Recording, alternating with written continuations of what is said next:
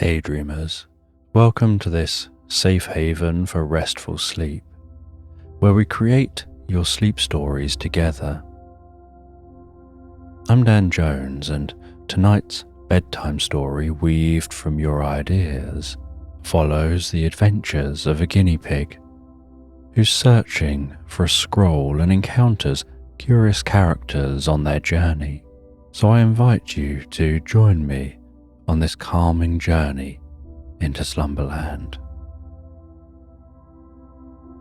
And if you haven't already and you feel more comfortable doing so, as we begin to relax, you can close your eyes, settle down comfortably, put aside any worries from the day, and lazily exhale.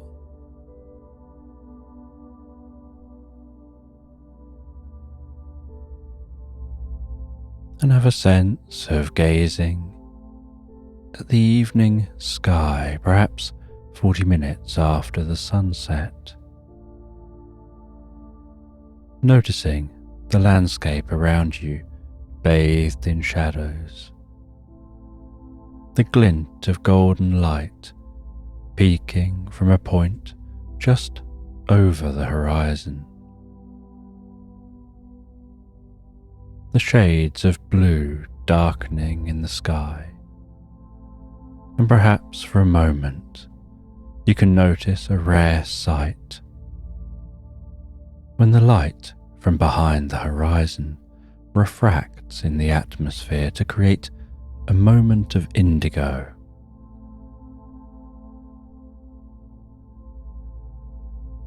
And perhaps you can imagine that indigo light carrying with it the magic of sleep as it travels into your eyes and begins to wash over and through you.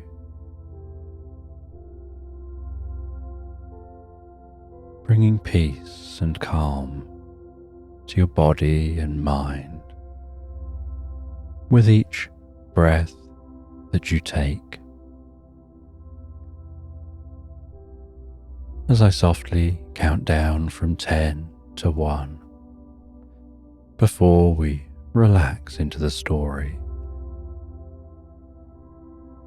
And I'm sure that you have a good reason for wanting to have a good night's sleep. And you've probably had times in the past where having a good night's sleep would have helped.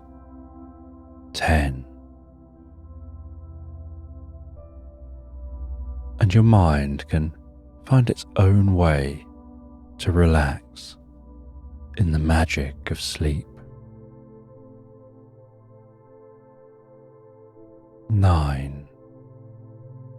And as your mind relaxes, so too can your body. Perhaps letting relaxation happen from the head down or the feet up, whatever feels more natural for you. 8. And while listening to this, it's okay to let that deeper part of yourself take over, the automatic process of falling asleep. 7. And while it does, you can say to yourself, when I settle down to sleep, I'll ignore distractions and I'll have a healthy night's sleep.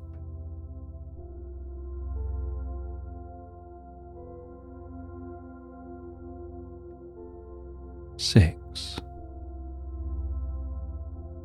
Saying again to yourself,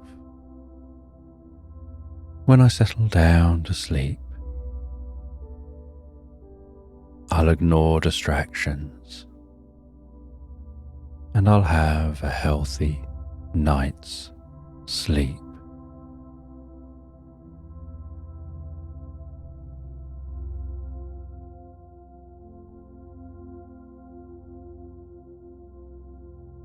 5 deeper and deeper relaxed asleep.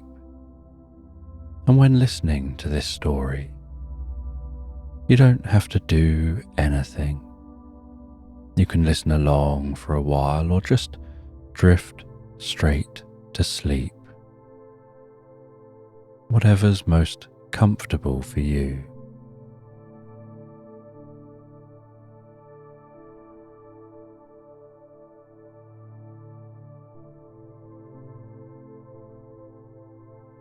Four.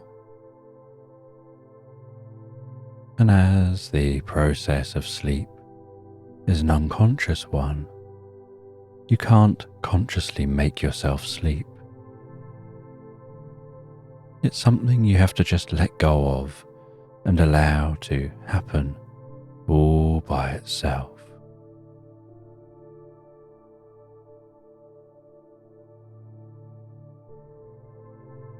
Three.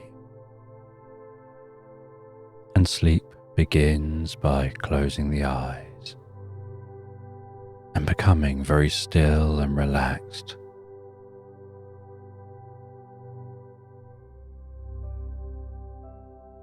Two. And gradually you can experience a gentle shift in consciousness as your brain slows down and you start to instinctively and automatically fall deeper and deeper asleep, just like toppling the first domino, and the rest takes care of itself. One. Now, as this bedtime story begins, over the next few minutes you can listen to as much or as little of the story as you like, as you drift asleep whenever feels right for you. And this bedtime story follows the adventures of a guinea pig. And this guinea pig has been going on a journey through vast woodland in search of a lost scroll.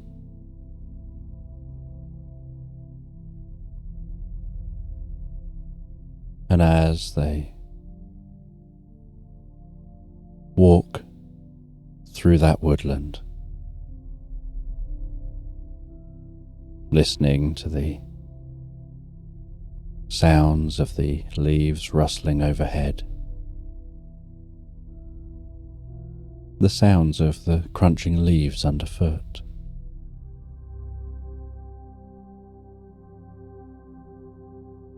the way the light dances on the path before them.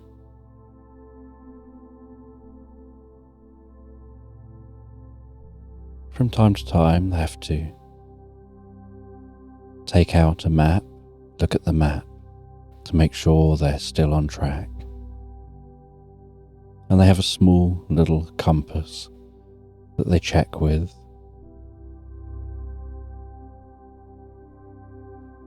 To make sure they're heading in the correct direction. And being a guinea pig, their legs are tiny, and the journey is taking a very long time.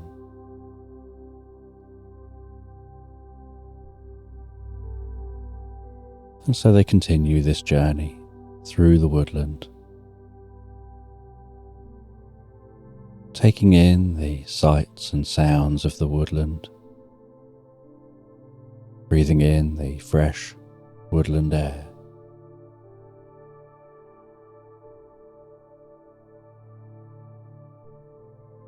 And as they continue on, they can hear the distant sound of flowing water,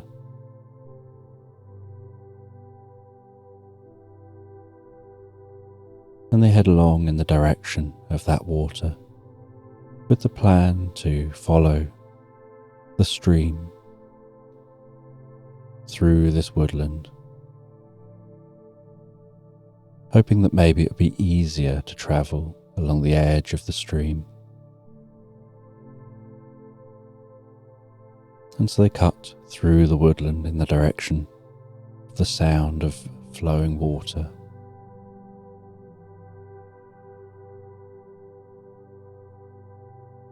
Until eventually they find that small stream. They begin to follow the stream. And as they walk along the edge of this small stream, where the bank of the stream is clear of trees,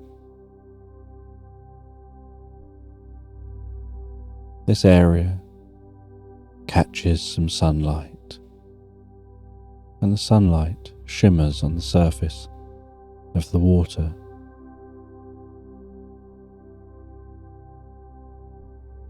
Like tiny sparkles, glistening and shining.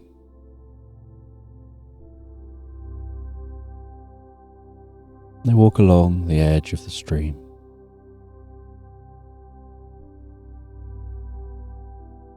until they see a row of ducks just sunbathing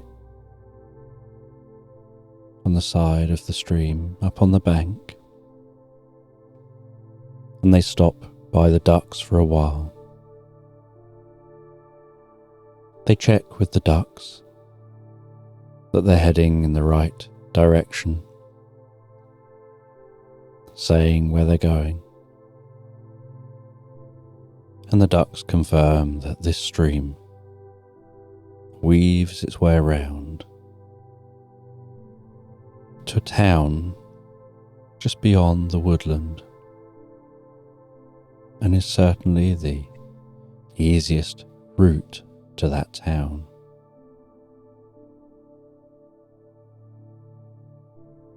And those ducks continue to rest there in the sunlight, stretching their wings out,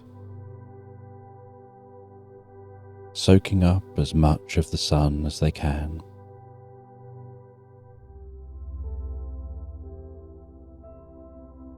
As the guinea pig continues on their journey, enjoying the fresh water smell.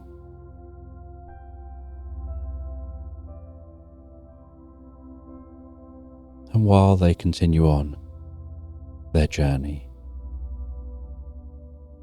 they hear a really posh voice coming from somewhere in front of them.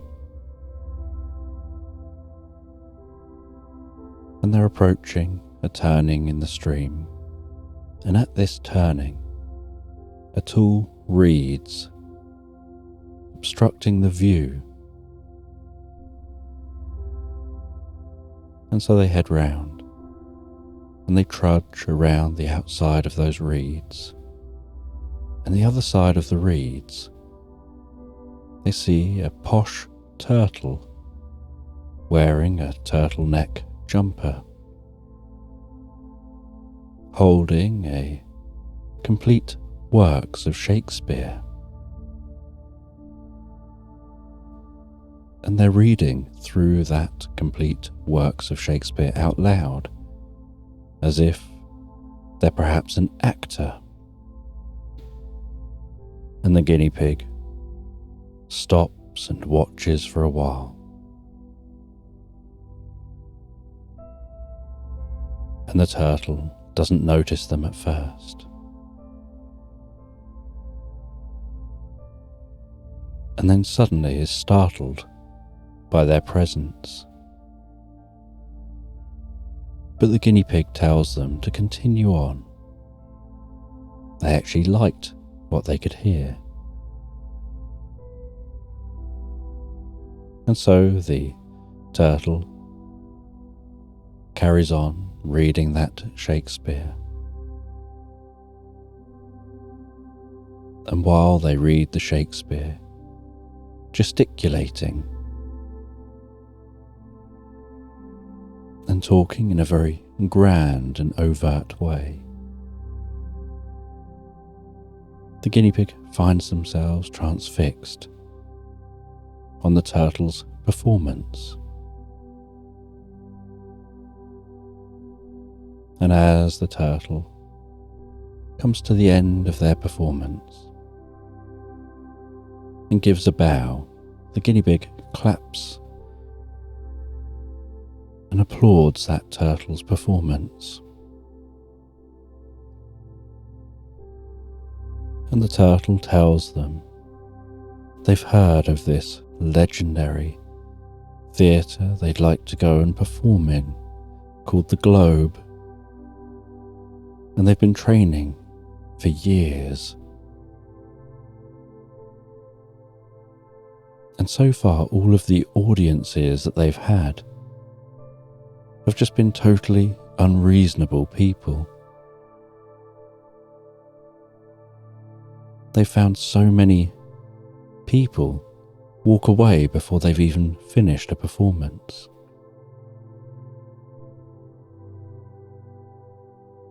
And whenever he asks for feedback, they change the topic.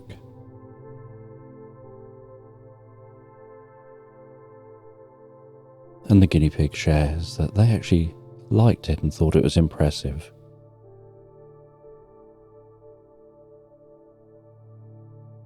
And so the turtle says that they have a gift for the guinea pig. Something that may help them on their journey. And they slowly walk to the water's edge. And they slowly reach into the water and pull out a water lily. And they do so incredibly carefully. And then slowly head back to the guinea pig. And they rest that water lily on the ground in front of the guinea pig.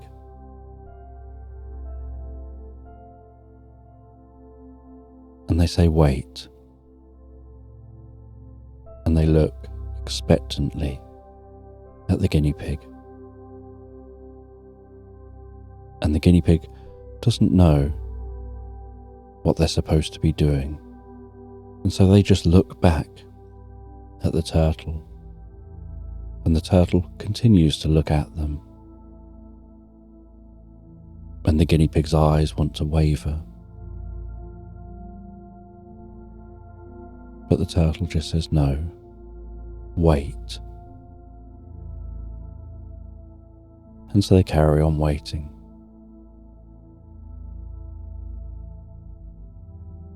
And then after what seemed like a very, very long time,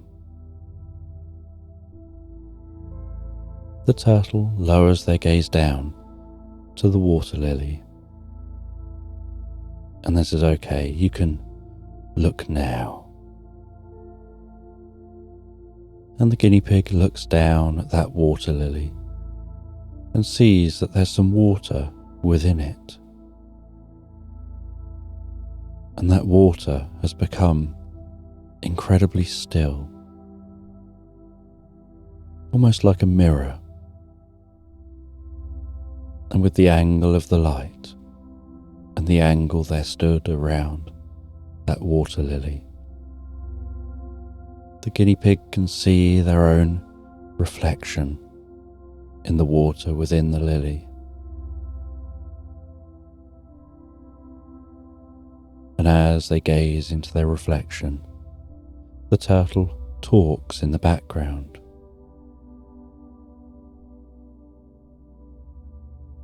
And tells the guinea pig to look into your own eyes. Not around your eyes. Just gaze straight into your own eyes, as if you're looking into your own soul. And as the guinea pig gazes into their own eyes in that reflection, so the turtle continues talking, and everything around their own eyes begins to fade away, almost turning black, but not black because it's actually turning black, but turning black because they stop paying it any attention. The only thing they're paying attention to is their own eyes looking back at them. And as they continue to gaze into their own eyes, so they start having that strange feeling. That feeling like the eyes looking back at them seem like different eyes. Almost like there's somebody else looking at them while they're looking at that other person. But they know those eyes are just their eyes. And yet, it takes on almost like an infinite loop of absorption between their eyes and the eyes gazing back. Like that reflection is another being looking back at them, and the turtle just talks softly in the background. And as you continue looking into your own eyes, you can see deep inside yourself. You can begin to notice the true you, a reflection of who you really are, of your strengths, of challenges to be overcome, of learnings not yet made, and discoveries not yet had.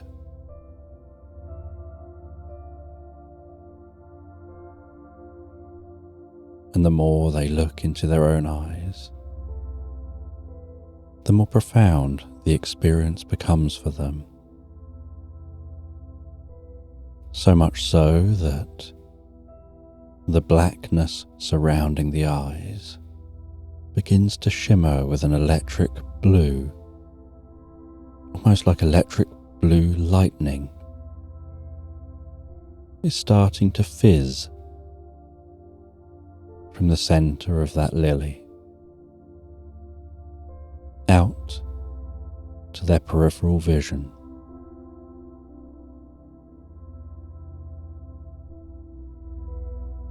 As if they're being drawn deeper and deeper into the experience.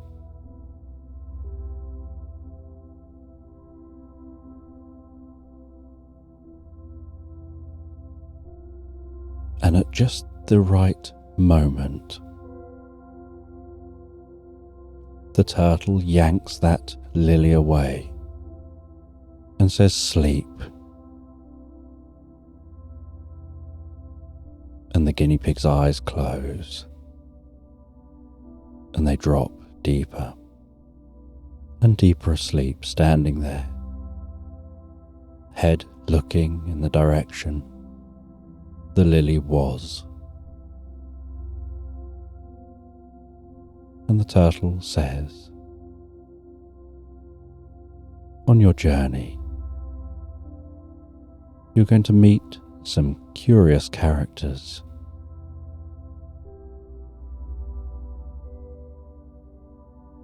And a part of you will know how to learn from each interaction.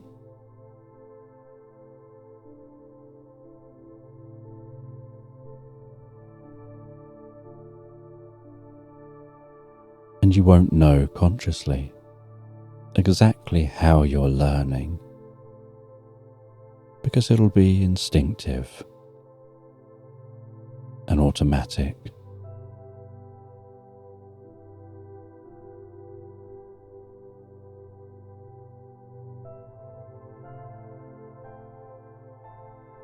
And then there's a moment of silence, and the guinea pig can't work out how long that silence lasts. Was it a moment? Was it an hour?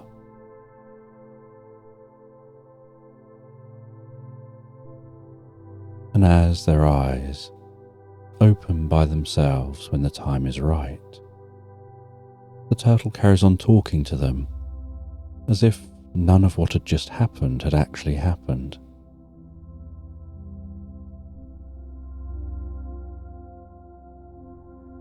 And the guinea pig says, "I'm sure something just happened." And the turtle responds, "That's right. You're sure something just happened." "But I know something must have happened." "That's right, I know. Something really must have happened." "But you did something." "That's right, I did something. But I don't remember what." "You really don't remember. It's like it's just gone now, as you go now, on your journey. And I'll see you in the theatre when I get there." And in a slight daze, and with a pat on the shoulder, the guinea pig continues their journey, enjoying the bubbling of the water alongside them, heading towards a village. And they continue that journey until they can see the smoke rising softly from the chimneys of the buildings in the village. And they head over undulating grassy hills, following this stream as it weaves and flows over rocks, sometimes bubbling louder, other times flowing so softly and so faintly.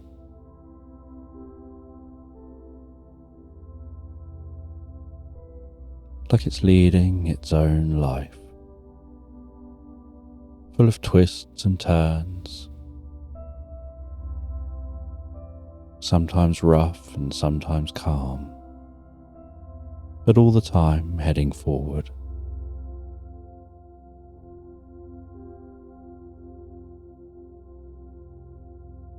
And as they approach the village,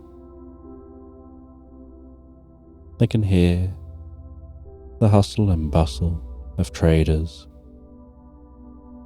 and people milling around.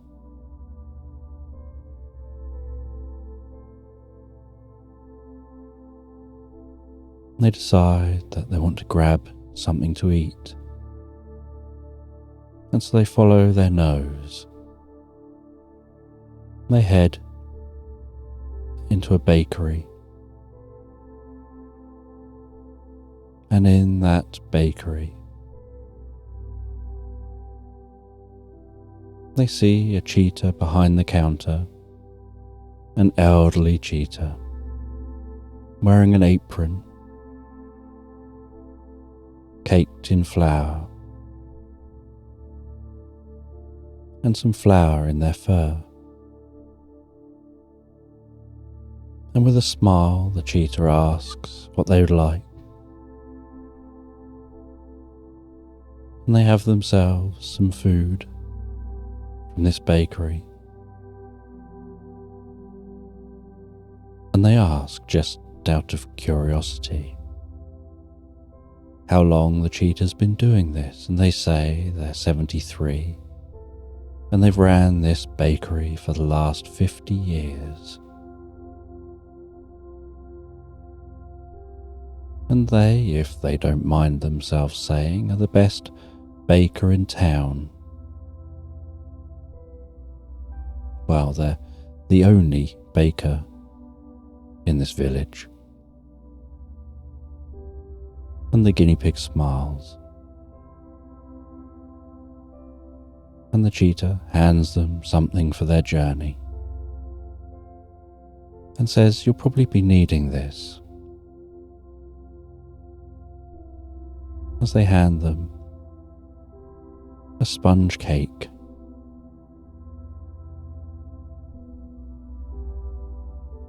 And the guinea pig thanks them and now heads to somewhere to stay for the night. And they head down to the inn in this village. And down at the inn, the Honey Pot Inn,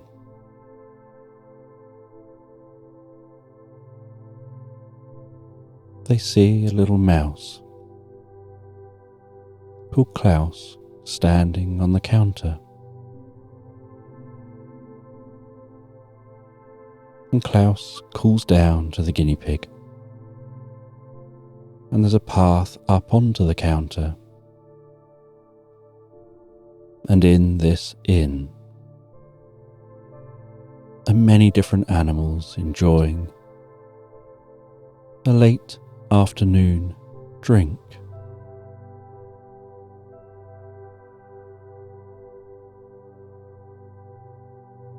There's a manatee sat in the corner, drinking a pint of bitter.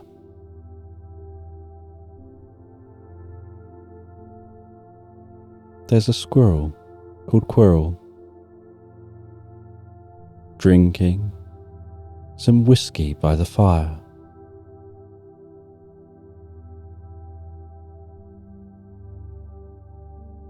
And the mouse asks the guinea pig if they'd like a drink, and they say they're really there to see if they can have a room for the night.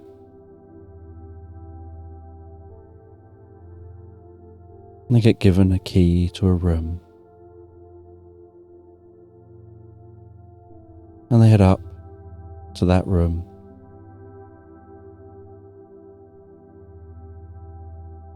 They place their belongings on the bed,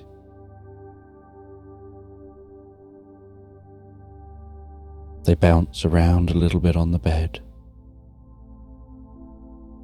They jump up onto the windowsill to take a look out of the window,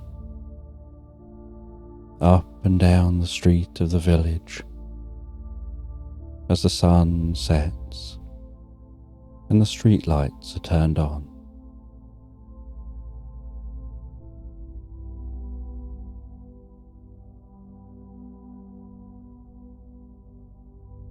And as it gets later and later, they settle down in bed and drift peacefully asleep for the night.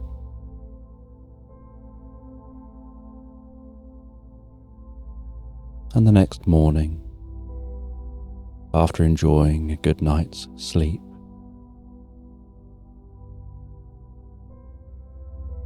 they prepare for their journey for the day.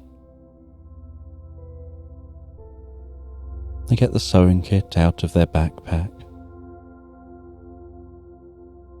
They stitch up the holes in their socks.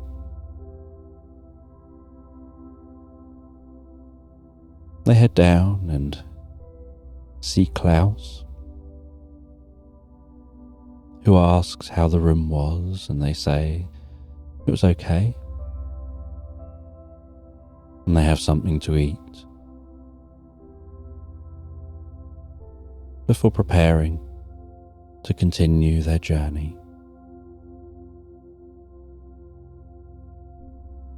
And as they're about to leave the inn, so they're stopped by a pig. And this pig tells them that they got this message from a turtle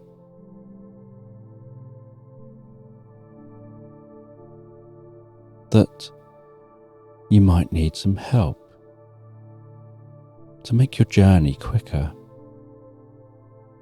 And the guinea pig says that they do have a long way to go.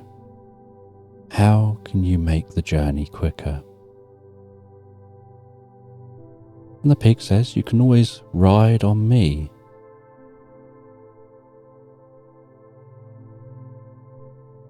I'm a magical pig.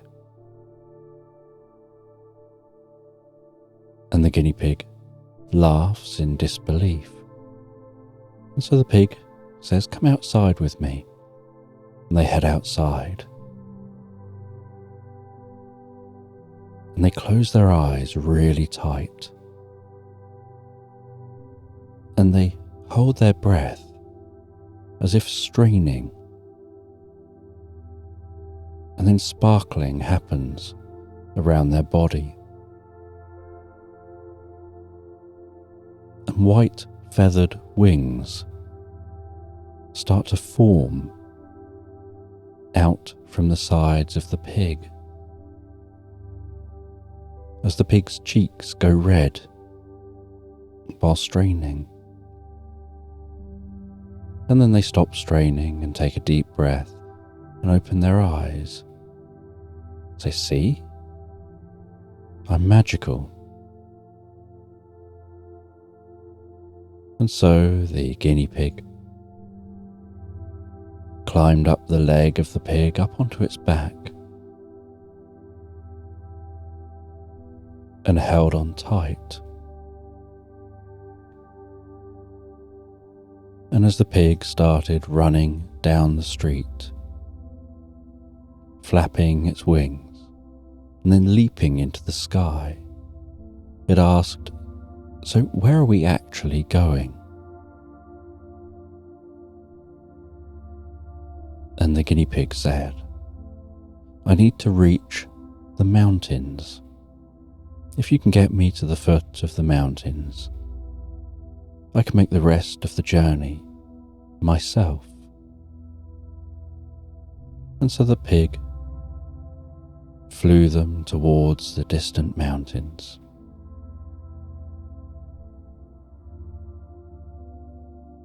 The wind passing over the guinea pig's fur,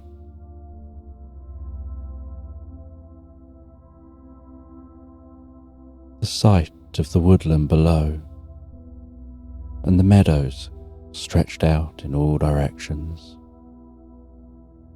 the undulating hills, the wind blowing across the grass, making waves of light and dark, spread out and pulse over the landscape. The glistening sunlight reflecting off the stream as they head towards those mountains.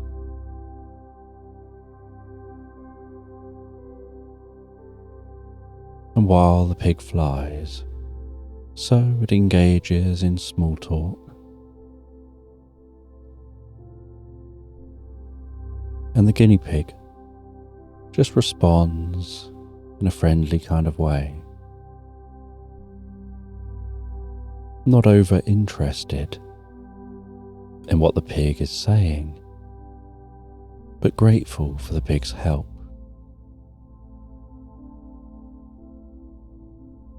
And eventually, they get closer and closer to the mountains, and the air begins to change. The air being pushed up as it hits the front of the mountains.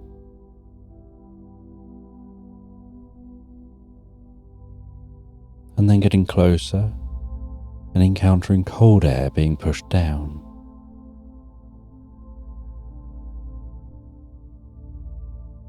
and the pig lands at the foot of the mountains, near a mountain path. And the guinea pig thanks them, says that they can make the rest of this journey on their own from here. And to a guinea pig, a mountain is an enormous climb.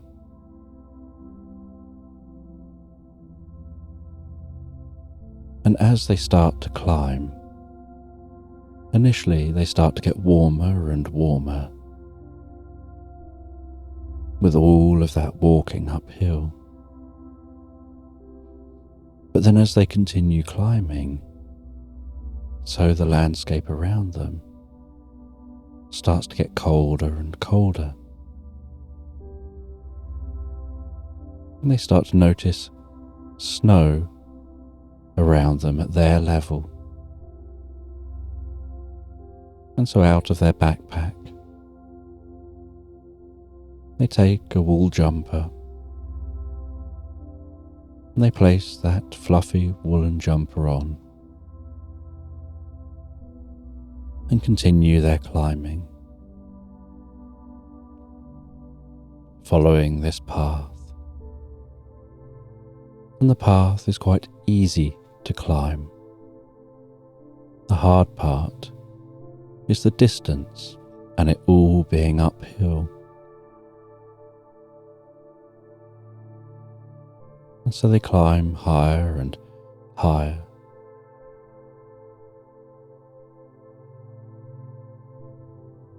And while they climb, they see some white rabbits building snowmen. And they can see that there's another group of snowmen they've built before,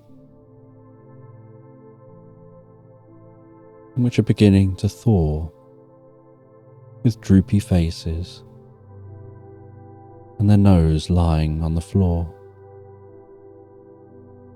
And they continue climbing. And they can see in the distance, about 3/4 of the way up the mountains, a hint of smoke rising from a chimney. And from here they can't see the actual building.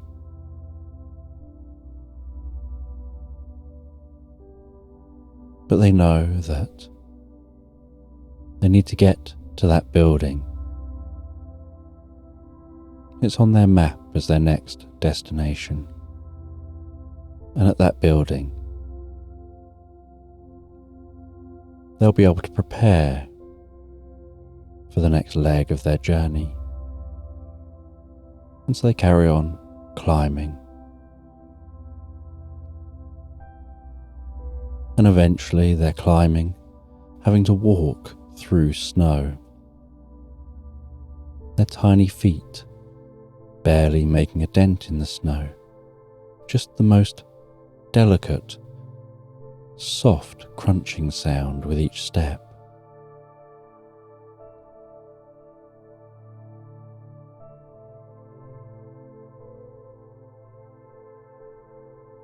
And eventually they can see the stone building. It's a grey stone building, and the roof is covered with snow. There's a grey chimney poking out the top, and smoke wispily rising into the sky.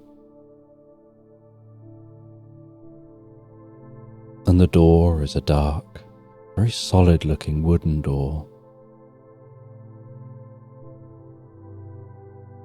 And there's a notice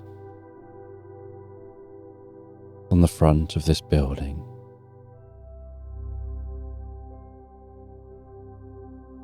And the notice says Instrument Repair Shop.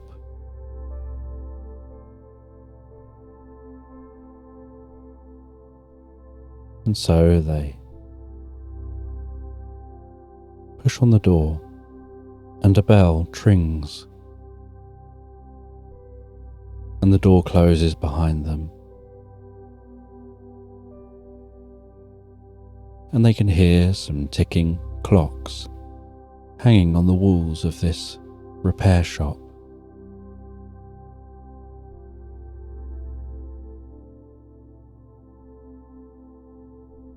And they can see different instruments dotted around this repair shop.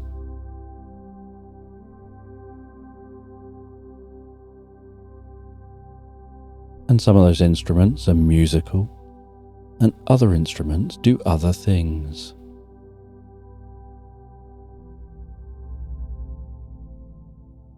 And as they look around, the air in here is so still. Although there's the ticking, there's a silence to this environment.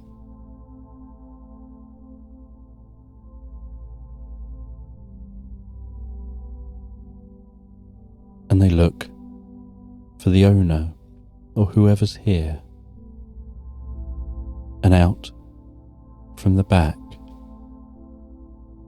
walks a grumpy armadillo. Who's here now? What do I have to do now? Always someone wanting something. And the armadillo, wearing silver gloves, comes out whinging and moaning. And he sees that guinea pig.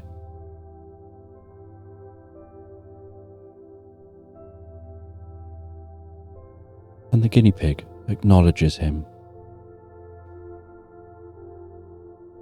in a very friendly kind of way. And the armadillo just says, "I'm Moss, what do you want? People only ever want to come here to see me when they want something."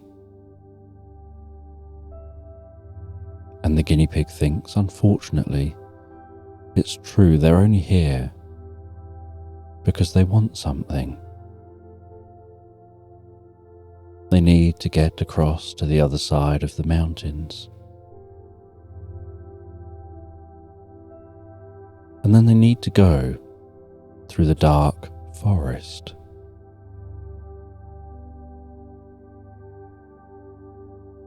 And they've heard that what they need to do this can be found here. And so they ask why this shop is in such an odd location.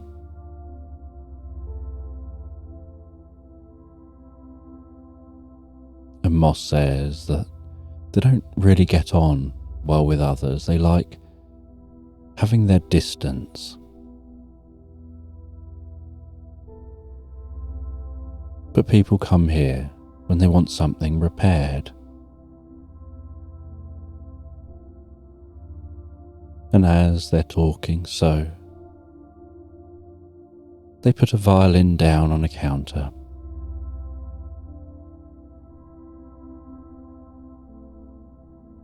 And they start to repair that violin.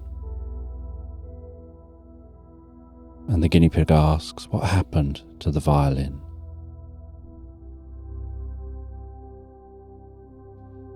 And they say that the violin belongs to Daddy Longlegs. And Daddy Longlegs is a gangster giraffe.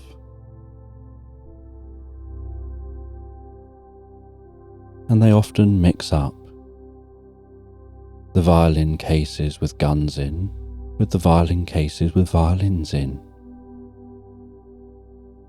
And inevitably, violins get shot and damaged. And then it comes down to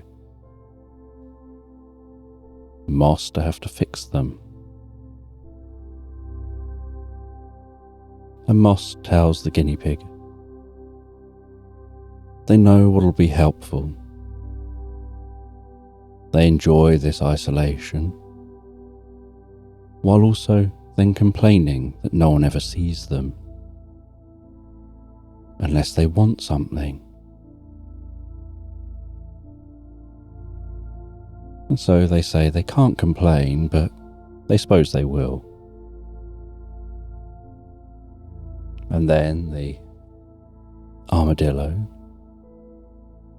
hands the guinea pig a purple watch and says this purple watch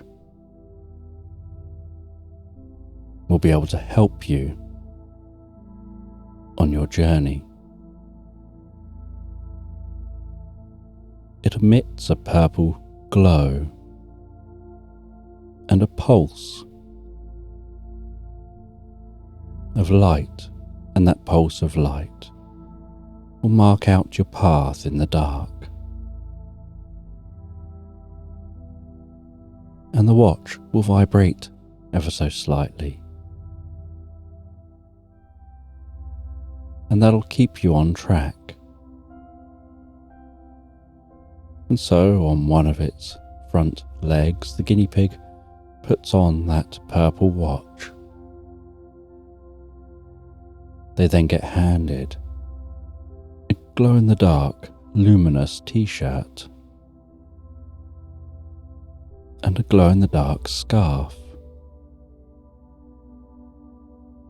And they get told these should keep you visible and help you to see. It will just keep enough light around you for you to find your way.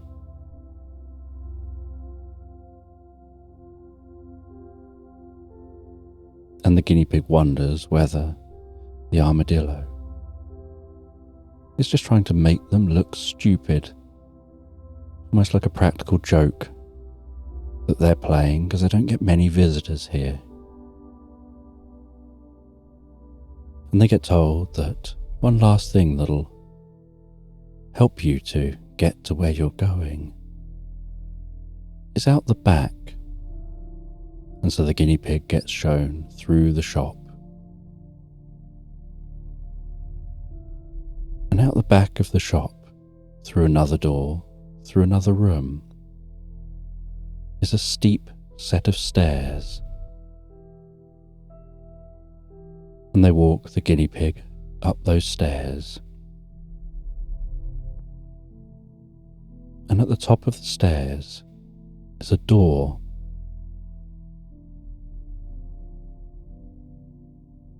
And they open that door, and before them is a diving board. And it's incredibly windy up here. And the armadillo says, that diving board will take you over the other side of the mountain. Just run to the end, bounce on the diving board. You'll be fine. Just dive off the end and you can dive over to the other side of the mountain.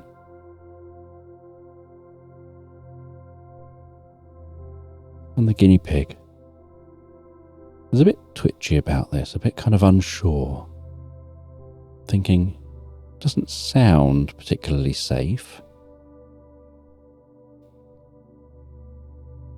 And so the armadillo hands them a flute and tells them, just after you've dived off the end of the diving board, jump onto this flute and just blow across the mouthpiece of the flute. You'll be fine. And so the guinea pig takes that flute and, trying to hold the flute under one leg, runs to the end of the diving board with the other 3 legs and bounces off the end, quickly gripping the flute with all its legs and blowing across the mouthpiece of the flute. And as the tune emits from the flute, So sparkling light starts to come from that flute, and almost like a witch's broom,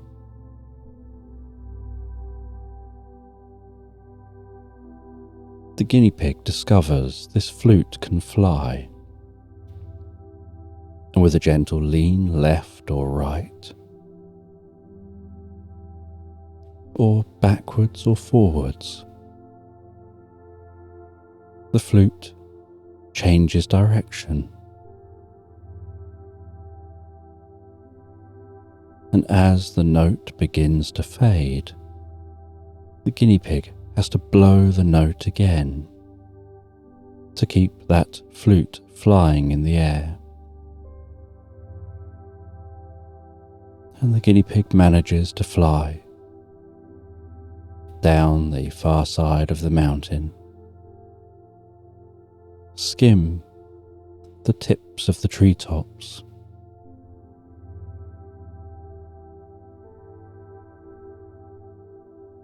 before weaving between the trees and landing in that dark forest, the flute skidding to a halt in the undergrowth.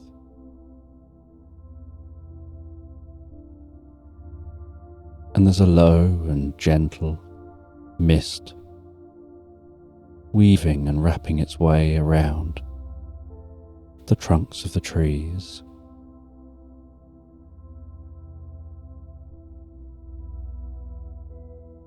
And this forest is so dark and so quiet. And although the mist is gently moving, the air seems to be incredibly still.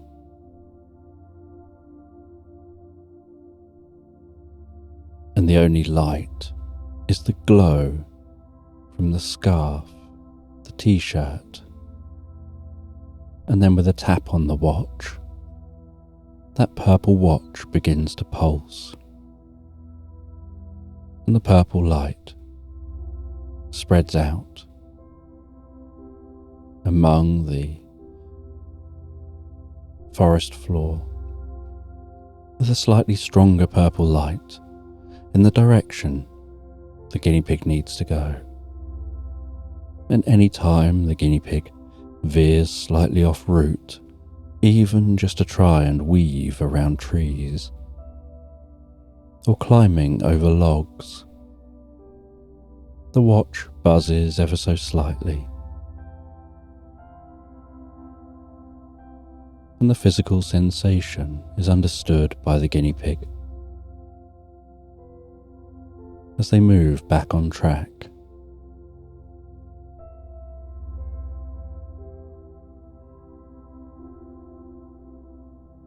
And in this dark wood, in this dark forest,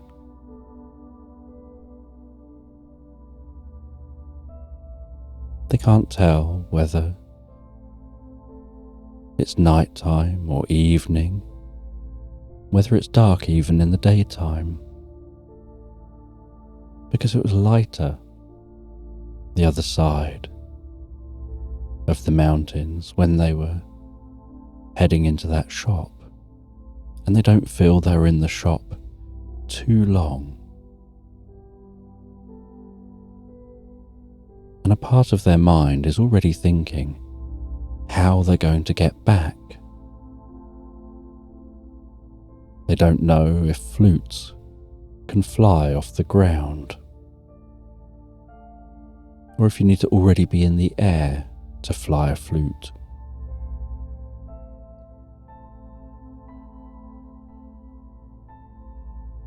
But they carry on their journey, thinking one thing at a time.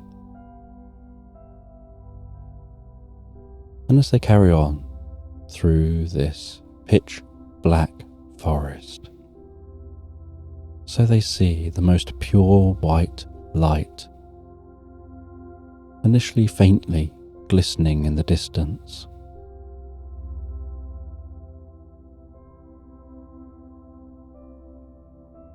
and they notice that white light is on their journey, is directly on the path they're taking, and so they wonder whether that must be where they need to be going. And they head towards that light as it gets brighter and brighter while they get closer and closer. And the white light seems to be emitting a gentle tinkling sound of bells, slightly echoing and reverberating around this forest.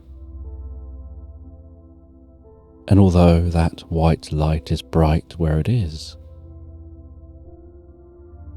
the forest itself seems to dull the light, stopping the light from penetrating too far from its source.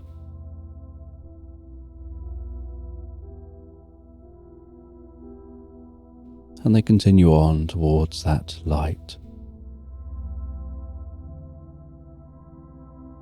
And as they get nearer and nearer,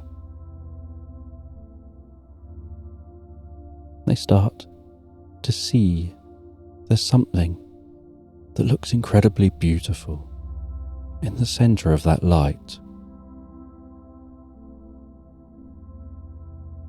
And as their eyes adjust to see more detail within the light, they notice a sparkling butterfly with the most delicate looking silk wings.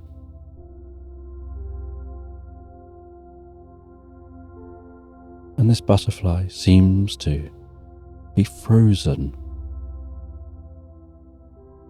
It's not moving, almost like it's a statue of a butterfly, and yet it looks like a real butterfly. And the guinea pig works around that butterfly, taking a look at different angles, thinking how much it looks like an ice sculpture of a butterfly, and yet it just looks like it's alive.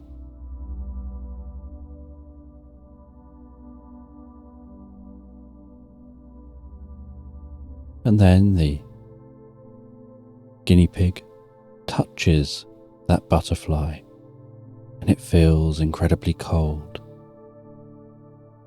Feels like very slightly damp ice, like ice that's just beginning to melt.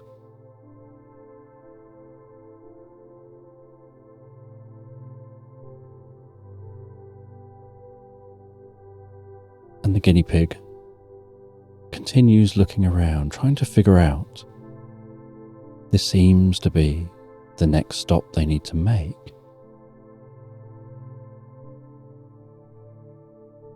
But what does it mean?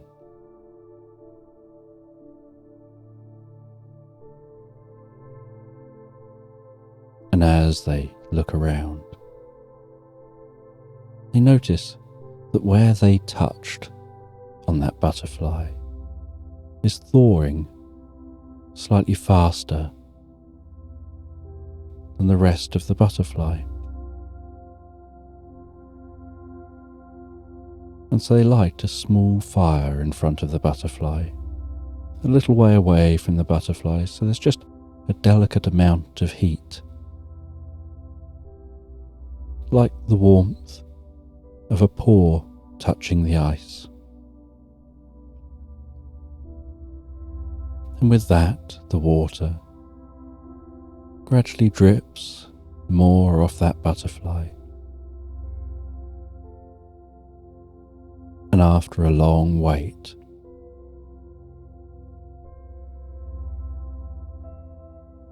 the butterfly still looks incredibly silky and pure white.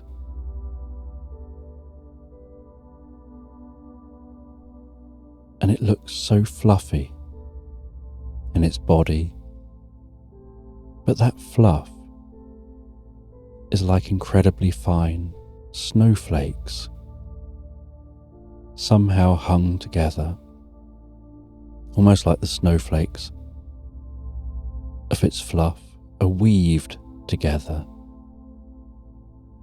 with the most delicately weaved silk wings. And as the last drop of water falls from that butterfly, so its wings begin to move, its legs begin to stretch out. It begins to move its head, its eyes, and then starts to talk to the guinea pig.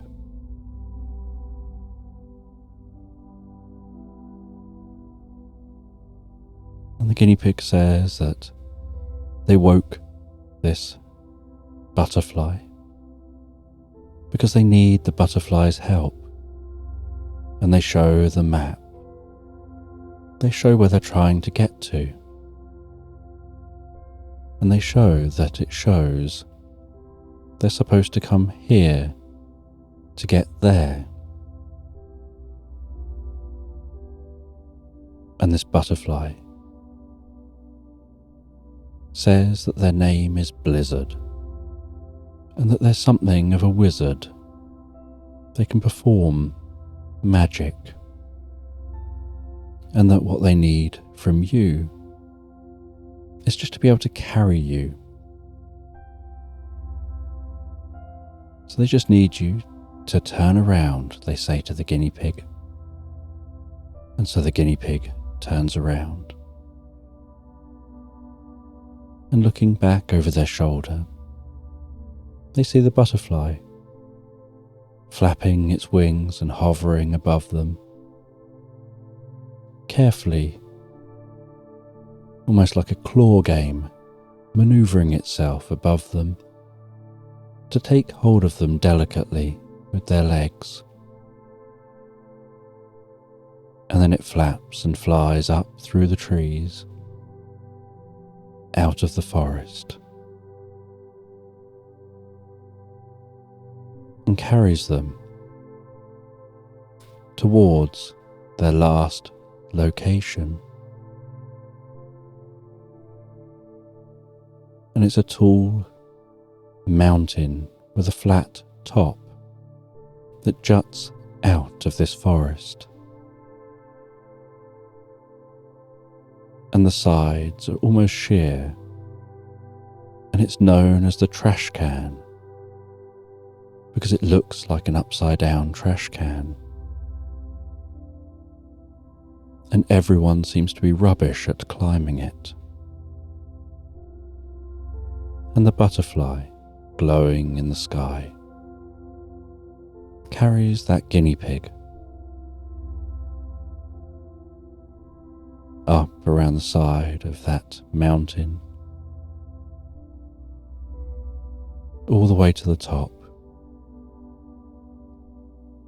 It lands them on the top and says it'll wait with them because it knows that its job is to also take them back over to the other side of the mountain once they've done what they're here to do. And so the guinea pig thinks, and that butterfly, and can see the ruins of a building up here. And yet there's no way of getting up here. And these ruins are so old.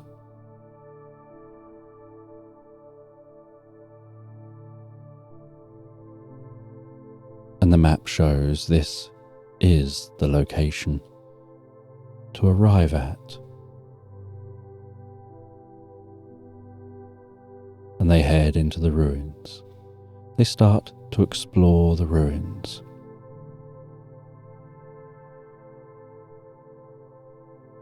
They head through an old door that no longer exists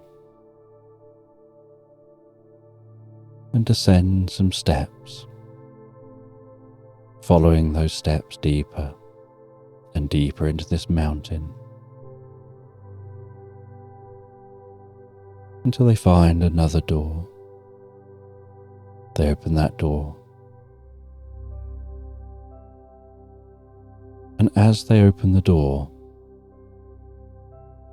so the room the other side of the door springs into light, and in the centre of this room they can see a pedestal, and resting on that pedestal is what looks like a board. And they pick up that board, and on the board they read in a different language that this is the yes, yes board. If you can answer yes, then you can have access to the scroll. And it says that this works by having you only give an automatic answer, not one you give thought to, but one that you just deeply understand. And it tells the guinea pig to rest a paw on either side of this board. And while resting a paw on either side of a board, a sentence forms between those paws on the board. A question for the guinea pig. And the question is, what do you see when you look into yourself?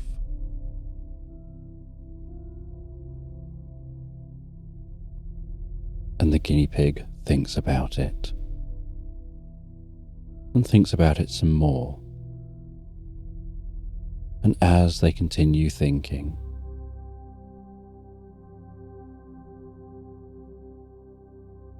they think they don't really know the answer. They only know the experience. It was like just a circular experience going on and on and on, of seeing themselves, looking at themselves, into themselves, seeing themselves. They don't know how to put it into words.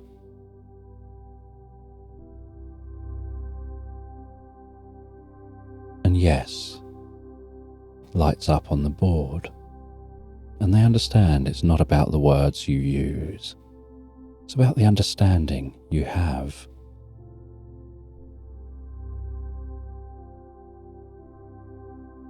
And as they continue gazing at the board, and that question fades, almost like light dispersing like smoke. And another sentence begins to form. And as they look at that sentence forming, they see that it's asking how you fix something that isn't broken. And they think about the answer, and they don't know the answer consciously.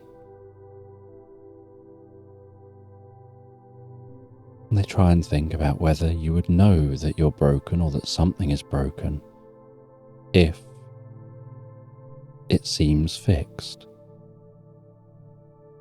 They think about what can be fixed that's broken, that seems fixed. And it takes a moment,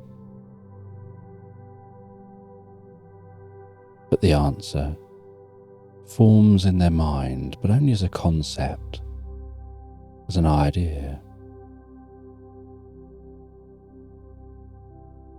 And they feel a warmth within their body as the idea forms. And it's another idea they can't put into words, that they can only understand instinctively. They know they learnt this from the turtle in the turtleneck.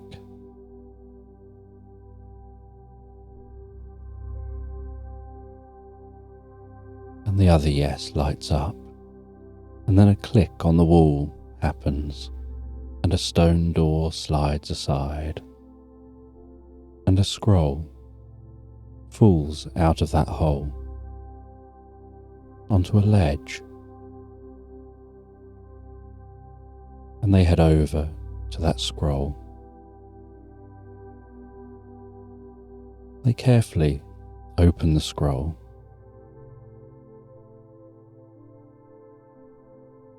and as they open the scroll and begin to read the writing, they start to understand what this journey was about.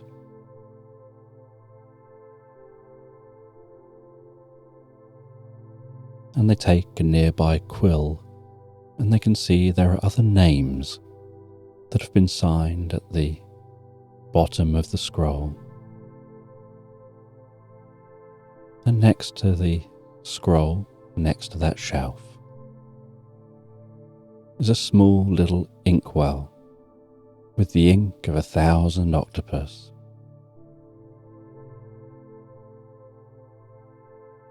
They dip the quill in the ink. They sign their name at the bottom of the scroll.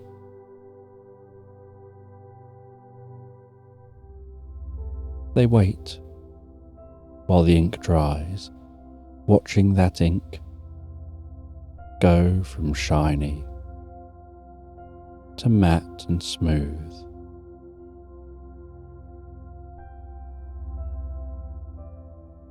Before rolling the scroll up again, placing that scroll back into that gap in the wall. And as they do, the stone door slides shut again.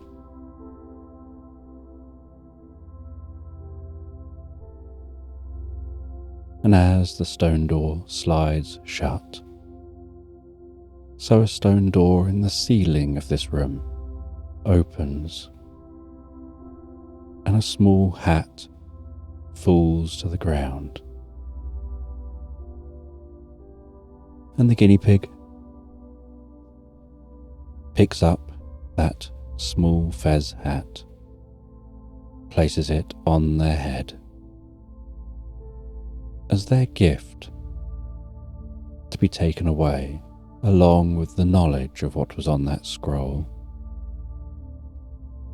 Knowledge that's only for those who've been lucky enough to make this journey and to succeed in getting to the scroll, to add their names to the list of those lucky enough to have been here.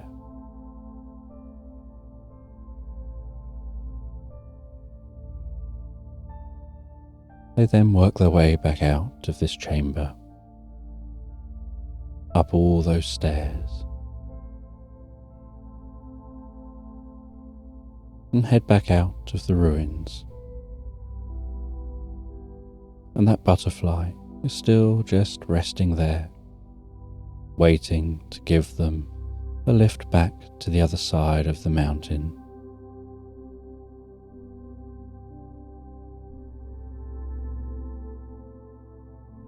And before setting off, they take a tiny camera out of their backpack, and facing away from the ruins, with just the sky to be seen, they ask the butterfly if they can just take a selfie together to remember this moment. And so they take that selfie together.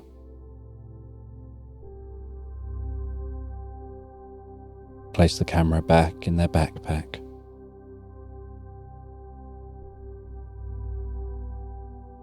The butterfly again flies above them carefully, taking them in its legs.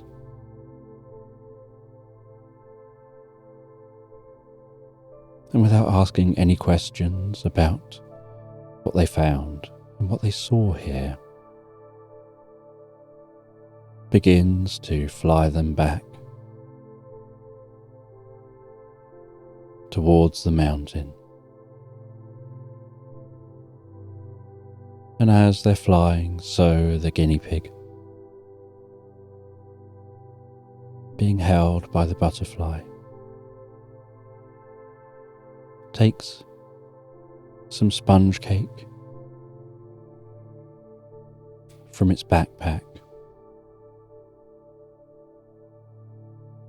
and just enjoys eating some of that sponge cake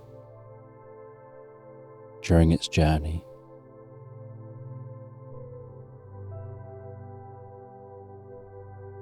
And flies back over the mountain. And the butterfly lands down the other side of the mountain.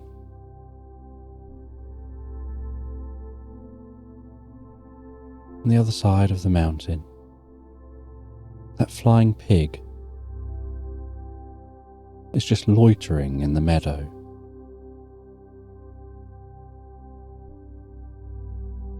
And the guinea pig says goodbye to the butterfly. The butterfly says it's time for them to go back to where they were found. And they'll go back into stasis for the next person that finds them.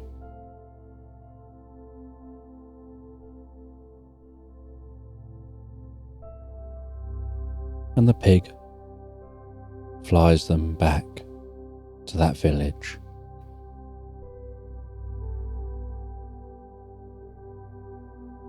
And they decide to spend another night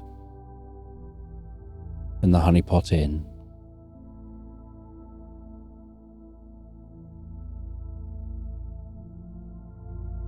Before continuing their journey home the next day.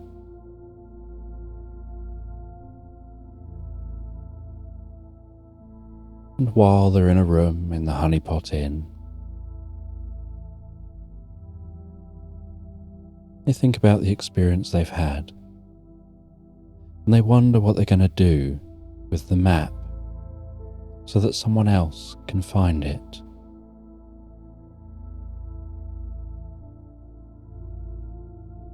And with that, they hear a knock at their door.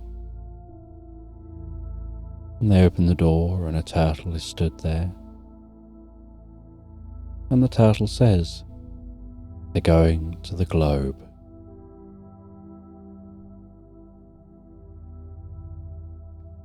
And that they know that you have something for them to take with them. And so the guinea pig understands the situation and goes and gets that map.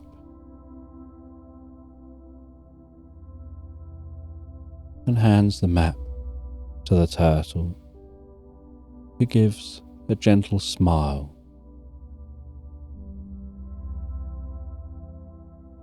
and says they'll place this somewhere on their journey to the globe for the next person to discover it. And the guinea pig realizes this turtle was the one who'd placed it where they first found it.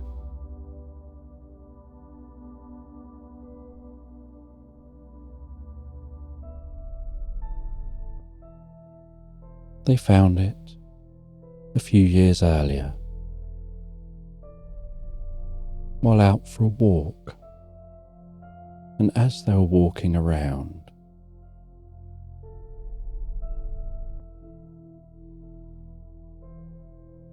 they're in search of a cake, as they often are. And they're looking for a bakery to get that cake from. And they'd bought themselves a Battenberg cake.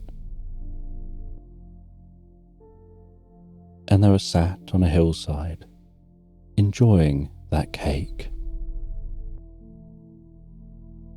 And they heard a sound.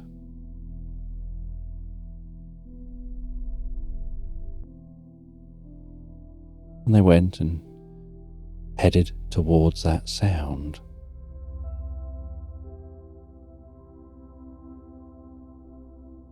And they found an unusual sight.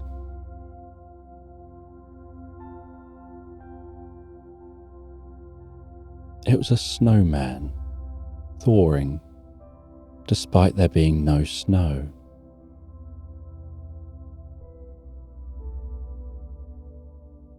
And this snowman was thawing fast.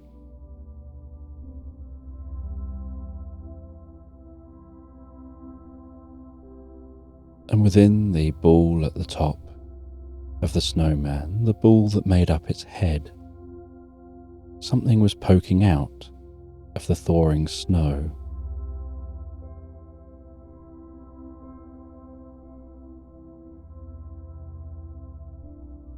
And it was a map in a small brown box.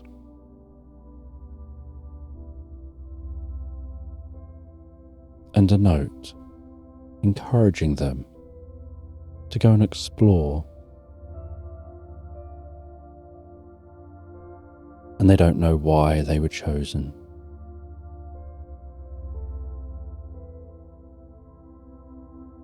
But they now know it was the turtle who'd left that there for them to find. And the turtle explains they've been around for hundreds of years. And it's their job to spread wisdom. They take a very slow approach to life. But taking a slow approach to life brings knowledge and wisdom. You see everything rushing past around you, and you understand things in a whole new way.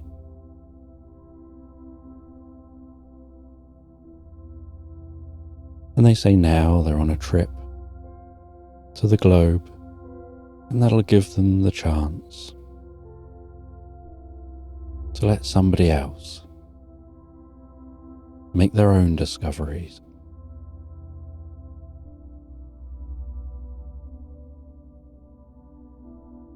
And so the guinea pig gets a good night's sleep at the inn before heading home the next day. And the journey home's a long one. But once they make it home, they pack everything away from their backpack. They place that purple watch onto a shelf. They pack away the t-shirt, the scarf. They put the hat on display.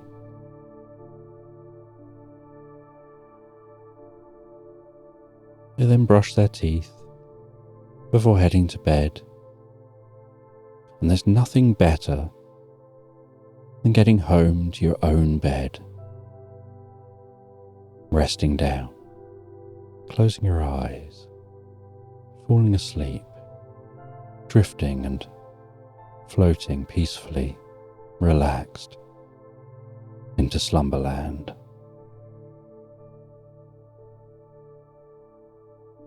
And a glass pyramid-looking spaceship is tumbling through space. And the space cats on that glass pyramid are trying to work at getting back control of the pyramid. And from their perspective, they don't feel that it's tumbling. The only thing that lets them know that that glass pyramid is tumbling, other than their instruments, is the slowly moving stars outside of the windows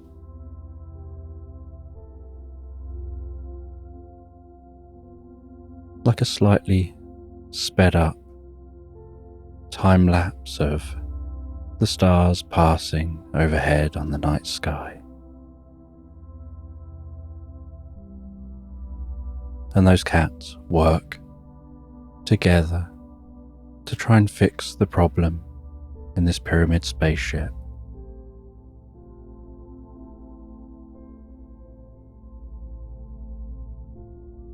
And on their journey to Mars, one of the thrusters had become faulty and locked itself on, and they managed to turn that thruster off.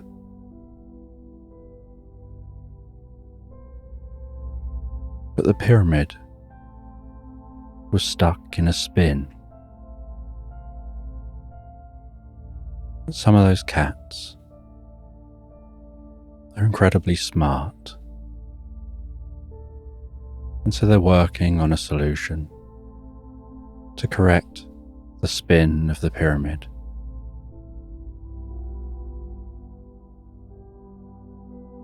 And it takes them a while of working day and night to fix that pyramid, to stop it spinning in space.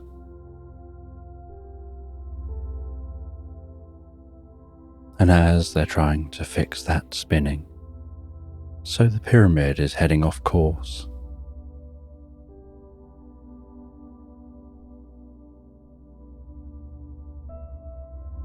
And while it's heading off course, they notice that it seems to be on track with an anomaly in space.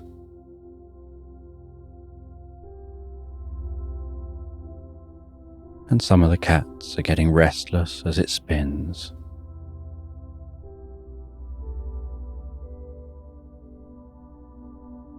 And it gets closer and closer to that anomaly. And as it approaches the anomaly, so they can observe that even more, and they see that it looks like a river in space,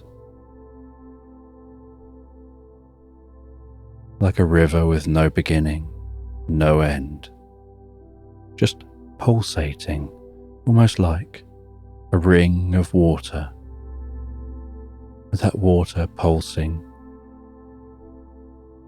from one end to the other. But as they approach, that pulsing looks to go on forever. They can't see the far end. And once they cross a certain boundary, even when they look behind them, it now looks like that pulsing river is pulsing endlessly behind them, like they're enveloped in the pulsing water, caught in time. As that pyramid spins down this river in space. And despite not seeing an end or a beginning, something about being in this space here is that it seems to create a very slight drag on the pyramid, gradually slowing its spin, helping to calm that pyramid down.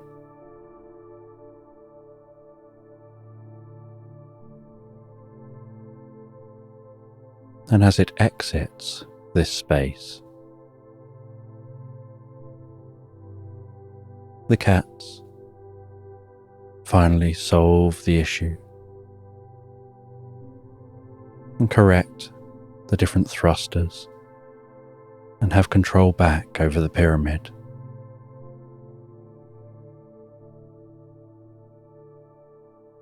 But that pulsing river in space seemed like it was just pushing in a single direction, like the flow of the river was from where they came from through to where they've ended up. And they now find themselves facing a night sky that's unfamiliar. They don't recognize any of the patterns of stars.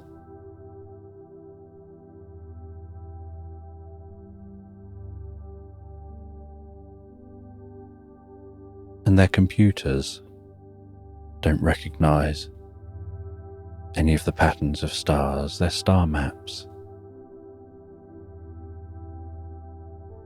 don't seem to have these stars in their database.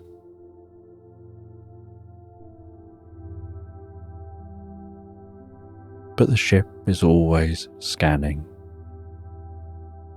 and so it scans,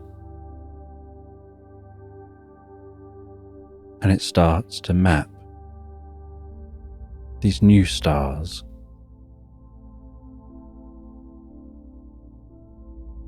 building a new database of this location. And as they move away from that river in space, so that they can get a better view looking back on it, they see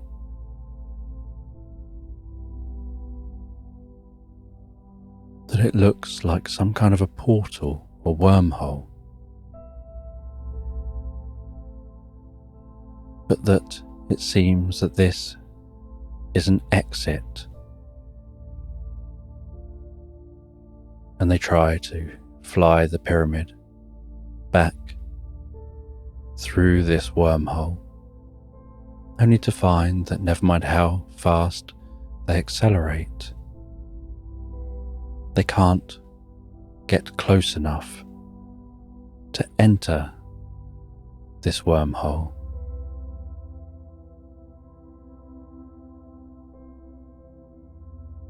And so they set their sights on the nearest star system. And they travel in the direction of that star, not knowing what they'll find.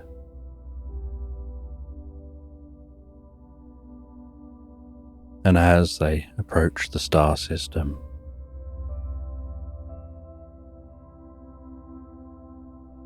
so they scan the different planets, and they find a planet with life. And they circle that planet, scanning in rows around the planet as they go, as they orbit the planet over and over again. And they scan terrain and they find somewhere to land before heading down in that glass pyramid to land their ship.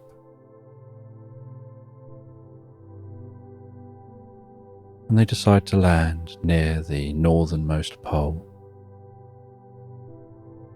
landing in the snow, assuming that they're unlikely to be seen here.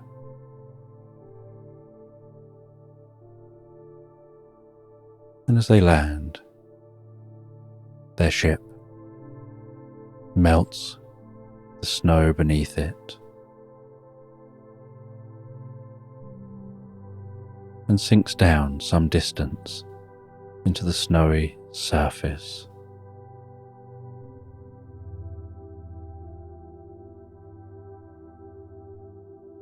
and they send out some drones to explore the landscape before they leave the ship.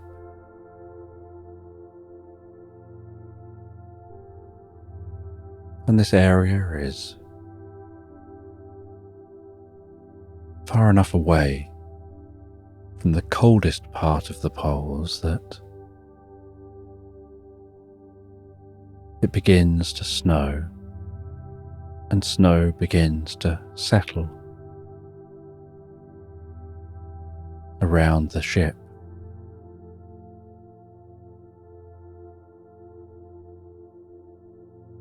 Almost like encasing it in its own igloo, carefully hiding it from view.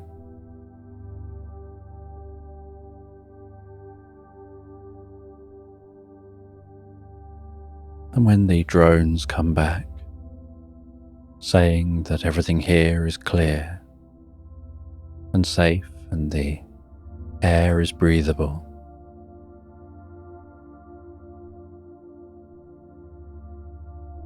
the cats put on their bearskin jackets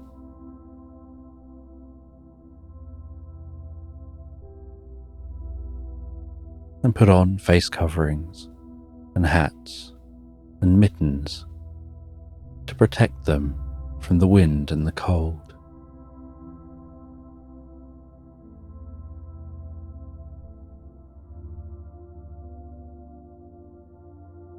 And the entrance and exit to this ship is deep under the surface of the snow. So as they exit, they have to carve their way out, carving a tunnel, making sure that's safely done. As they carve that up, gradually heading to the surface.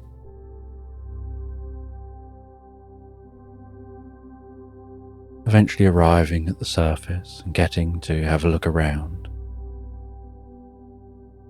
hearing the sound of that Arctic wind.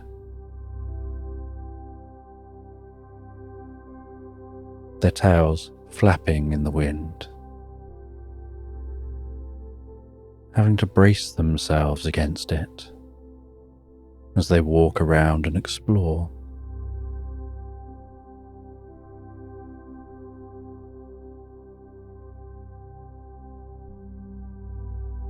And some of the cats bring out with them some machines to travel on, almost like two-person spacecraft that can fly in the atmosphere and outside the atmosphere.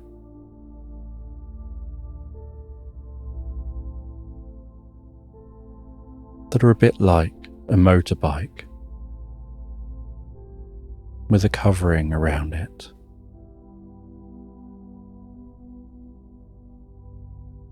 That's aerodynamic for when it's in the atmosphere.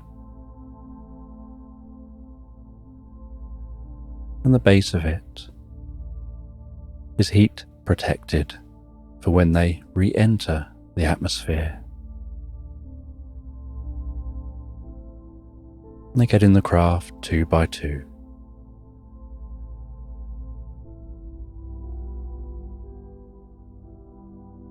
And they leave the ship. And they head to the nearest large continent, where the weather is very different.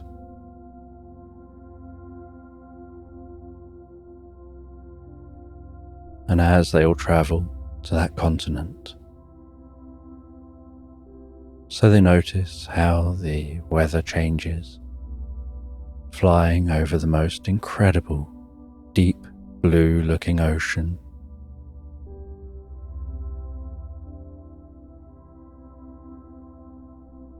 The starlight from this planet's sun, casting a silvery sheen across the waves of that ocean.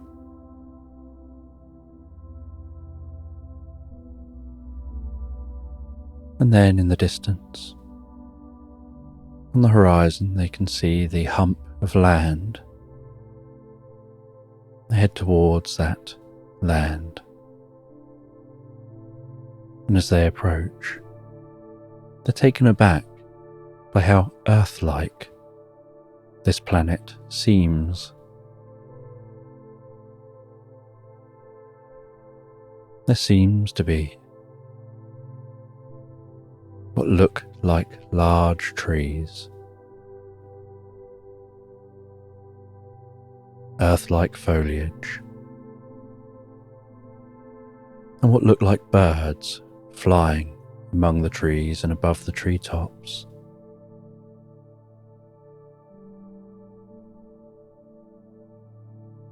And they land down in a meadow on the edge of a forest.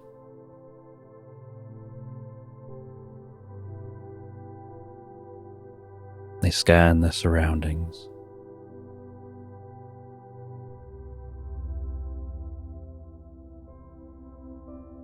They catalogue what they discover.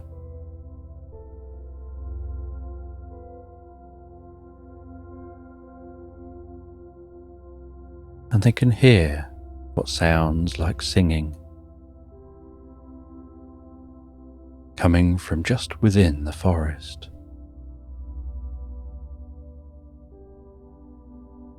And so they head over to the edge of that forest.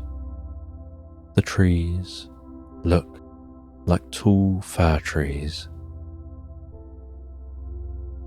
rustling gently in the breeze.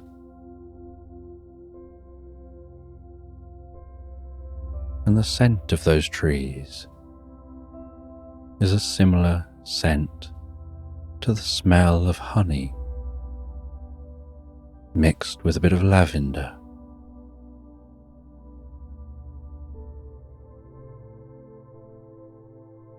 And as they gaze through the trees,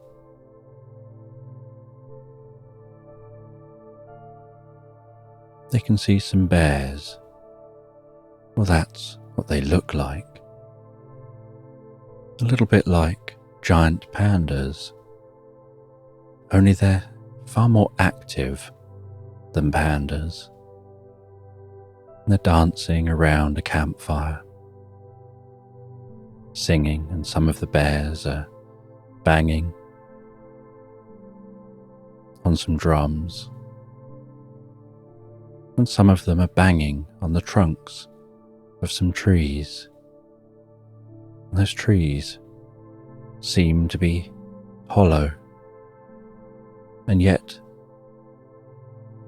they don't seem to be dead. And the sound reverberates up and down the trees and out into the forest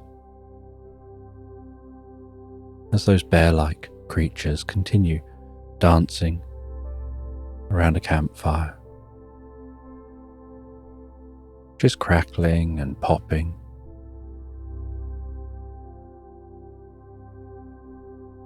And some young bears seem to be sitting on the knees of older bears, being bounced up and down on their knees, their fur bouncing up and down with them, just slightly out of sync from them, and their ears bouncing slightly up and down.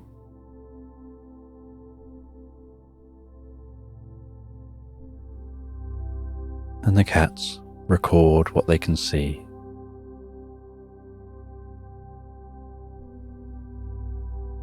And they try not to get noticed, and try to just observe the life here. Their main goal is to try and figure out where here is, and whether there's a known way back to where they came from.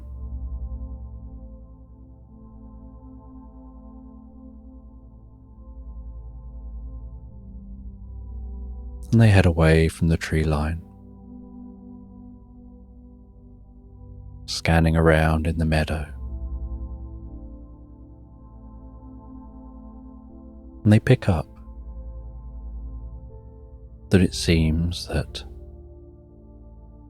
there is some advanced civilization somewhere on this continent that has technology.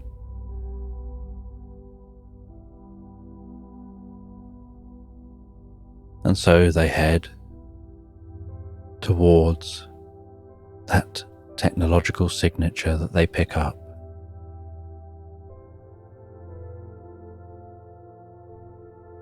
They try to fly low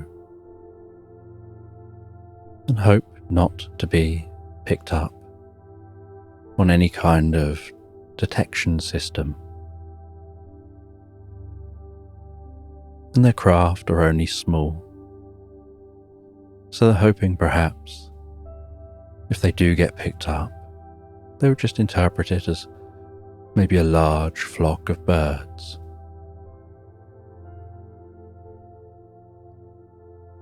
And as they get near enough to see towers of buildings, so they land some distance from that city so that they can better observe.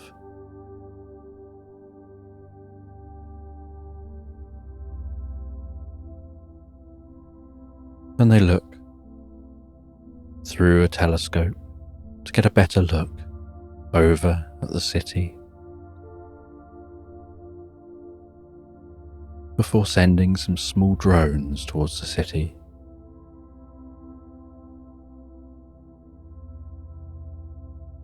And the drones spread out, fly around, scan the city, sending back information.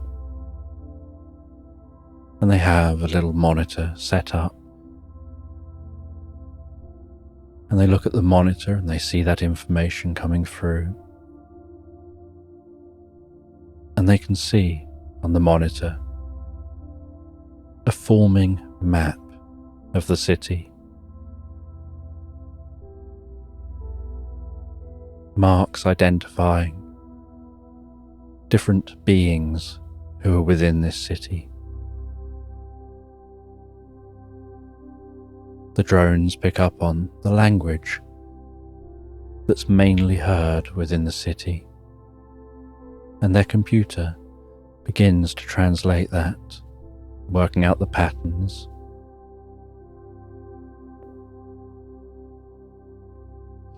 Giving them something to work with so that they can then communicate with those who are here.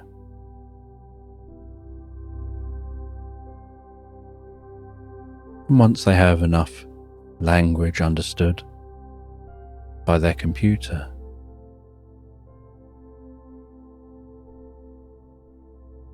they place that into a small pin that they attach to themselves. It transmits the information to the pin so that that information will auto-translate everything they say into the language being spoken, and everything they hear will transmit from the pin, and they'll hear it in their own language.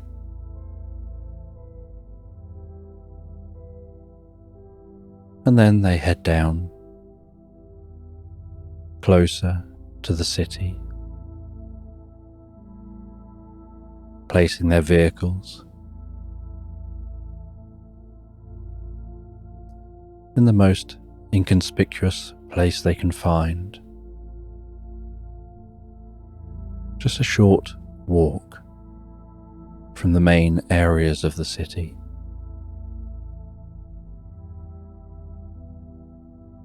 And the computers, the drones, have identified the best location for them to go. A building which seems to be linked into space travel.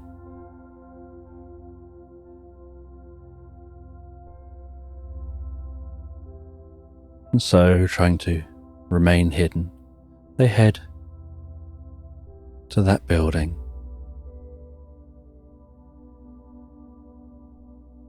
And they don't know what the reception will be of seeing them.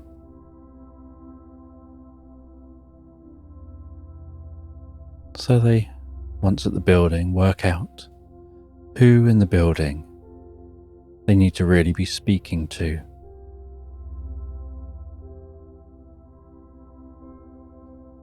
They work out what floor that is.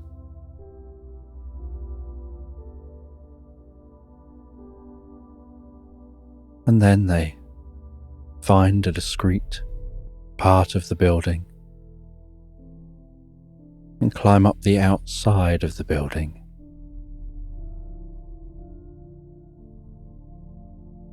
Piercing through the glass on the floor they want to get into.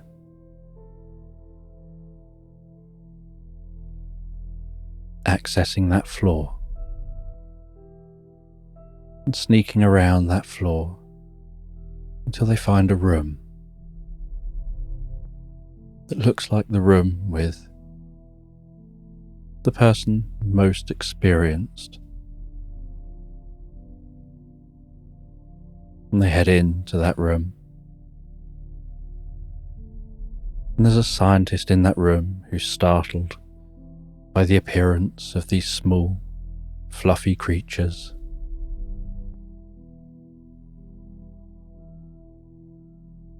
And they explain who they are, how they got there. And the scientist listens. And this scientist is short and squat and looks much like a dwarf.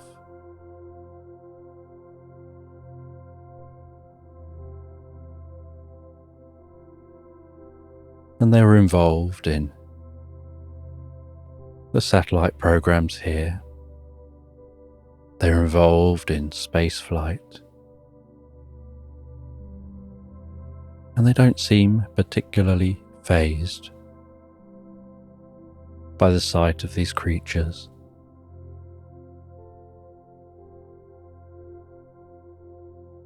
And the creatures don't look particularly intimidating when they're small and cat-like.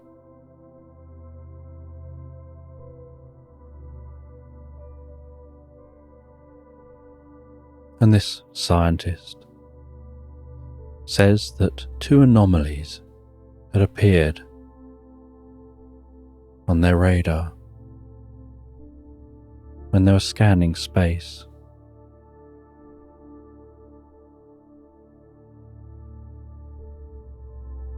One anomaly they couldn't get into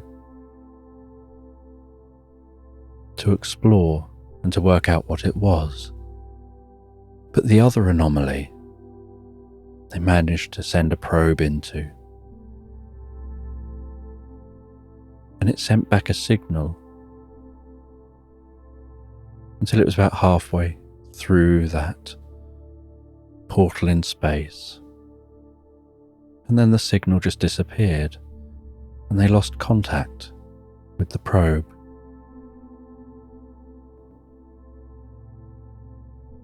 They now wonder whether one of those anomalies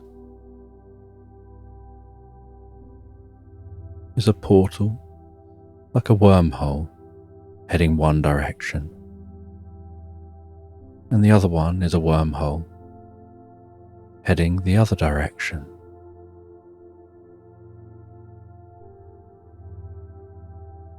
Both anomalies are close enough to get to,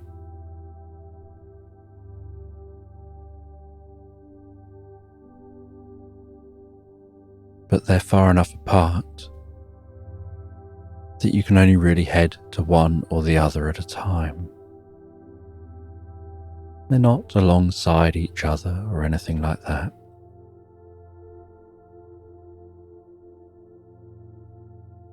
And so they say that they can probably offer some assistance. They can share that knowledge with your computers.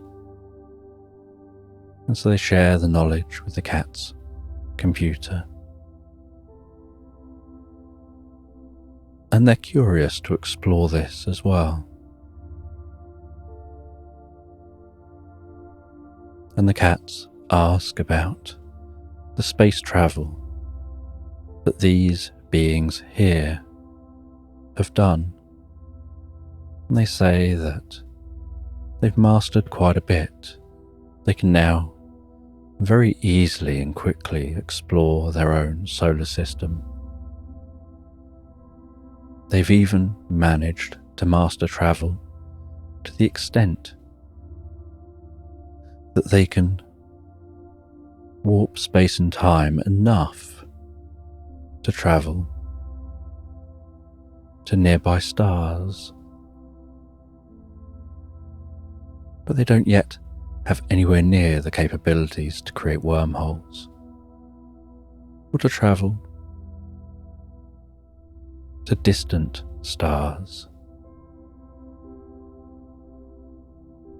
And some scientists had theorized that there may well have been other life out there, and that these wormholes in space, as it turns out, they seem to be, may have been placed there or created by some other civilization, but they're unsure who or why.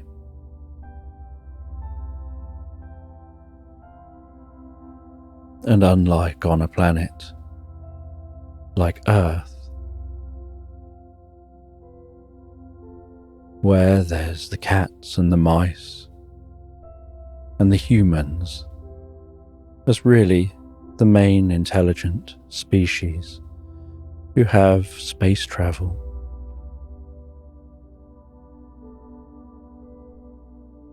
and they didn't all start off on Earth. On this planet, there's multiple different species who've all evolved along a similar timeline, and then they've been able to share their knowledge and grow together.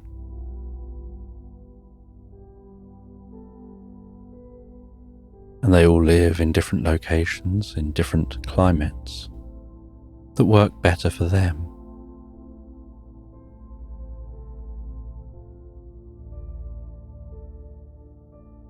There's even an advanced species which lives within the oceans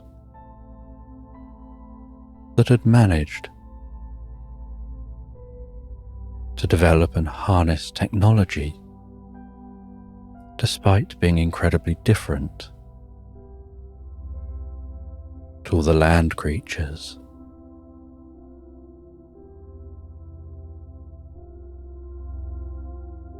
And they're only known as the Kraken.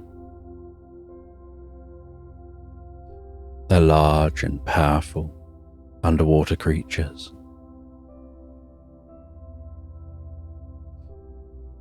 whose craft are enormous and powerful and sound like a giant volcanic eruption when they leave the planet, because they have to carry them up with all the water they need to live in.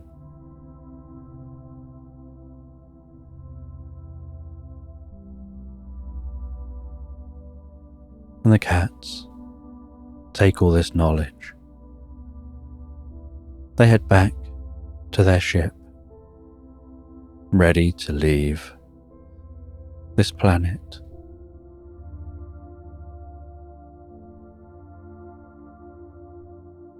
The scientist says that they'd like to gather a small group together. They've got the ability to launch into space fairly rapidly. and they'd like to keep in touch and then launch into space when they're all ready to go. And they head off, ready to set up and launch in their own spaceship. And the cats head back to that pyramid.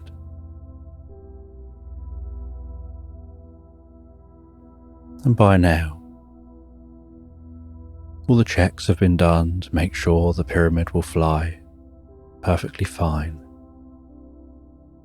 and not have the challenges it was having previously.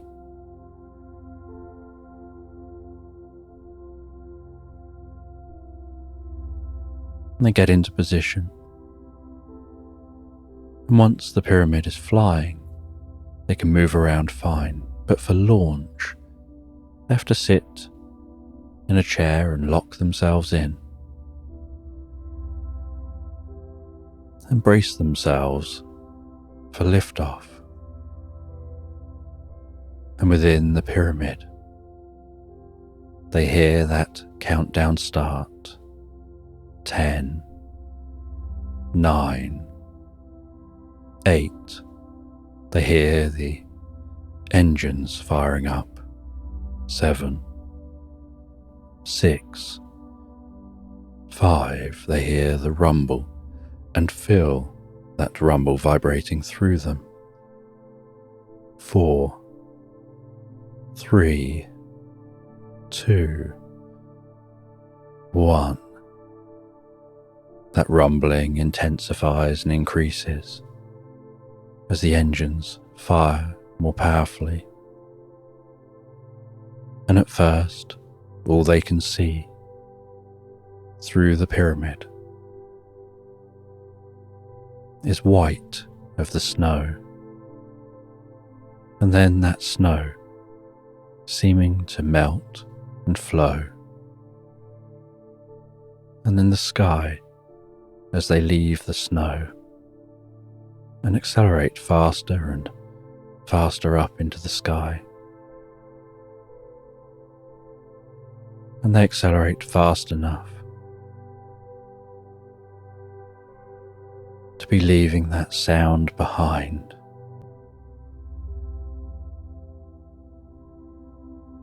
Before breaching the top of the atmosphere.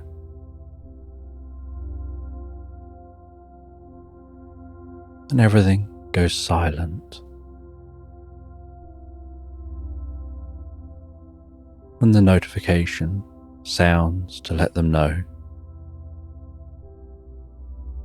they can now unhook themselves and move around freely. And they head towards the coordinates of the second anomaly, and at the same time as them leaving the atmosphere, the dwarf scientist on the other ship leaves the atmosphere, and they radio back and forth, communicating that they're all okay, the status is good. They're en route to the anomaly. And as they head towards that anomaly,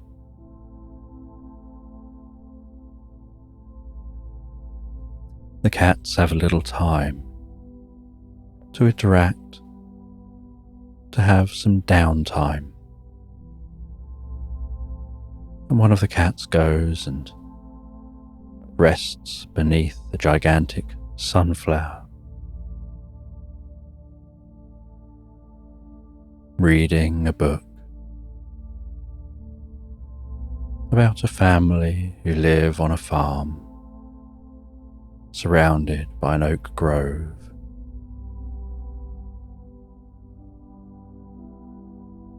Where the dad spends all his time in a workshop building gifts for children in the local community. and the mum enjoys making candles. And they lead a fairly basic life. When it gets to evening, they work by oil lamp. They choose not to use electricity. The dog can often be found lying in front of the fire, snoring away, dreaming of playing in tall grass.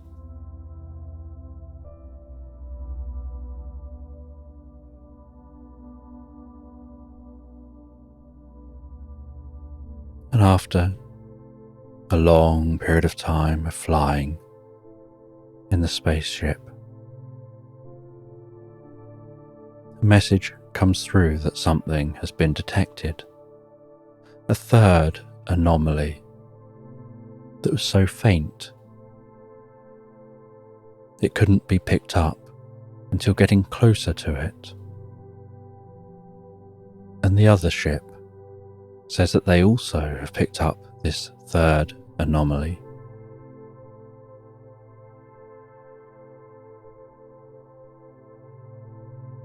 And they try to work out what the anomaly is. And as they get nearer to that anomaly,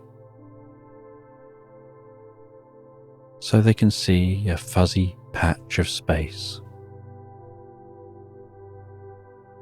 where the stars behind it seem to shimmer, but the stars around that shimmering are static.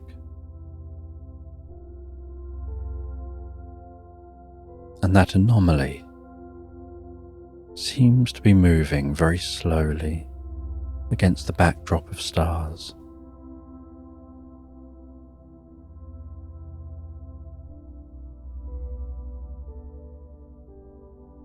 But then once they get fairly close to the anomaly, unable to scan it and identify it any more than they already have,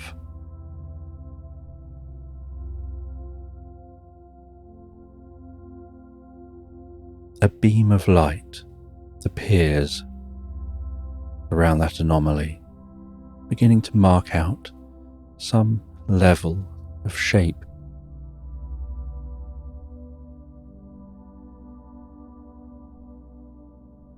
And it's clear that this anomaly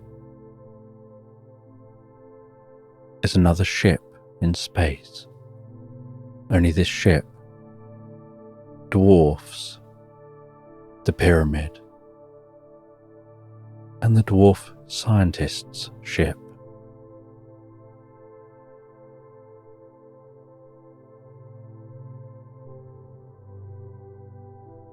And out of that bright light at the front of the ship,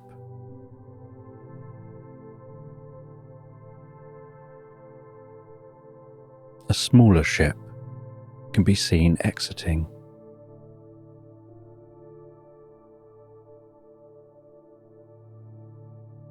And then a message comes through to both the ships.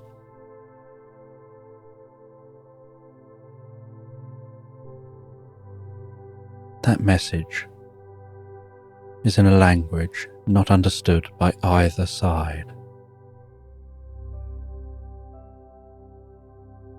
The cat's computer tries to process the language and tries to scan that small ship that just emerged from the larger ship.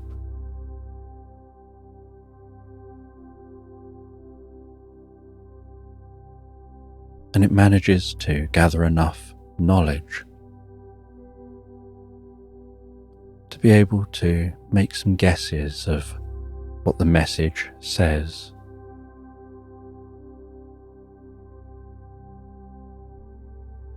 And the message is saying that they would like to meet with those from the other two ships who've arrived here. that they're the ones who placed those wormholes here. And they'd like a representative from each ship to come to their small ship and be taken back to the main ship. And so one of the cats and the scientist go and head to small ships. They head out to meet with that small ship from the third ship.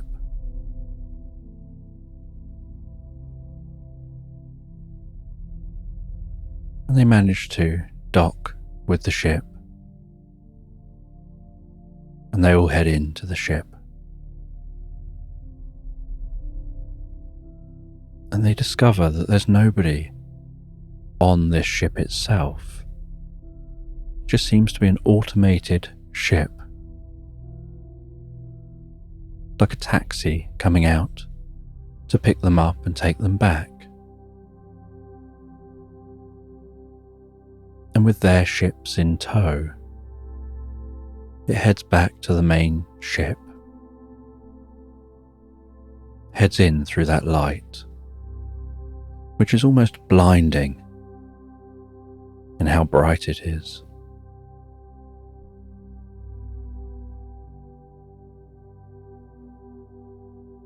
And it docks itself within this ship, and then opens, and the atmosphere in here is breathable. And so they head into this ship, and the inside of this ship looks like they're on a planet. Overhead is blue sky. A bright area like a setting sun. A giant tree in the middle, and woodland surrounding the tree,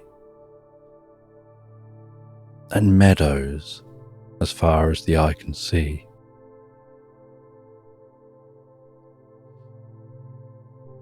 And as they walk through this unusual landscape on a ship, smelling the scents of flowers, hearing sounds like birds, and the sound of rustling trees, as it appears there's a very slight breeze, they see a very strong looking humanoid, incredibly muscular,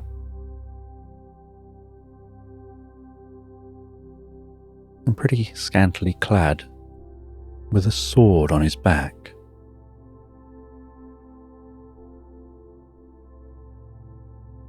And alongside him is an equally powerful looking dragon, walking on all fours, its wings tucked at its side, its breathing deep and heavy, sounding like it could let out a burst of fire at any moment.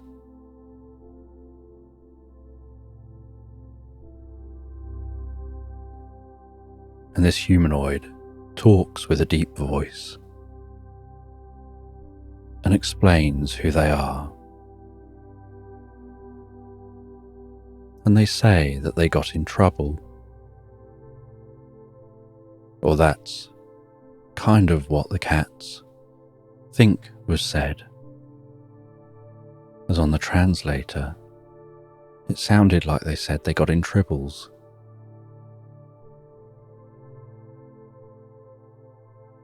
And they say to follow them as they walk towards the trees, heading towards that giant tree.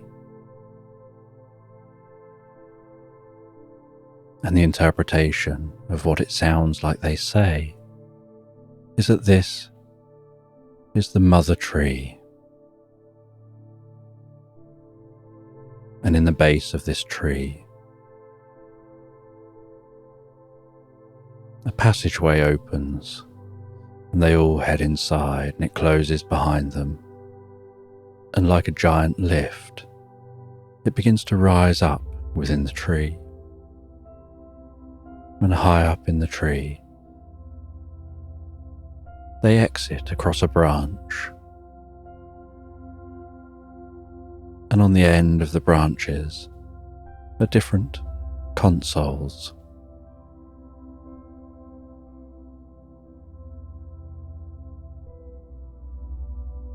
And they use their technology to help syncing it with the others' technologies to better translate what they're all saying. And then everyone can understand themselves. And they say that they came from another star system, and that their star was about to go supernova and would have destroyed the planet they lived on. And they said that where they're from, there are dragons, there are people who walk around with swords, like knights out protecting others.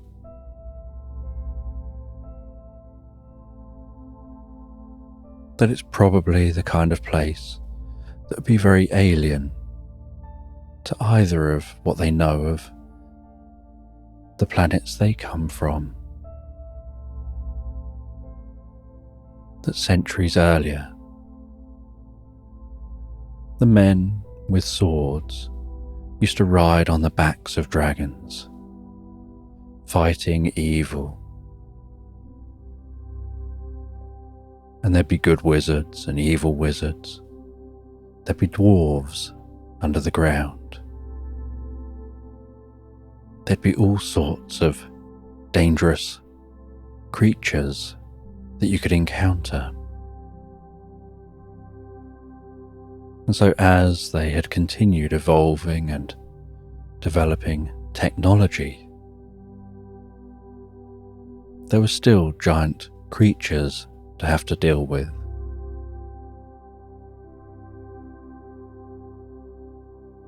And their ways of handling it had worked fine. So although they developed technology, including the ability to create wormholes, they'd never seen a need to develop guns or other technology for violence. They almost saw it as chivalrous to stick with swords as they had done for generations.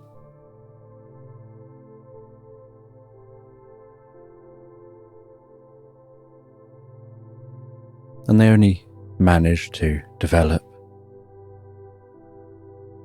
wormholes because they were under pressure of this approaching supernova.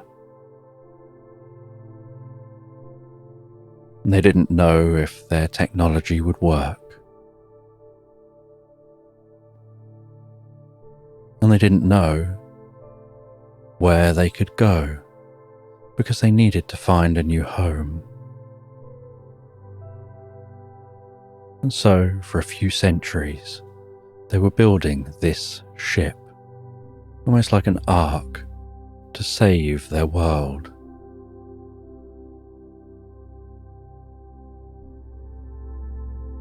And they saved many of each creature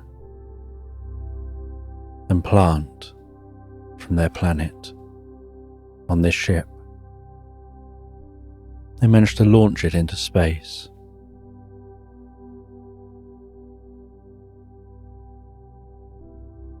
And now they're trying to look for somewhere where they can set up as a new world. And they found 2 star systems which had at least one habitable planet and other planets which could be terraformed. And so they created a wormhole from their world to here, and a wormhole from here to the other world,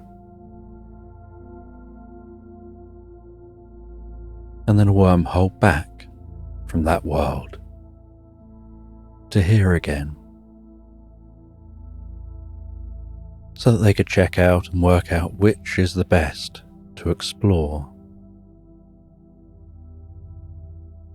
and which is the best to settle on, and perhaps settling on planets in both systems and keeping those wormholes in place so that they can travel back and forth and maybe have more than one planet that they choose to live on.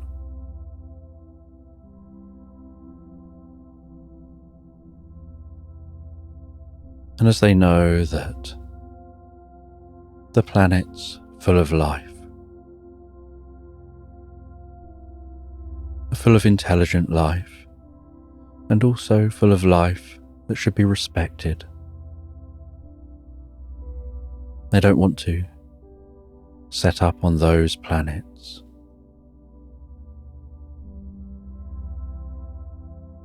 But they do need to communicate with the planets about setting up in their solar systems and finding a planet they can set up on.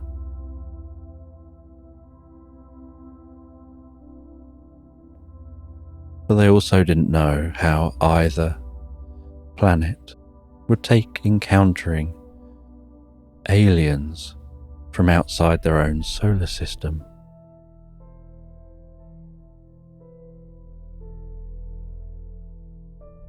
And so they are here to communicate with the planets.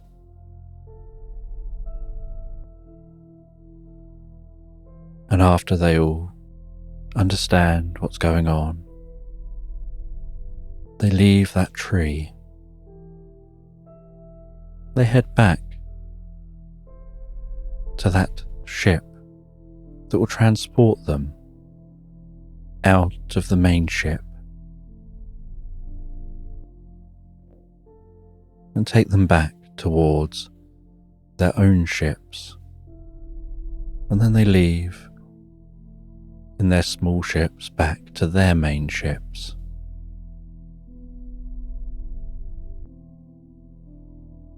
And they have a plan forward.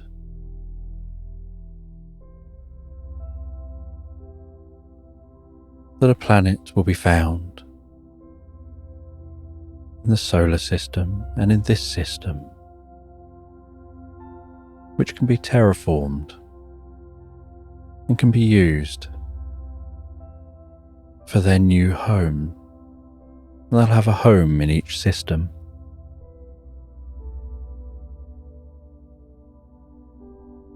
But they'll introduce themselves first. And the cats and the dwarf scientist will go ahead to prepare the worlds for this encounter.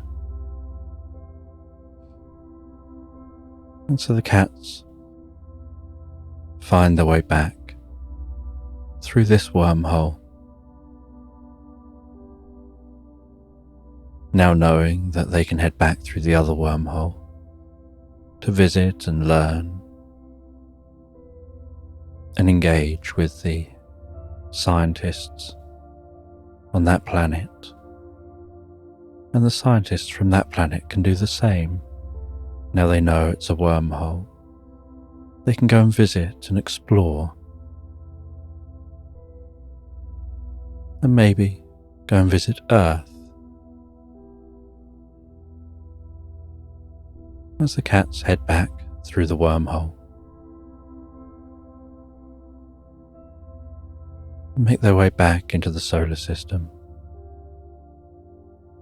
and finally complete their journey to Mars, landing their pyramid on Mars. And the cats feel this has been such a long day, and are so pleased to be able to settle down at the end of the day, where they get to be able to relax and drift asleep into Slumberland, wondering what the future will hold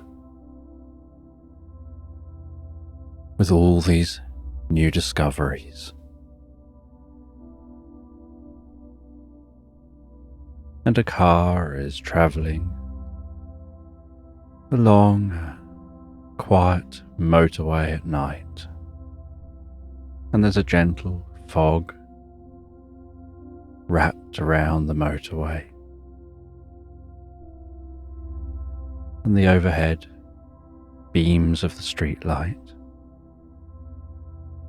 lighting the path ahead and reflecting off the car.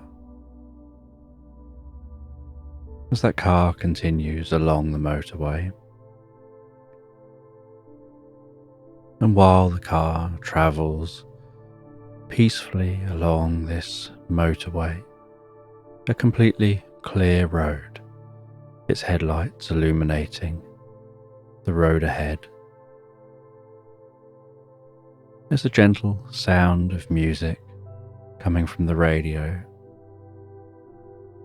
the soft warmth coming from the heater in the car.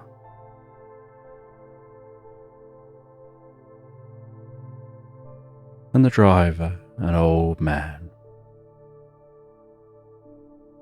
is just taking his grandson back home after a long day in the woods. They've been staying at the grandparents' cabin, and the old man had taken his grandson out fishing on the lake in the woods by the cabin.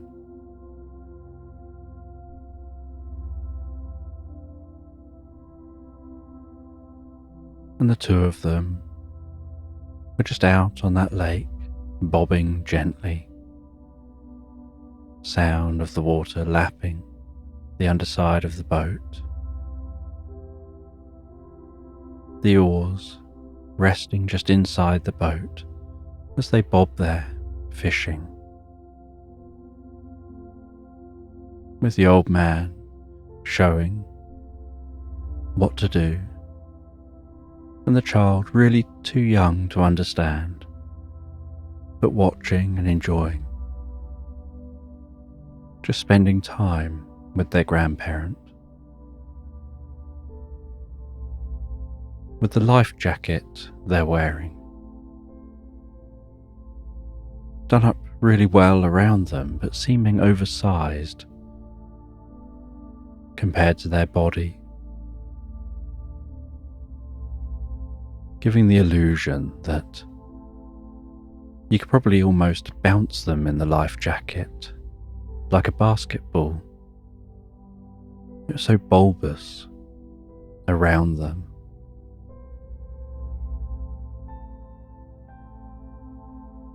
But they just sat in the boat, smiling and watching their granddad as he fished and tried to explain what to do and how to do it.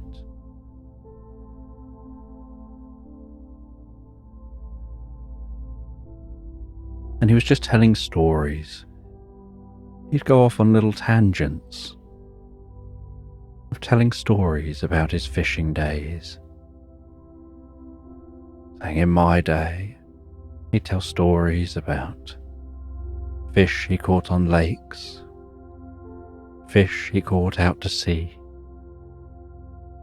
He'd tell stories about the calmest lakes you could ever imagine, where the water reflects almost like a mirror,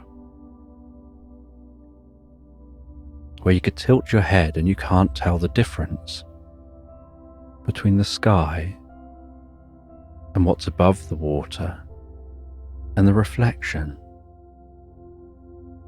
and stories about clinging onto the boat tightly as it rises up and down waves as big as a house. And the young child just smiled and seemed to just be happy to be there. But the grandad just kept on talking, enjoying sharing his tales of his youth.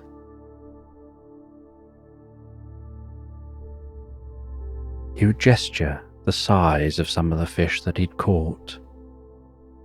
He would gesture small sizes of fish his friends had caught as he laughs and sniggers to himself about his memories.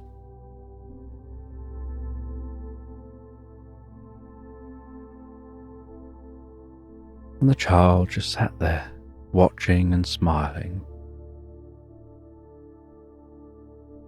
He spoke about catching an anglerfish. He spoke about trying to pull in a swordfish.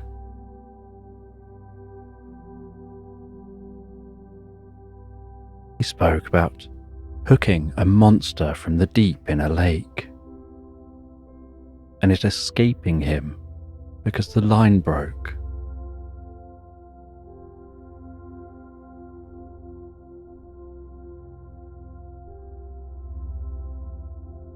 And this child had spent the entire weekend with the grandparents. And after a day of fishing, the grandad was sat at the dining room table. The grandson holding a crayon in their hand. And the grandad had drawn a fish on a bit of paper, and the grandson was trying to draw a fish too, and drew a very angular fish, making the grandad smile, and then drawing some googly looking eyes on the fish, and a mask.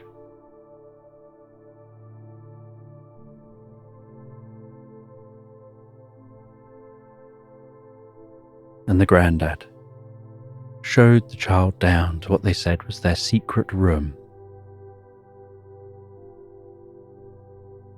just down a few steps from the kitchen. They had to pull a cord to turn the light on, and the light flickered on, and the room had a stillness to it, a gentle silence. And he carried the child down into this room, and the room smelt of wood,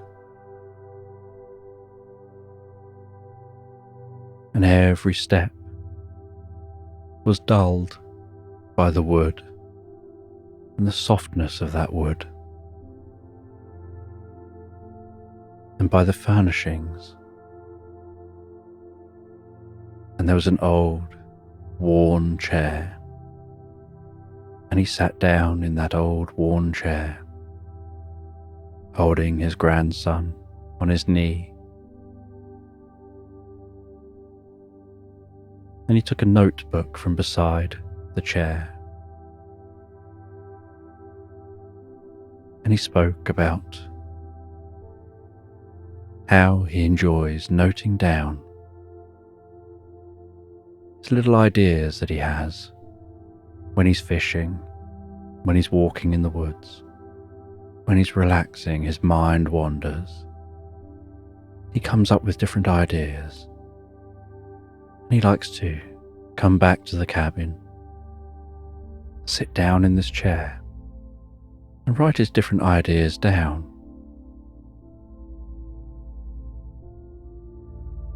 And he shows his grandson some of the ideas.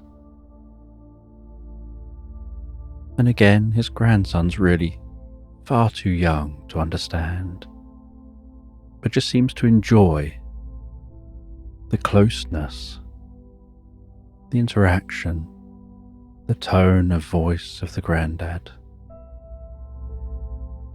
Even if he currently doesn't really understand what the granddad is going on about.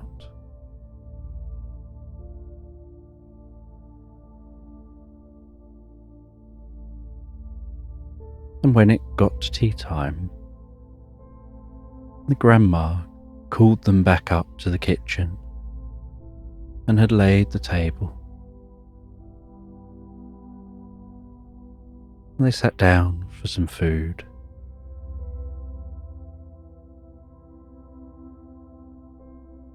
And she'd fried up a fish in the frying pan. And when serving it, she'd broken up some of the fish, almost mashed it up with some mashed potato and some peas mashed in and some other veg.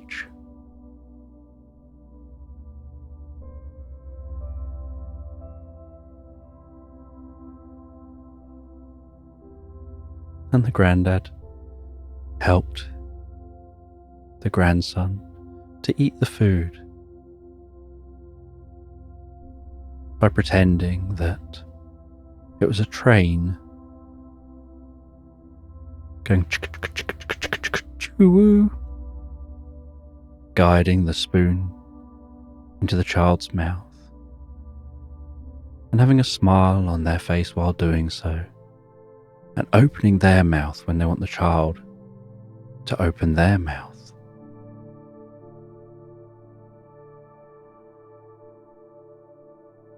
And they enjoy the meal, enjoy their time spent with their grandson.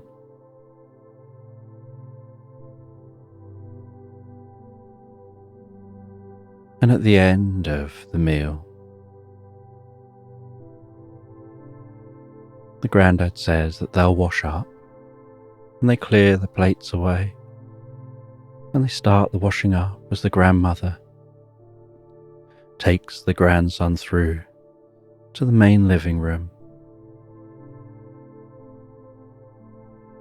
The fire crackling away gently in the fireplace. A safety cage around the fireplace. The warmth of the fire warming the cheeks of the grandson and the grandmother.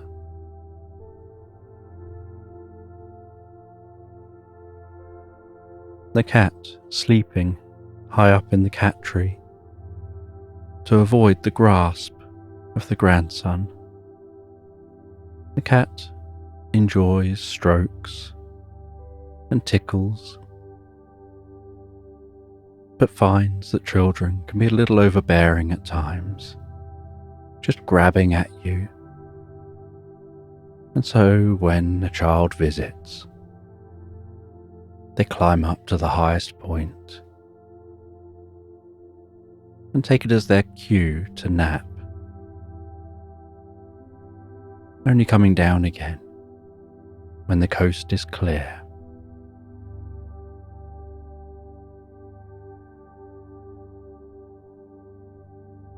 And as the evening continues on with the background sound of Grandad washing up,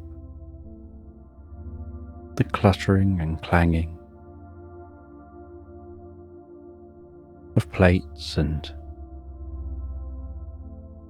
all of the stuff being washed, the pots, the pans,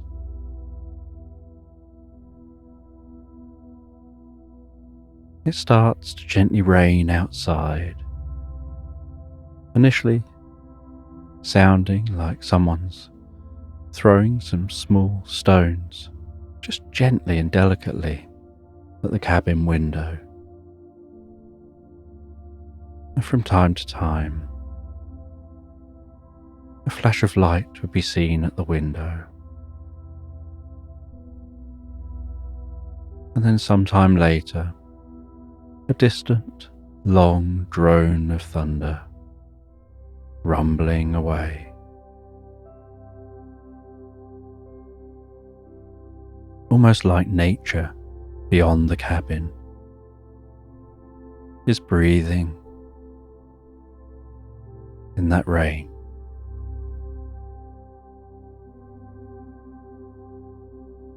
And gradually, the light and the rumbling get closer and closer together, and the rumbling gradually gets louder.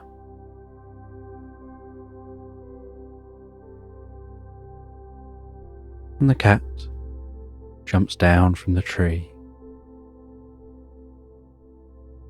and goes and tucks themselves up under a blanket on the sofa. And the child holds on tighter to Grandma. And the Grandma talks softly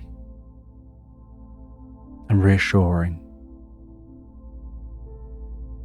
and shows excitement and wonder at these sounds around them. And this reassures the child. It's harder for them to think it's something scary when their grandma is treating it as something fun and exciting.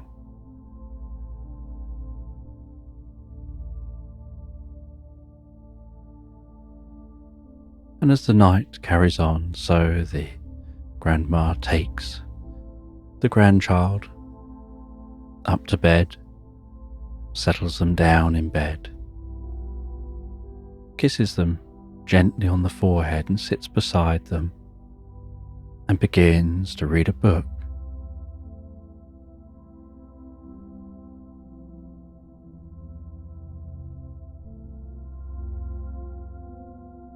And this bedroom has an unusual scent that the young child, being barely a couple of years old, has never experienced before. A scent that seems to be infused in their pillow, helping them to just want to drift and float asleep, helping their eyes to want to gently close. And as they softly breathe in that lavender scent, so the grandma begins to read.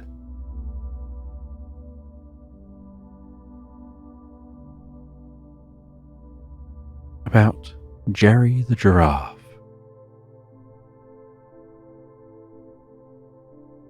Who used to work in a steamroller. And every page just has a sentence and a fun picture of Jerry the giraffe in their steamroller.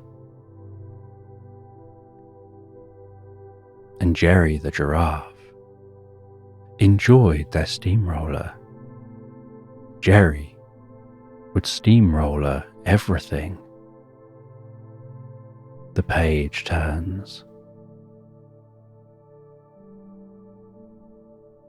and Jerry was asked, "Can you help me with this road?"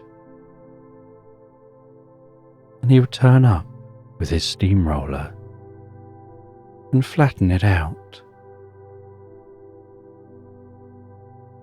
"Thank you, Jerry," he would be told, as he looked on with a smile. And Jerry was asked, "Can you help me with this field? I want to play a game and it needs to be flat." And Jerry would happily steamroller over the grass, flattening down that field. And looking behind at the smooth, flat field as they wave on, say "Thank you, Jerry," before playing their game. And Jerry would drive around, finding anyone who needs help with a steamroller. And Jerry the giraffe was asked if he would go and help to flatten down an old haunted house. But he found that he couldn't quite get there, because being a giraffe, as he travelled down the road, his head and neck were too high to fit through a tunnel. And so Jerry had to take a long way round. And when Jerry got to the haunted house, a phantom was stood at the door. And the phantom didn't want Jerry to flatten the house, and said he's not really scary. He's a friendly phantom who just likes living in their home. But Jerry enjoyed steamrollering things.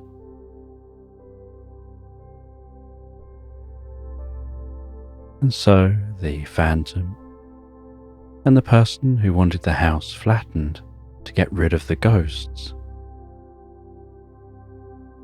agreed that maybe they could share the house. But Jerry really wanted to steamroller something.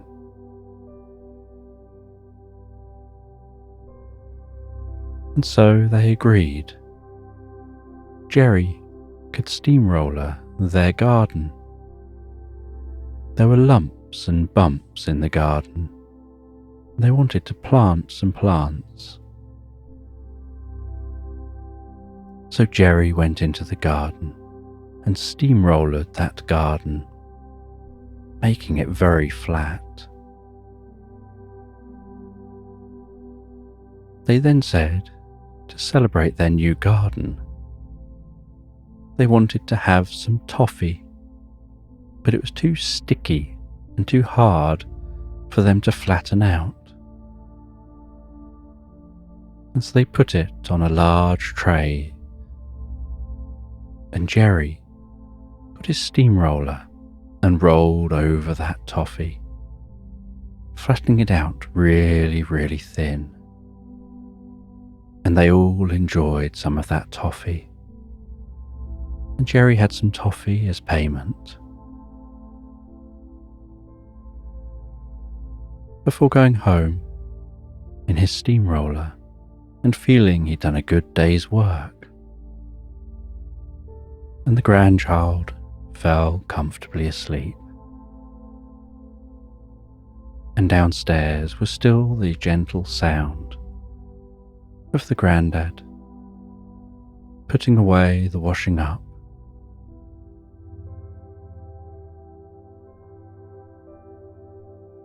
And now the grandad was taking the grandson home.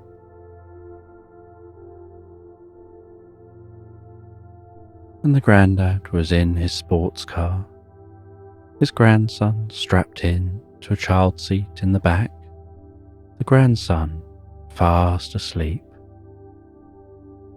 The grandad hypnotically watching the way the light bounced along the car as it drove.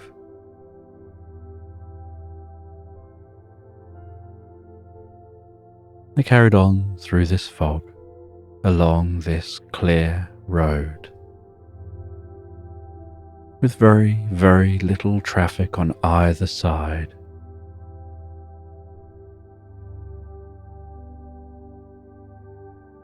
And eventually, they turned off that main road and started heading down smaller roads, gradually weaving their way closer and closer to home.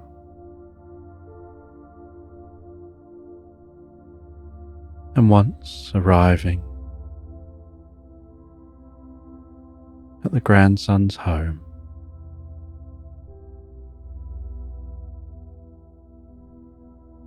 the grandad opened the door to his lotus and stepped out, closed it behind him, went round, and reached into the back of the car and took the grandson out of the car and went up to the front door carrying his grandson in his arm, while also carrying a bag of his stuff, ringing the doorbell.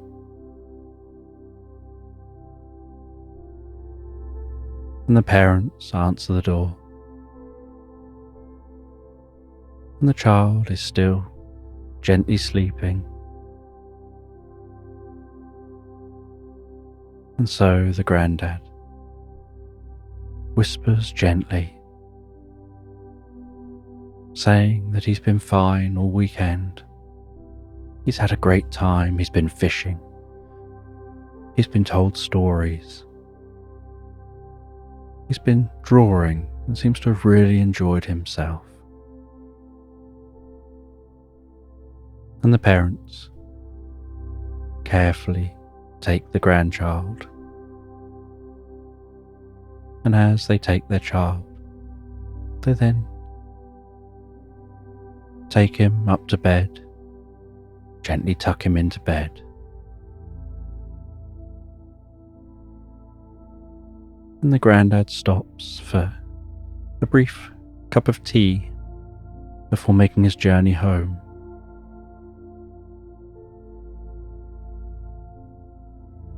And he begins to share his tales again, any opportunity he gets.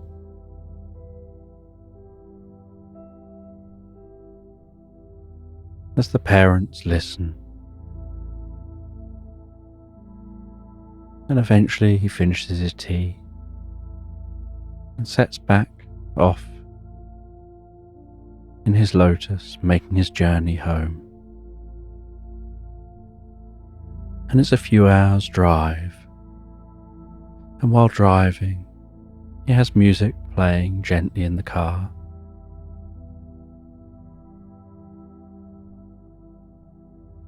And the heater keeping the car nice and warm, and he continues watching the light almost hypnotically passing by.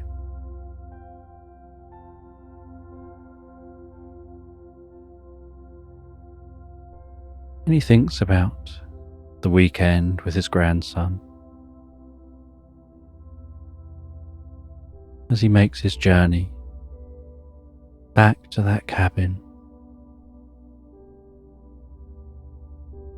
arriving back at the cabin.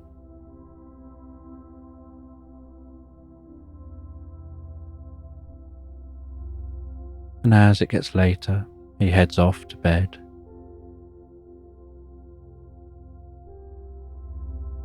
And then the next day, he awakens and heads out. He goes down to the lake as usual. And while walking along the edge of the lake, smelling the fresh air, hearing the water of the lake lapping gently on the shore, crunching softly through the grass along the edge of this lake, sounds of the rustling trees, singing birds,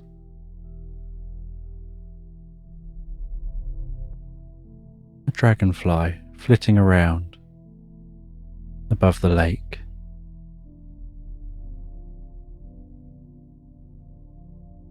You can hear the distant sound of bells from the church,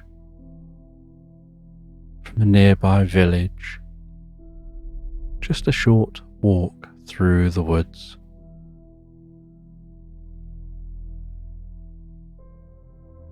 You can hear the distant sound of a train passing by,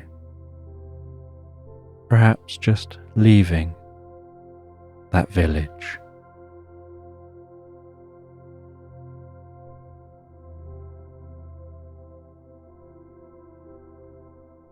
And he goes and sits on a seat near to the lake, where he can rest back, stretch out his legs, lower his hat on his head to shield his eyes, and enjoy the warmth of the sun on his cheeks. And he rests there for a little while. He doesn't necessarily feel that he needs to recover from having his grandchild come and stay for a weekend, but he does feel that he just needs that slight reset in his mind from being almost like a heightened version of himself while his grandson was staying.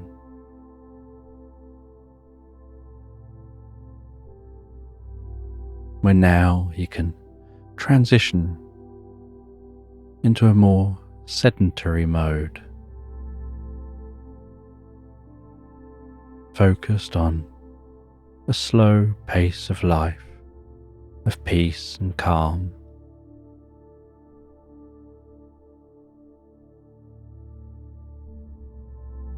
Just listening to nature, the lapping of the water,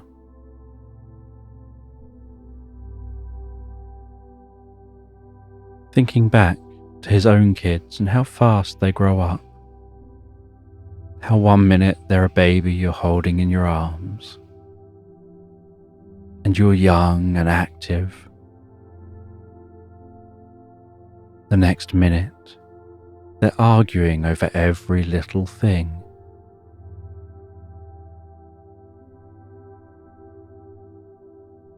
And then they're leaving home, and they're all grown up. And you're not quite as fit and active as you once were, even though in your mind you still are.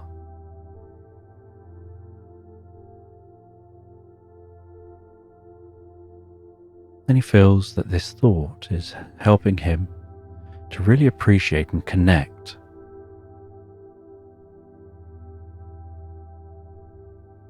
with any moments he gets with his grandson.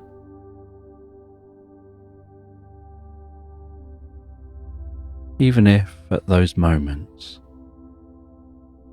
his body is saying, "Go and lie down and sleep and rest," where he listens to his mind saying, "Play, have some fun. Teach your grandchild all the wonderful things you know and have learned through your life."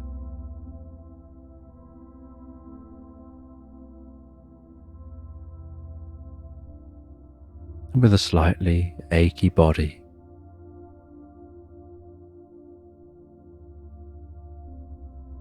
he stands up from that bench, feeling refreshed, feeling almost like he's taken that moment, that time to center himself, to separate from the person he was over the weekend, to who he is for his wife now. And he heads back into the cabin, and he can smell the most beautiful scent of food his wife has been preparing. He walks over to her in the kitchen, wraps his arms around her, kisses her on the side of the cheek as he holds her tight for a moment, tells her, "I love you." Before she reciprocates and then swats him away and says, "I'm trying to get the food done here."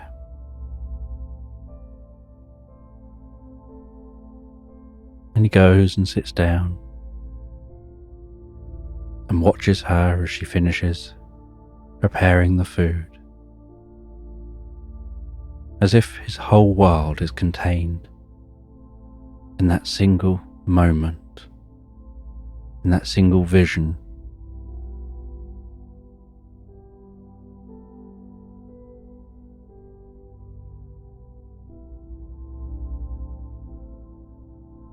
And she can notice he's gone quiet.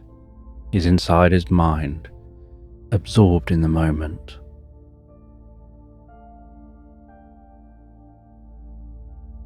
Before she then goes over, carrying 2 plates of food, they sit at the table, quietly enjoying their meal.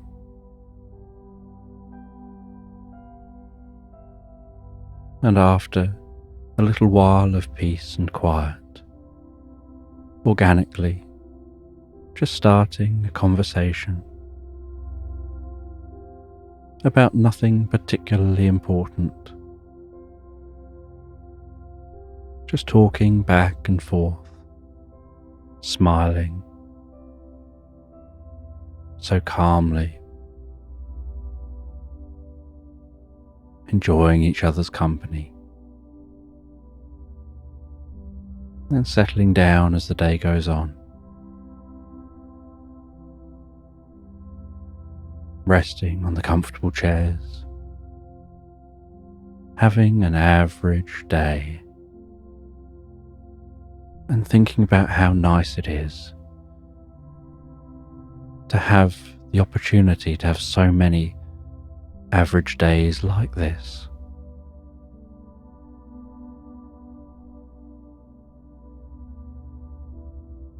Thinking about how some people think a day's wasted when you don't do anything, but spending time with someone you love every single day, even when you're not doing anything specific, isn't wasted time.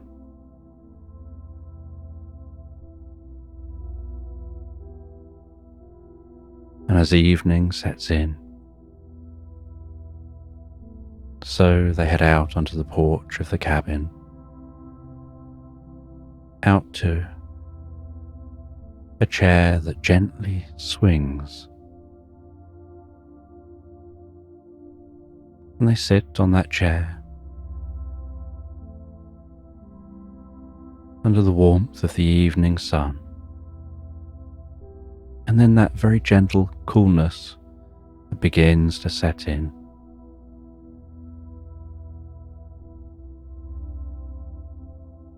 That encourages them to grab a throw and pull that up around them, a really nice, fluffy, heavy throw, tucking themselves up together on that swinging seat that's gently rocking them,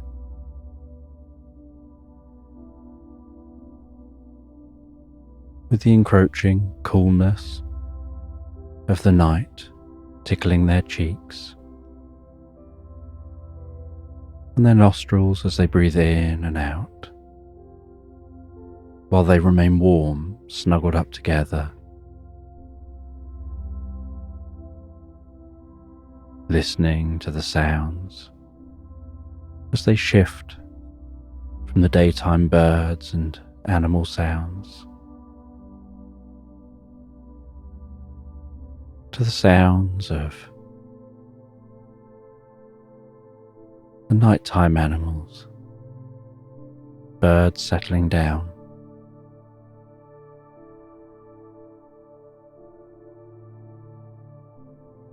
the sounds of crickets and other sounds in the nighttime.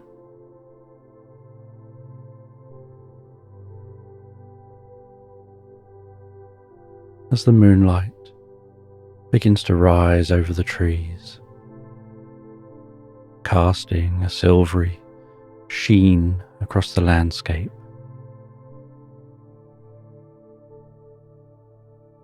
catching on the damp foliage,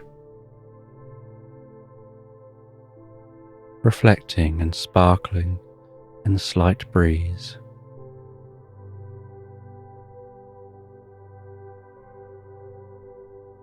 Seeing the stars twinkling overhead, the occasional shooting star go past.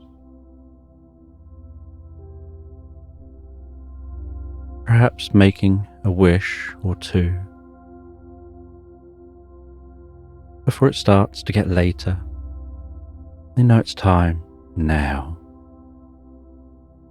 to settle down and fall asleep, and so they get off the chair, fold up that throw, place it down on the chair, and they head back into the cabin. They have a warm, cozy drink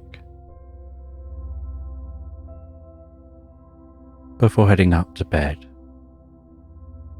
and settling down together for the night.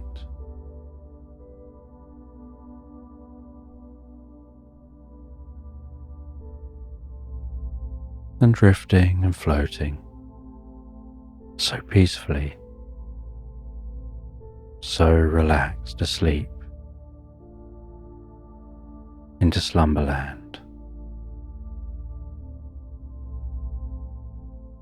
And this bedtime story is about a woman called Cat, and she lives in an unusual land, living in a cabin on the edge of a lake, deep in a forest. And Cat gets dressed one morning, places on a lace scarf and some woolen gloves, and a hat filled with flowers, and some earmuffs because it's cold outside, and then heads over to the door of her cabin, puts on the most comfortable Wellington boots,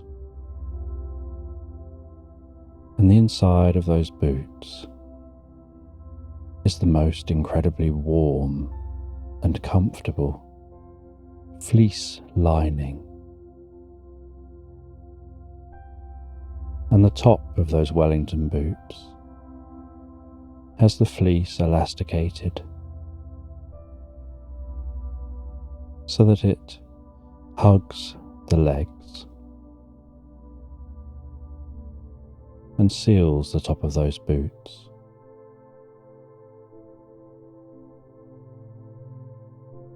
And she prepares herself to leave the cabin, head out into the cold. The windows are frosted, and she can see through the windows. There are long icicles hanging down from the roof. Little occasional drops of water falling from those icicles.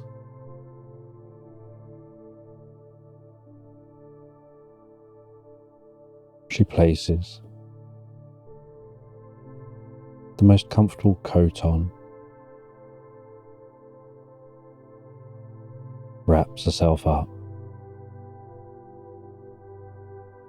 almost trapping the warmth from inside the cabin next to her body,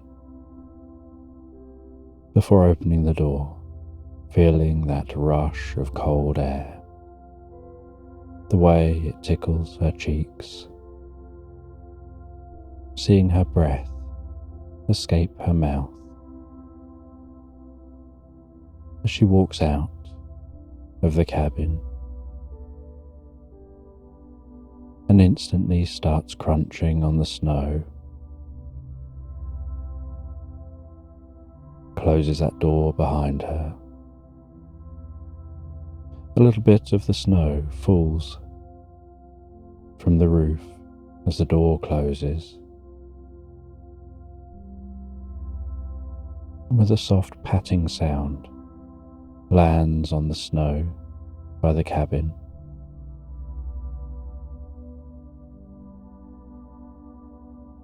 And she puts her hands into her pockets and begins walking away from the cabin and into the forest. And she trudges through that snow, her body feeling so warm, but breathing in that cold air, seeing her breath as she breathes out.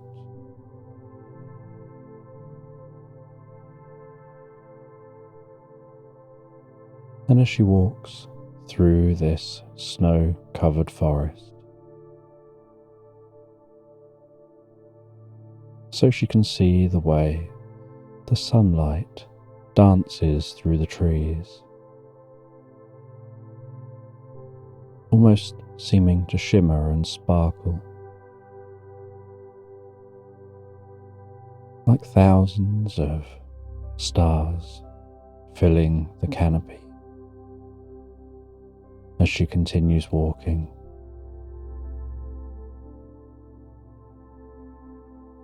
And along her path is a small stream, and the edges of that stream have frozen. She can hear that bubbling, trickling water and see the bubbles just under the ice along the edge of the stream. And that water seems so clear and smells so fresh. She can hear the occasional bird singing among the trees. As her feet continue to make a dull thud with each step and a slight crunch as they compact the snow, and she walks slowly and rhythmically,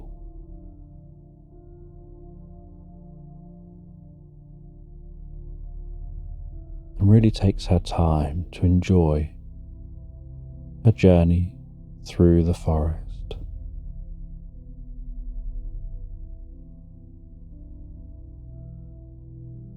And after a while, she begins to walk out into a clearing. She can see some sheep in this clearing, and the snow has been churned up and isn't really settled so much here as the sheep move around and dig down into that snow, revealing the grass. And there are enough sheep here that the snow has never really had the time to fully settle like it does, where there isn't always something walking around. And she can see the shepherd in the field, managing those sheep, and the dog walking around the back of the sheep. As that shepherd occasionally whistles and calls out to the dog, and the dog understands the shepherd.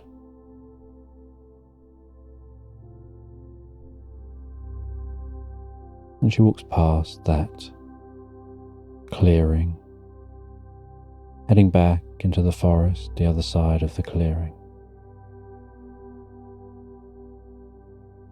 And in the forest, the air doesn't seem quite so cold, because the breeze is reduced and broken up by the trees. She continues on through this forest, and as she walks, so she starts to hear the slight sound of jingling bells.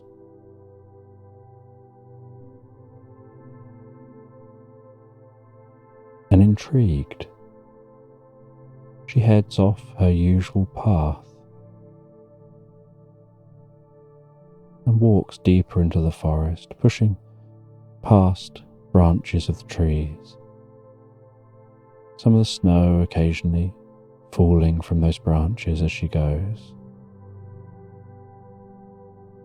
And as she pushes past those trees, so she can smell those trees. She can feel the slight sponginess of the ground, of the moss under the snow. And some areas just at the base of the trees, there's no snow, because it can never quite reach that location.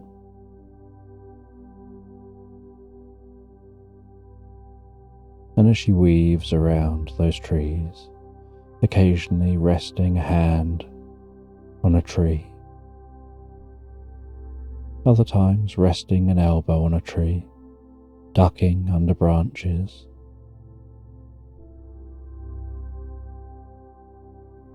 that sound of bells is gradually getting louder and louder.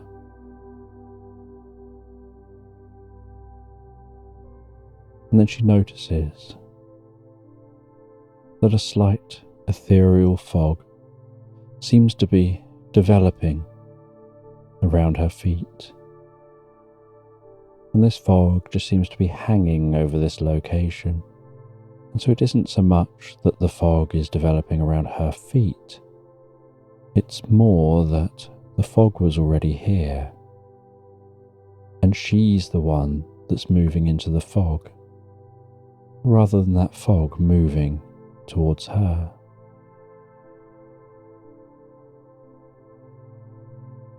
And for a little while, the fog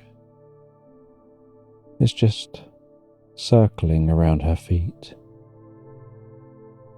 like shallow water on the edge of a coastline, when the sea is incredibly calm, where the water just flows in gently and very leisurely rolls in, very shallow, and very slowly and rolls out. And as she continues walking, so eventually that fog is up to her knees and then gradually up to her waist. And the fog seems more dense, nearer to the ground, and more diffuse, higher up. but it's still dense enough that once she's fully inside that fog, the trees are like shadows around her. She can tell that they're there, but they almost take on a ghostly quality, as if they're hiding within the fog.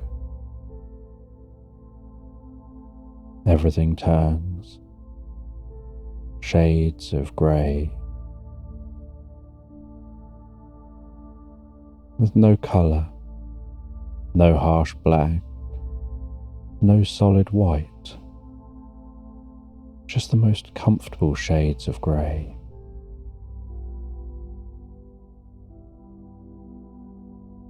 And the trees just disappear off in the distance. She can see the trees nearer to her, but only almost like pencil drawing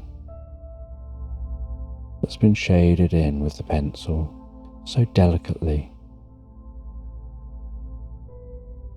And so she slows down her walking even more, because although she can see that there are trees, really it's only the trunks of the trees that she's aware of. The branches are too fine until they get quite close to her, and so she moves too fast. She encounters the branches faster than she can react. And this ethereal fog has the slightest hint of cinnamon to it, an unusual scent to this fog.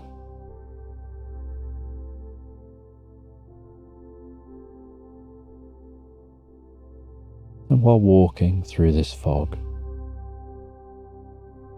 she notices a slight glowing off in the distance,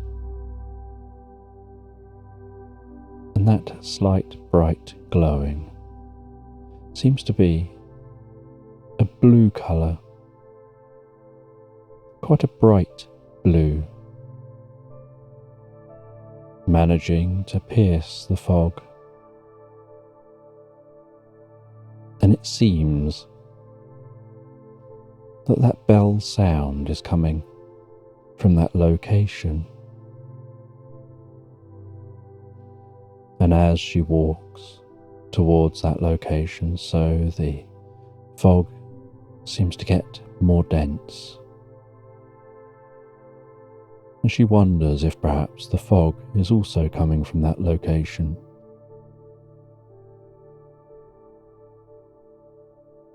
And while she walks towards that bell sound and that light, she feels a deep sense of curiosity wash over her. She can feel the fog turning to the most delicate drops of water due to her skin being warmer than the air, almost tickling her cheeks as the water runs down her face, one drop at a time.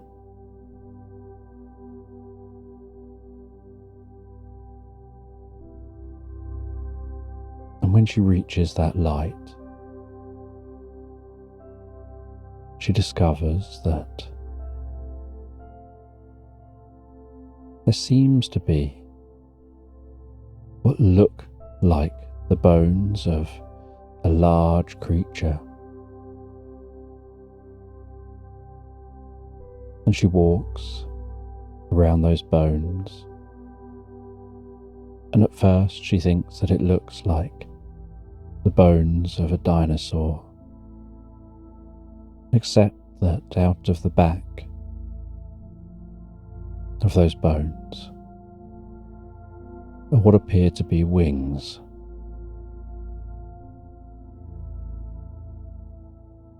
bones appear to be made of glass. She can see right through them as she walks around.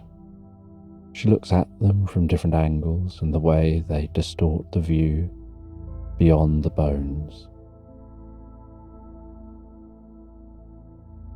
She walks the length of its tail,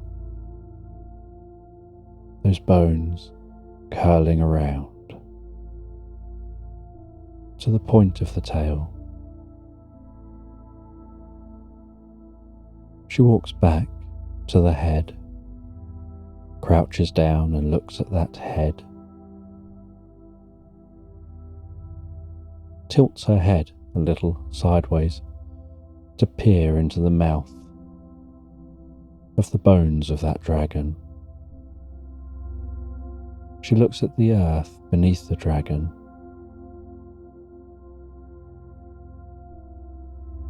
And the earth seems to be slightly scorched.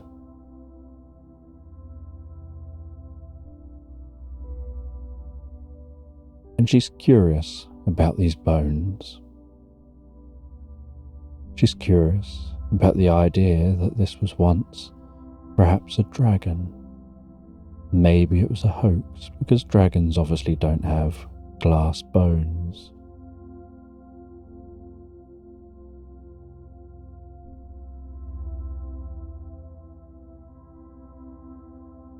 But that sound is definitely coming from this location. And so she walks around those bones, moving her head slightly, trying to work out exactly where the sound's coming from.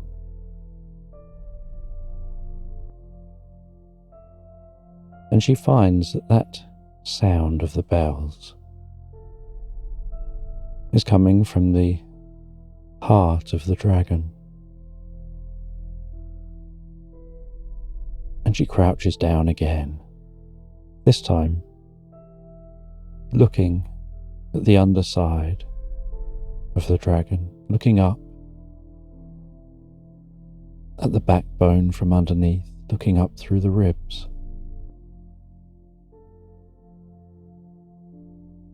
And she sees where the heart would likely be.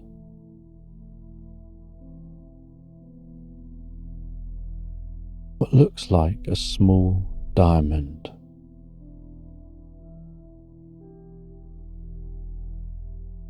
And this specific diamond is glowing with a slight blue glow.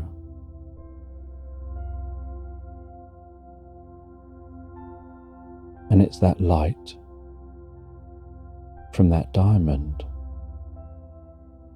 which is permeating the glass bones, making those glass bones glow,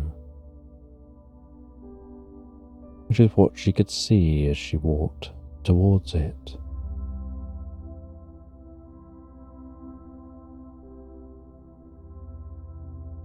And she takes a closer look at that blue diamond. She reaches out, and with her bare hand, she lets her fingertips touch that blue diamond. And as her fingertips touch the blue diamond, so she notices the warmth of the diamond.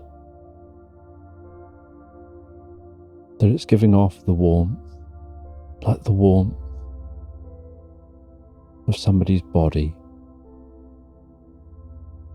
Just a very gentle temperature,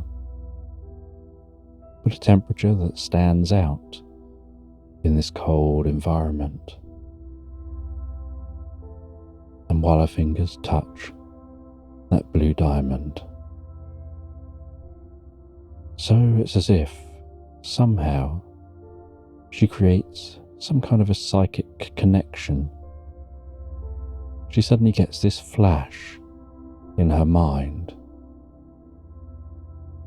of another time, of the existence of this dragon, like suddenly seeing its life from birth all the way through till now.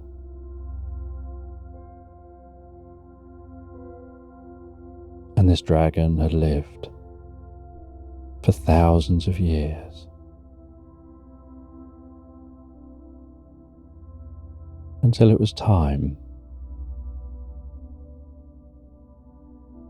for it to move on to a different plane. And she becomes aware of this dragon's existence, how dragons are born, live, and die.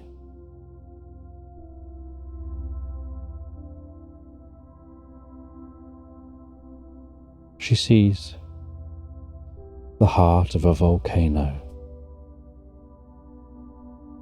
and dragon's eggs laid within the heart of the volcano, and how they're impervious to the heat, and they remain as eggs for longer than most beings' lifetimes, until the time is right and the volcano spits them out. And as the volcano spits those eggs out, so they shoot out,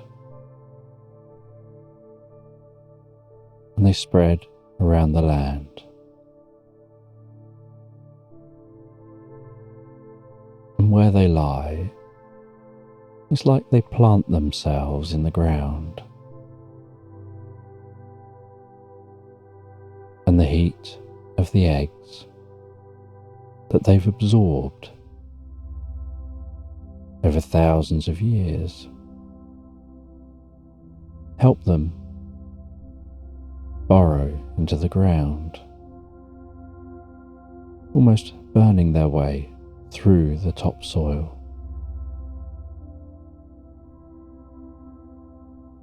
And then underground, those eggs hatch,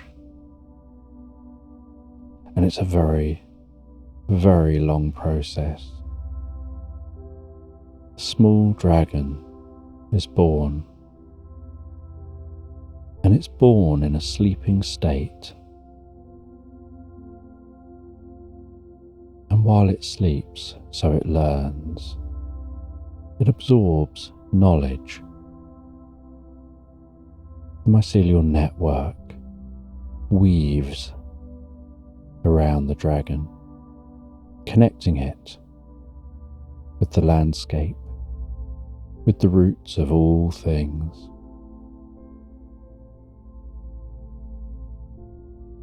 Almost like creating a fleecy cocoon around the dragon that grows with that dragon. And the dragon continues to grow larger and larger, consuming more knowledge.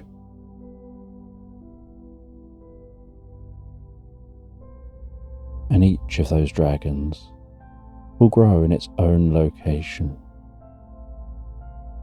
And while they grow larger, so they sink deeper into the ground. And then when they've reached the right depth, they continue to grow larger. Only now, their body becomes warmer again, and it crystallizes the space around them. It imbues that space with their essence, and each dragon is born with its own unique heart. Some dragons have blue hearts, some purple, some red, some white, all different colours. And their heart will turn into a diamond when it's their time to move on. And that diamond is almost indestructible, but it contains all the knowledge from their life.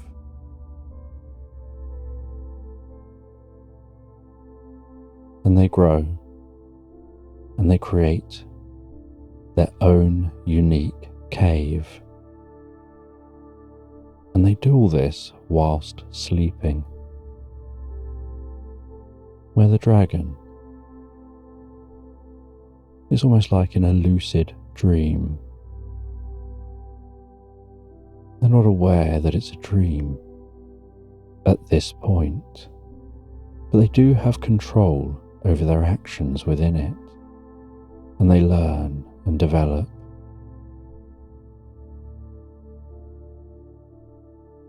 And they live an entire lifetime with the mycelial network, communicating knowledge to them as they build out their cave. And then eventually they reach the time that it's nearly time to actually leave their cave. And as they reach that time, so they start to gain their dragon's breath. And for the first time, their body begins to breathe.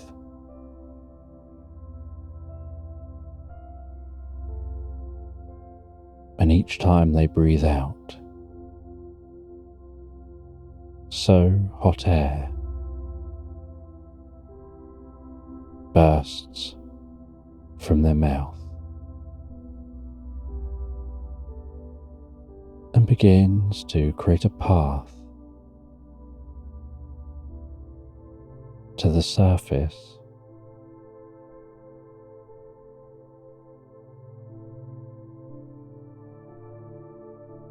And then when it's time for them to leave their underground lair, they become consciously aware of their existence. Their eyes open and they're in darkness. But they have this deep feeling, this deep desire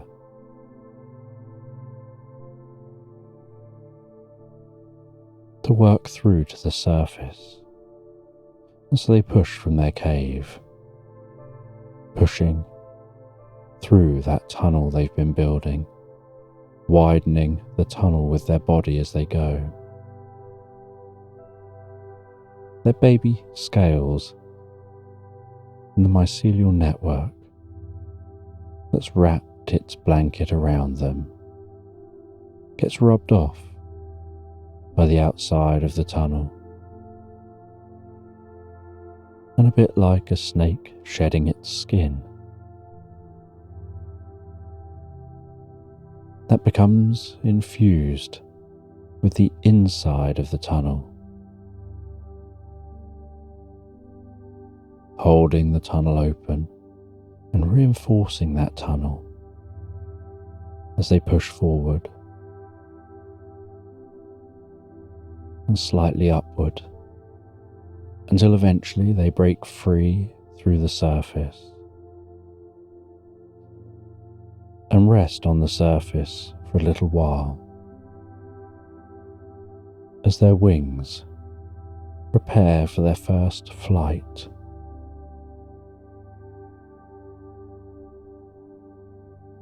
And their wings preparing for their first flight are a bit like butterfly wings.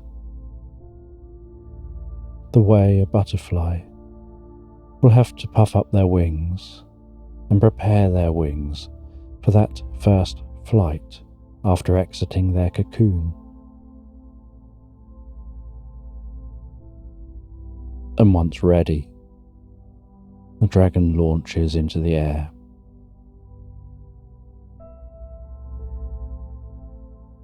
And it can take a few beats of those wings to really be used to flying. But they've experienced flight in their mind's eye, in their dreams, while deeply asleep underground. And each dragon, imbued with its own colour, with its own special powers, and its own purpose, will do what it can to remain undetected, remain in the shadows, flying high above clouds, flying so silently.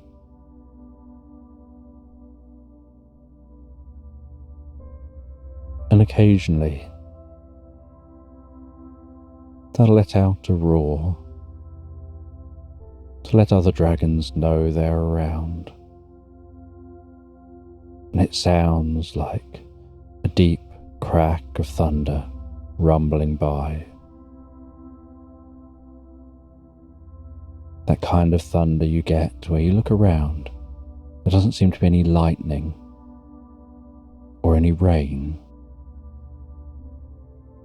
There may not even seem to be any clouds, and yet you hear that deep rumble or crack of thunder.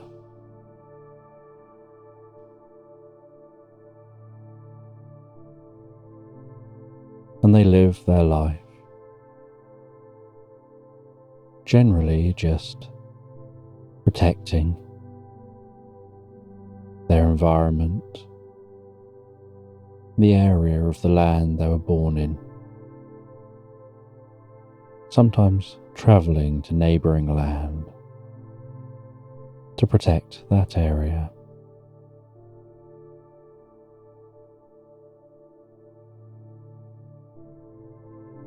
And they'll live this life for thousands and thousands of years.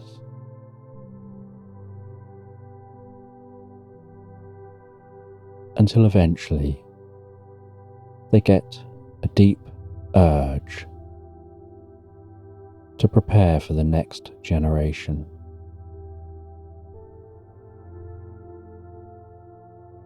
And then they'll call out and almost seem to shine and sparkle until they encounter another dragon who's in the same situation, and they find each other and they mate, and they mate while flying acrobatically in the sky.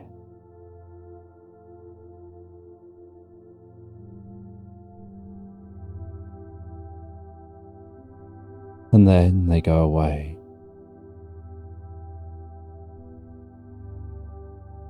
to seek out the end of their time. And new eggs are laid in a volcano for a whole new generation to emerge. And the dragons head back to their home location. They rest down and they fall deeply and comfortably asleep. And as they fall deeply and comfortably asleep, so the mycelial network reclaims that dragon,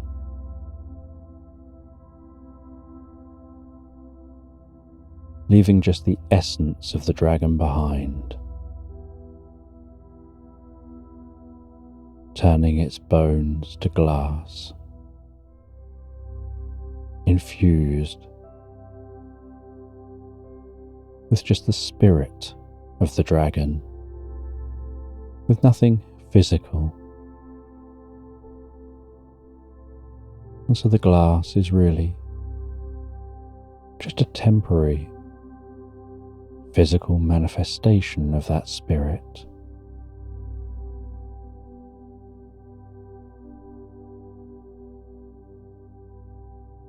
That's only there temporarily.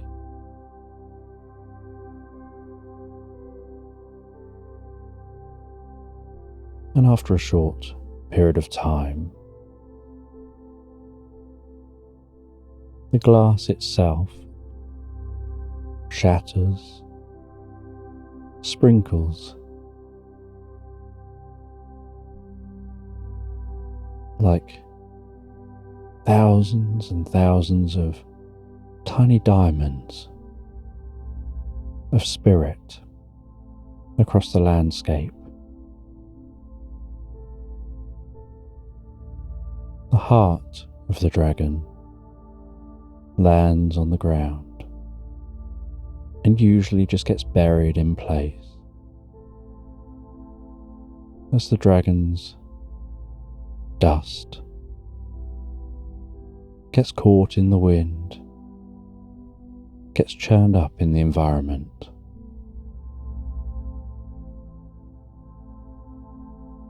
And spreads around, spreading the spirit of the dragon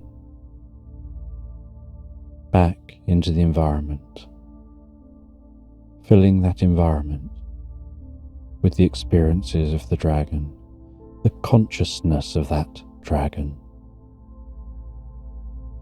with each particle imbued with the consciousness, a bit like each bit of a hologram contains the whole hologram.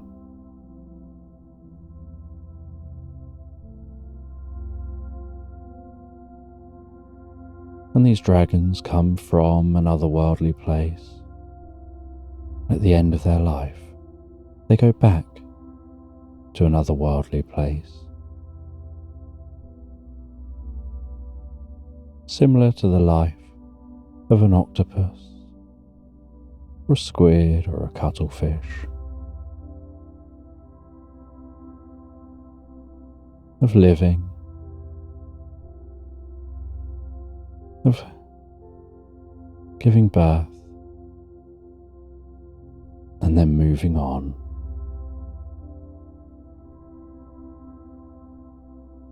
And Cat gets a flash of all of this from handling that diamond heart.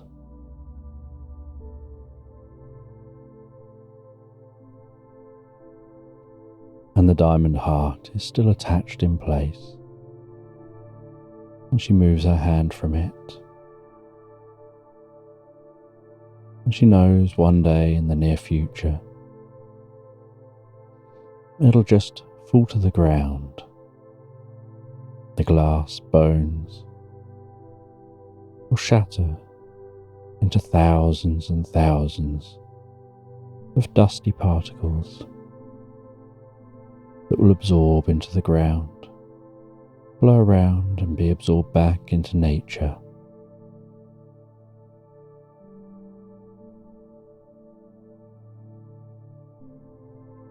And she stands back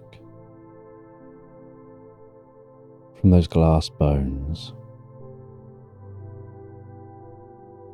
She feels a single tear run down by her nose, tickling the side of her nose as it goes. And that slight salt taste as it curls around her upper lip. And she dabs that before continuing back, now heading back to her path for the journey she was on. But now, while she walks back to her path, gradually walking out from that ethereal fog now realizing what the ethereal fog was. She feels that the experience has somehow changed her, somehow transformed her thinking about the environment and how interconnected everything is.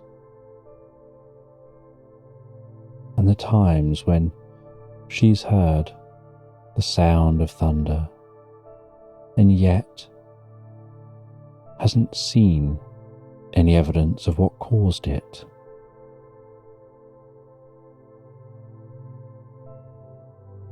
And she finds her way back to the path,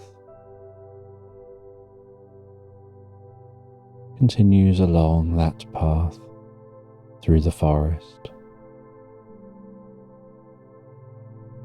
until she finds her way to a country road that veers off from the forest and heads down into an orchard. Then she walks through that orchard and she can see a farmhouse that she's heading towards in the centre of this orchard. The smoke gently rising above the house from the chimney, and while walking she has this sense that it almost looks like smoke signals, just little puffs of smoke. As the wispy smoke is interrupted by gentle gusts of breeze.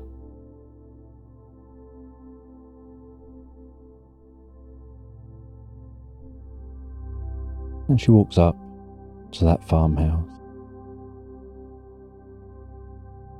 She knocks on the door.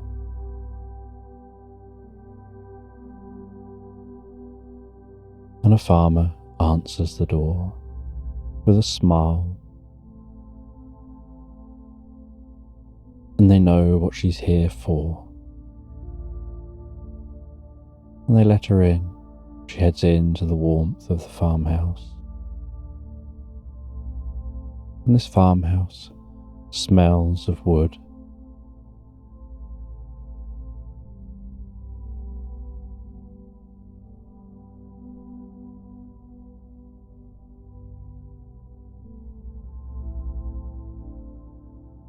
And she enjoys that sweet smell of the wood.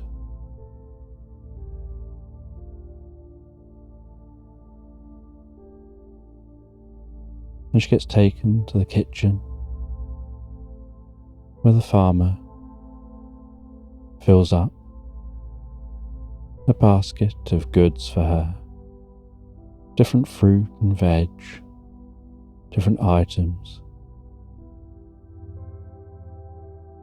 And they offer her a warm drink. And so she stops and enjoys that warm drink for a while.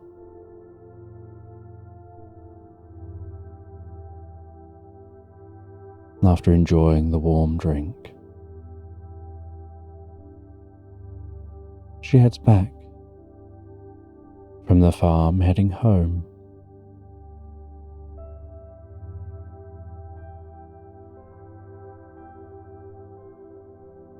And she walks back the way she came, back through the orchard, back into the forest, and this time just taking a direct route, following the path, not veering off to that sound in the distance.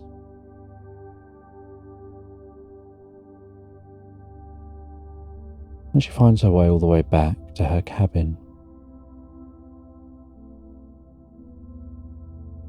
And she puts away much of the food.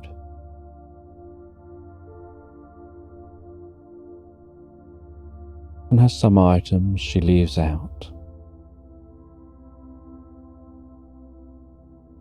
And with those items,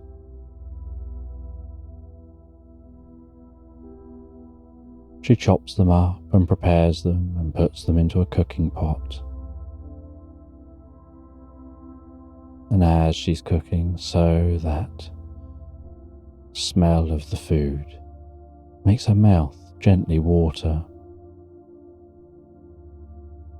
And she puts some of the food aside, saving it for another day.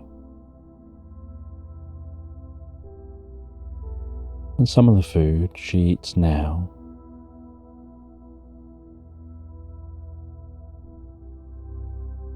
And after eating that food, she settles down in front of the fire. Just take some time to relax.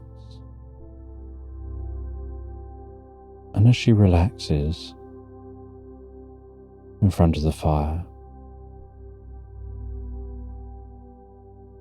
she thinks about the experience she has.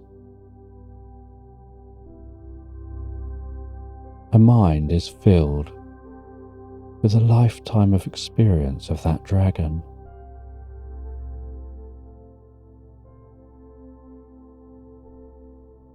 And her mind is filled in the same way that your mind is filled with any other memories of a life.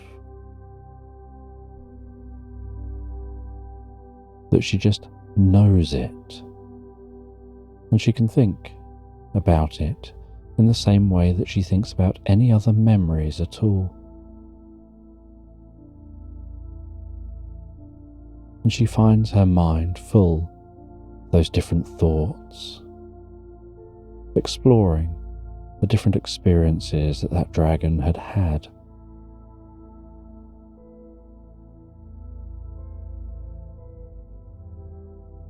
And as she thinks about the dragon's lifetime, she finds her eyes gazing over to some plants on the windowsill.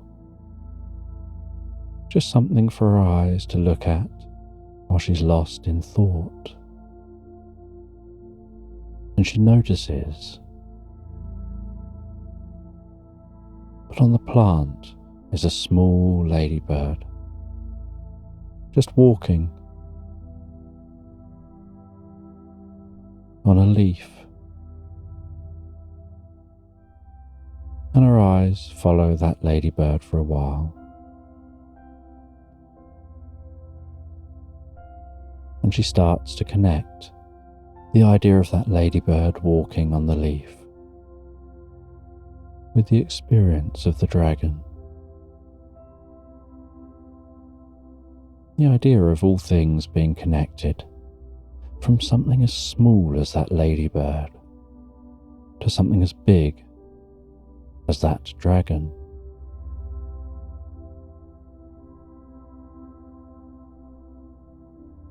And while watching the ladybird, she finds her eyes feeling heavy and slowly closing. And as her eyes close, she has this sense like she's flying like the dragon.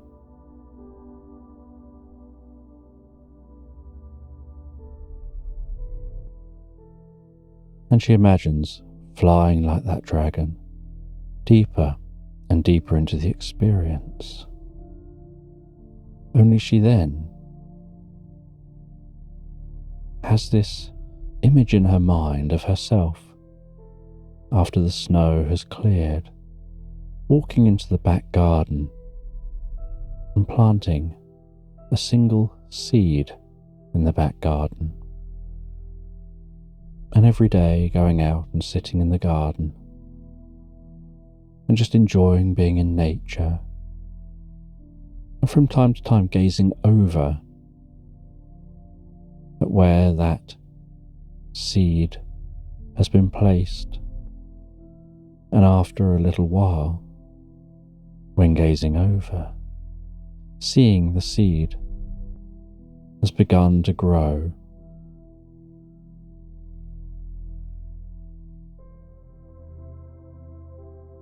And that seed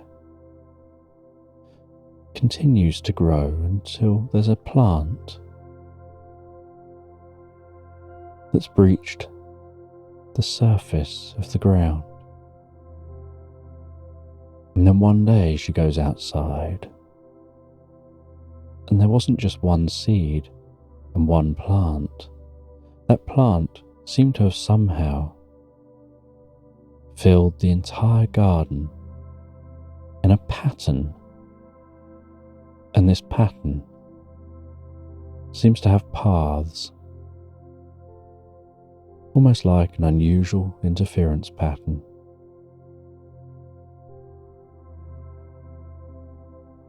That seems to create areas where the plants are more dense and areas where there are no plants at all. And she walks into her garden and begins to follow one of those paths and discovers that this is a maze. And she walks around this maze exploring. And she can't find her way through the maze, so each day she starts again. And after a number of days, the plants making up the maze begin to blossom and bloom, and she continues walking around that maze day after day, seeing how far she can get, trying different routes, zigzagging left and right.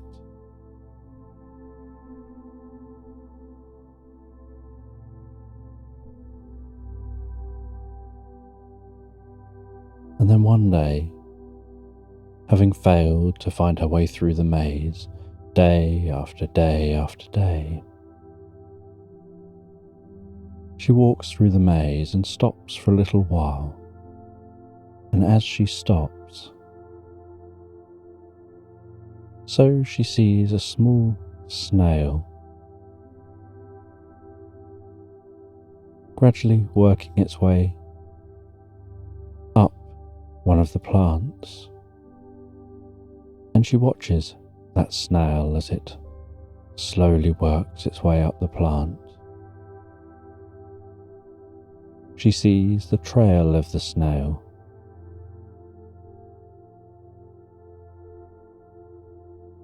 and she starts to get an idea. And the next day, when she heads into the maze, she brings with her a pot of pink paint.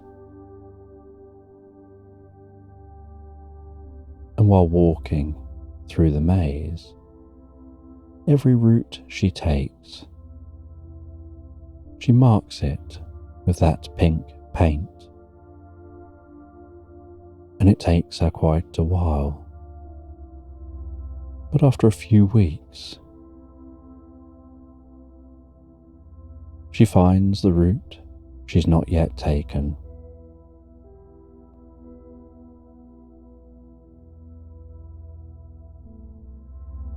She follows the pink paint to the point where there is no pink paint,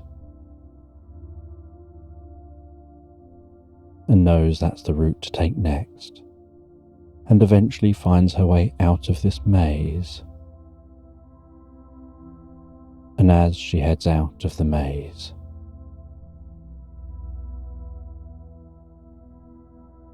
so she finds that she's on the edge of a cliff looking out over a vast ocean. And as she looks out over that vast ocean, she can see an area of the sea turning an electric blue, shimmering, bubbling.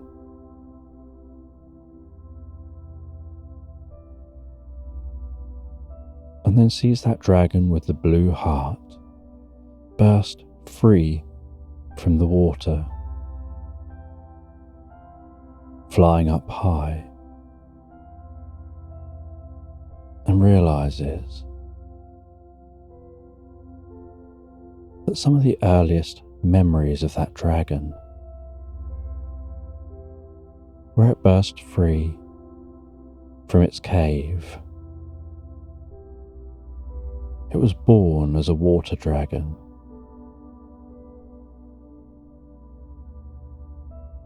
And it was because it was going to be a water dragon that it was imbued with a blue heart.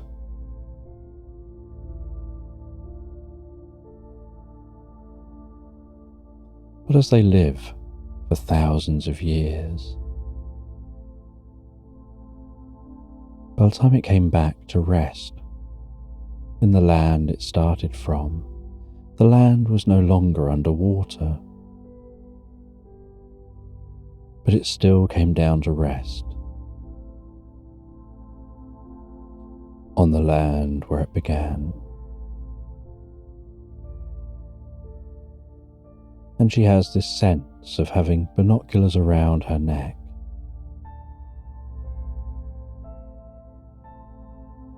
and gazing through those binoculars to look closer at that dragon, seeing its shimmering scales, the powerful beat of its wings, and having this sense of looking it straight in the eyes, feeling a deep connection.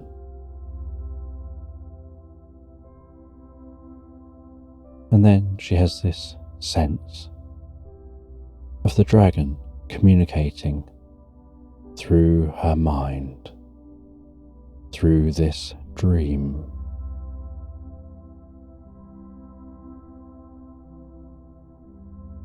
Explaining how, as she has touched its heart, she's imprinted upon herself its entire lifetime. She's created a connection with it.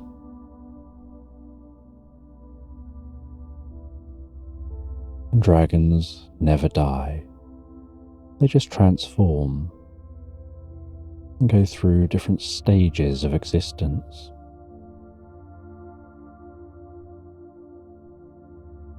And its consciousness lives on in all things.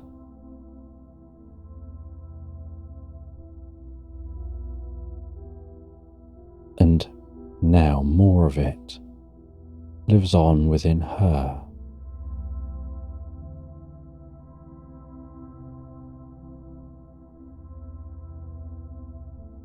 And then she watches the dragon as it flies away.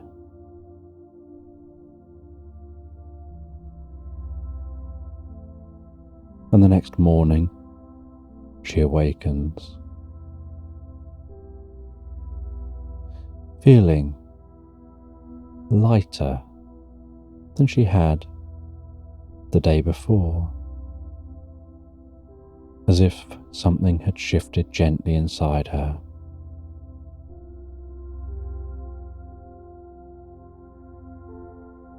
She seemed to move with a bit more of a bounce to her step.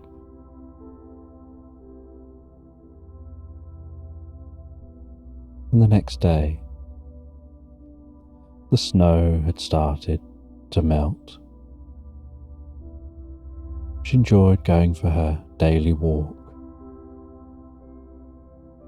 She could see the now broader footprints in the snow from the day before, as no more snow had fallen.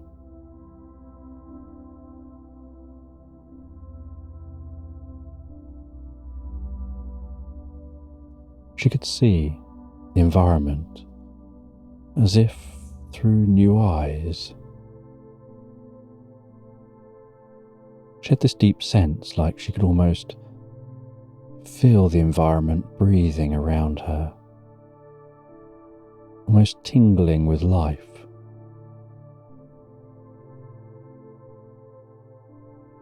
Feeling a deeper connection.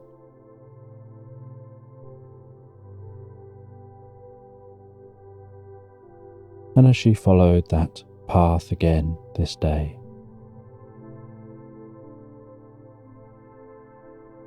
She didn't hear any sound, didn't see any glowing or ethereal fog.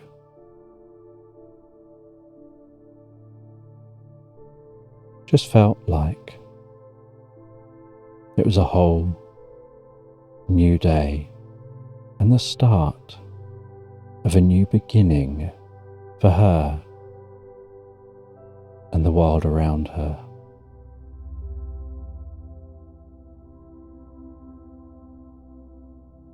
And when she got home towards the end of the day, she went out into her garden. She looked at where she had planted that plant in her dream. And there was no plant there, but she wanted to mark the spot. And so she created a small sundial, something that would track the passage of time. When she sat in the garden, she can watch the passage of time.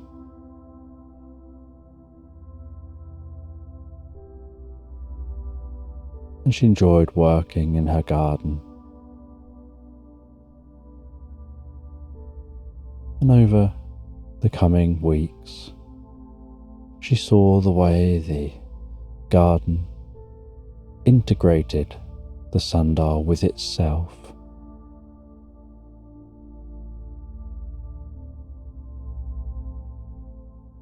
The way tendrils of the different fungus wrapped around the base of the sundial, almost attaching it to the ground, like it was trying to pull it into the ground, giving it a firm foundation.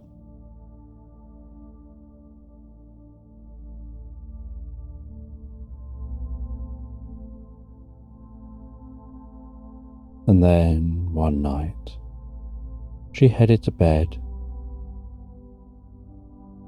considering all she'd learned, all she felt she was destined to learn.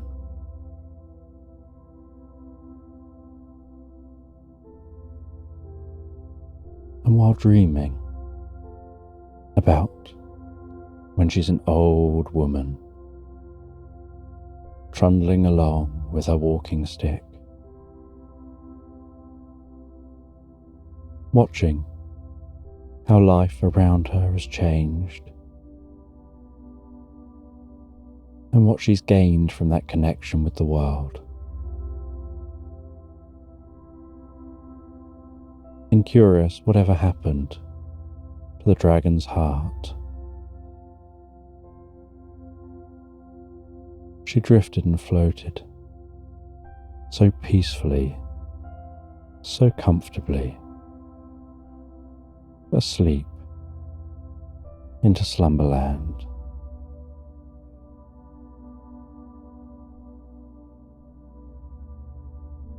And you find yourself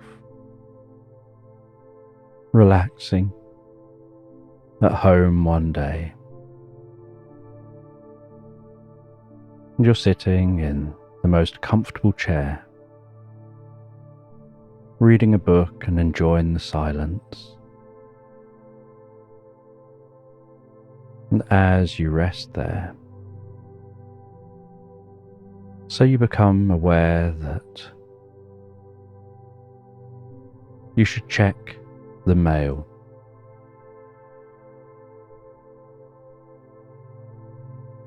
And you check on the mail,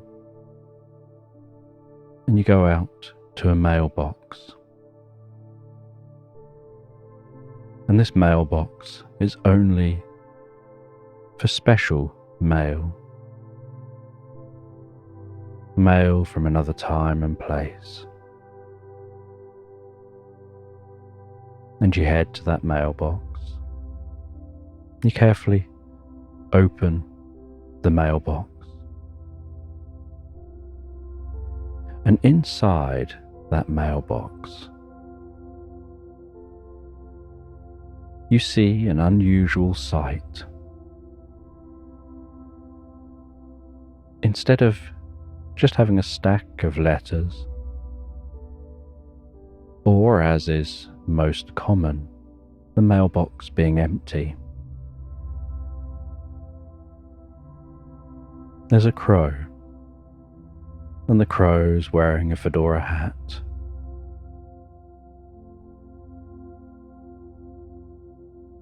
Dark sunglasses, and a daisy chain hanging around its neck. And that crow squawks at you, and you can hear its feet on the inside of the mailbox, the sound of its claws tapping as it moves, its head moving in small jerky movements as it eyes you up, almost as if it's sizing you up before it begins to talk.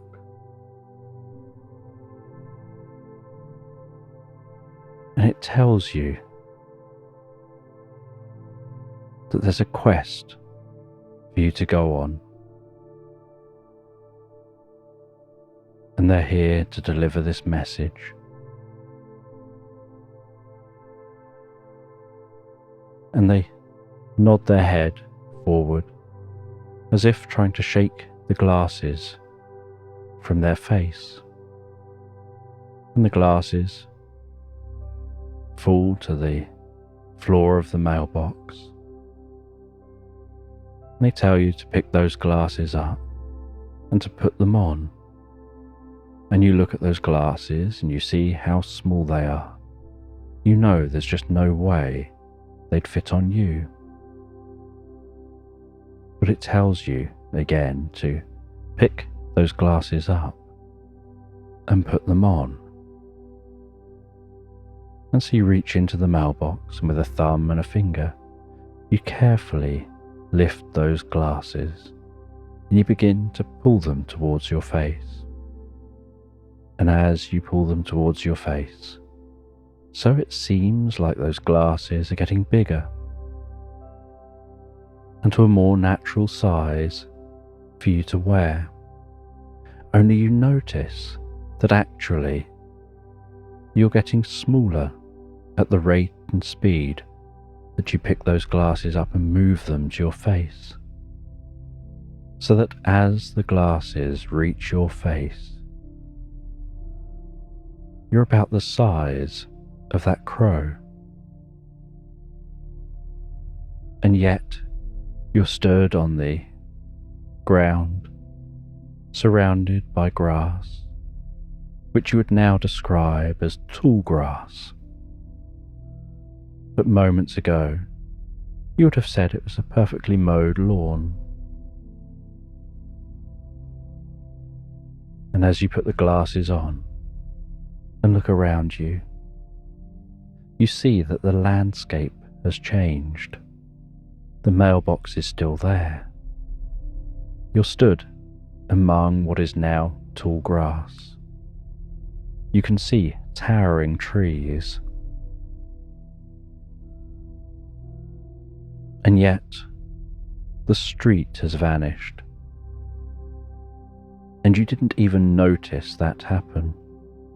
It seemed to happen somehow all by itself.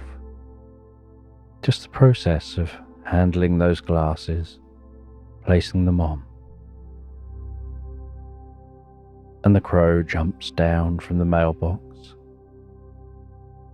gently flaps its wings a couple of times to slow its descent, lands gracefully before you, and carries on talking, and tells you that these are magical glasses, something you were able to figure out for yourself.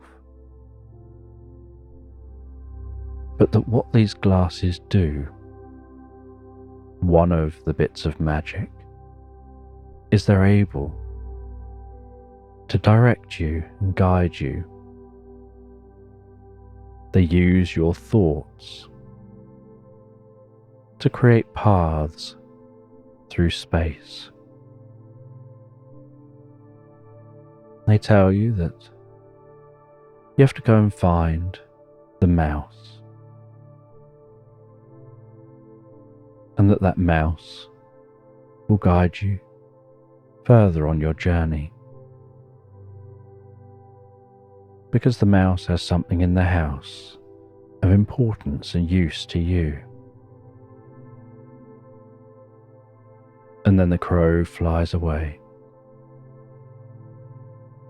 And so you think about that mouse.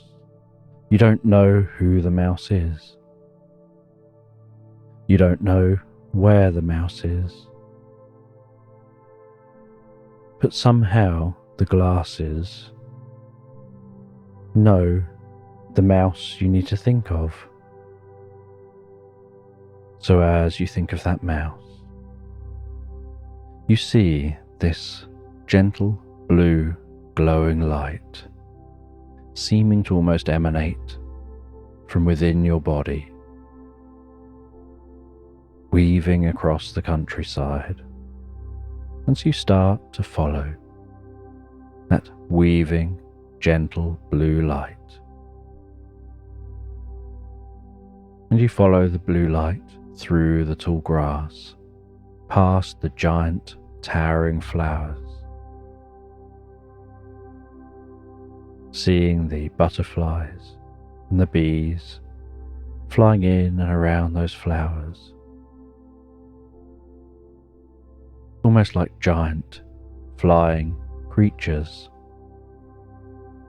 and birds flying high overhead. And you follow that blue light until you arrive at the edge of the woods, and you head into those woods, carefully, slowly, walking through the undergrowth. The leaves crunching underfoot,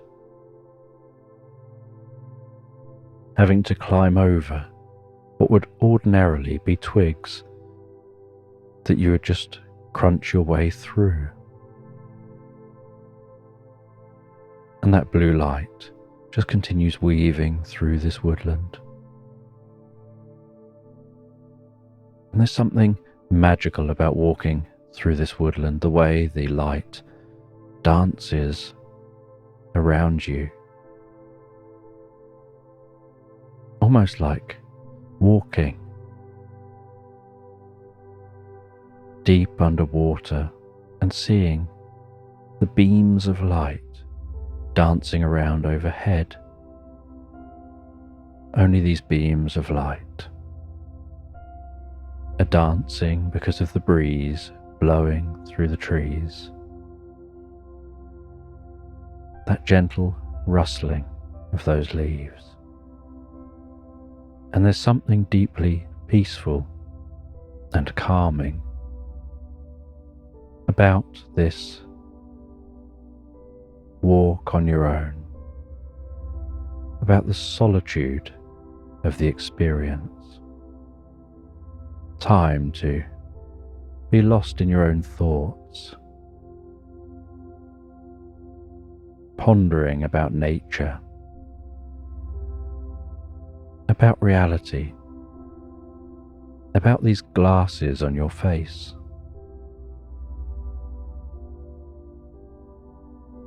And pondering that mailbox. One day, many years ago, a small, wise person arrived at the door. They handed you what they said was a gift. You unwrapped it, and it was a mailbox, and they told you to place it in a safe place near your home that from time to time gifts will appear in that mailbox. And those gifts will often come with a catch that you would like to have. You may have to go on a quest or seek something, and normally it's going and finding books, lost scrolls or manuscripts, exploring weird and wonderful places, and placing those items in the mailbox. And you never see anyone turn up at the mailbox. You never see anyone deliver anything or pick anything up. But things appear and things disappear. And you recall a time you were told that you needed to go to a specific library. And you went to that library, and it was a really old library full of ancient manuscripts. And the smell of those old books was just the most pleasant, aromatic smell. And the feeling of turning old pages and feeling your fingertips touching those pages, feeling the words written on those pages. And you had to find a very small leather-bound book. It was a collection of poems.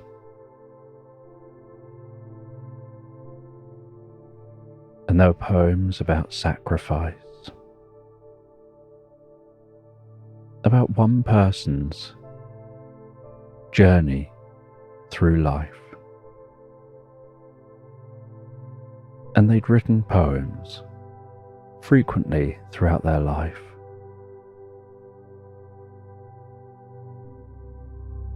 And that poetry book showed that this person had a dream fairly early on. But then something happened. Someone needed help. And so they put aside their dream to help.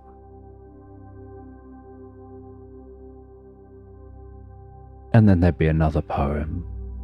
About a few years later, they were looking forward to finally going and following the dream that they had. But on their way to leave the town,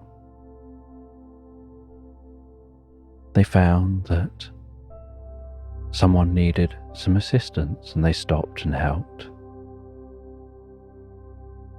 And they never made it to leave that town. And this pattern continued right through their life. And for most of their life, they smiled. For most of their life, they gave off an image of enjoying their life, being happy. But deep down, there was a different life they wanted to lead. Until one day, they encountered somebody who helped them to see that life is rarely about the destination, but the journey that you take. And they started thinking about the life they'd had in a different way, and discovered that their life wasn't actually so bad. There was lots that had happened that they'd liked. It's just that they'd filled their mind with focusing on the one thing they didn't have and not focusing on all the things they did. And you retrieved that old book.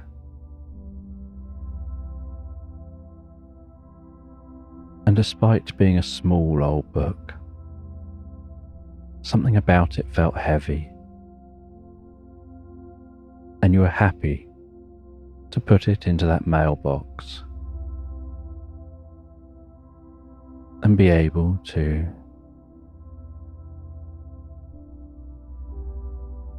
let go of that weight.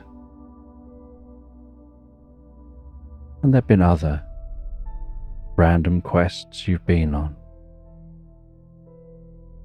but you've never, until now, found a crow in the mailbox. And while you continue walking,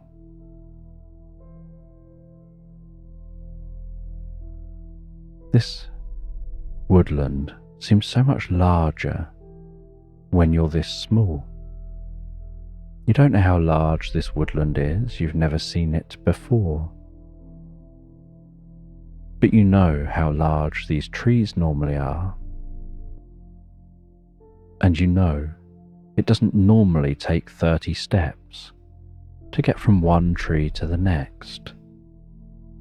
With trees this size, they'd normally be just a stride or two apart.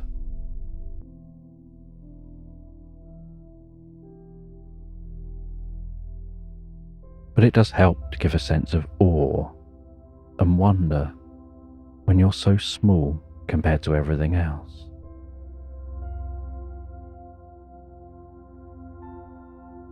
And as you journey, so you reach a point where you're aware of the sun setting and that you're going to have to camp the night. And you find a few broad leaves, and you make yourself a hammock with those broad leaves. You climb into the hammock and gently rock asleep. And the next morning, you carry on journeying, following that path with those glasses.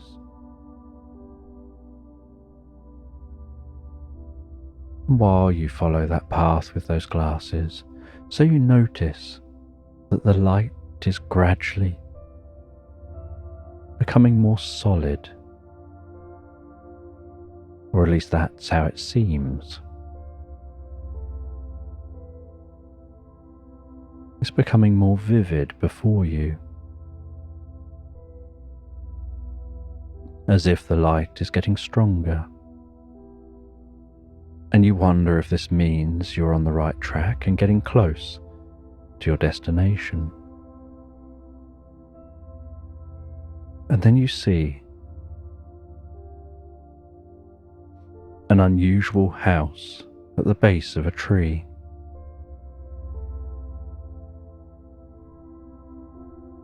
And you think to yourself, this house is the size of a mouse. It's probably a little too small for you to get inside. And as you walk towards that house, so you see in the back garden behind it is a mouse. And the mouse truly is the size of the house. And you walk around the house, and you ask the mouse if they're the mouse you seek. The colour you are following ends with them, and they tell you that they are, and they invite you into the house. And you look at the mouse and you look at the house and you wonder how this could be possible. and they introduce themselves as Klaus. You think this is Klaus the mouse who lives in this house, and the house that Klaus lives in is as big as the mouse.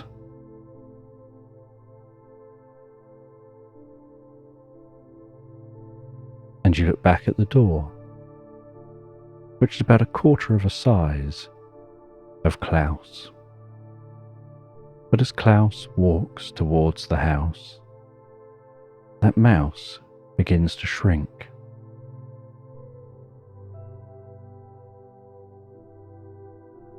And as the mouse begins to shrink while walking towards the house, Klaus calls you into that house. And as you hear the voice of the mouse calling you into the house, you follow Klaus. And as you head towards this house, very confidently, because you're wearing these glasses, you just trust that something must allow you to be able to follow Klaus into his house and shrink, just like the mouse. And so as you begin to walk towards the door, so you begin to shrink and get smaller. And the more you walk, the shorter you become. And you follow Klaus into the house. And this house is such a cozy house, with the soft light passing through net curtains over the windows. Soft furnishings, and you sit down on the most comfortable settee in the living room.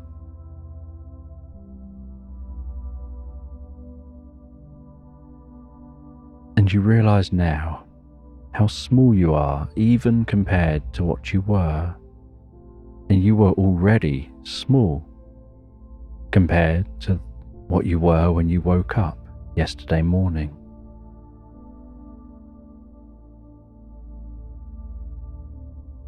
And Klaus offers you a drink and says that they'll tell you a story that will send you on a journey.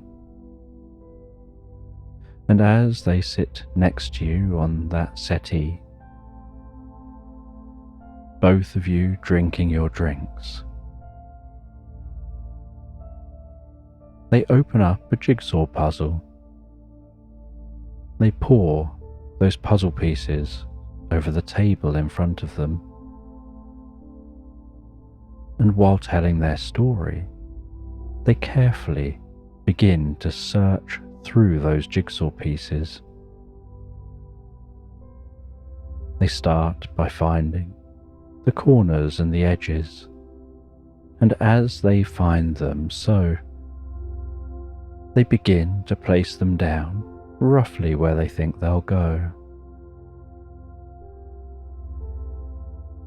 And then they begin to spread the other pieces out, making sure all the bits are face up. And while talking, almost as if what their hands are doing are absent-mindedly happening.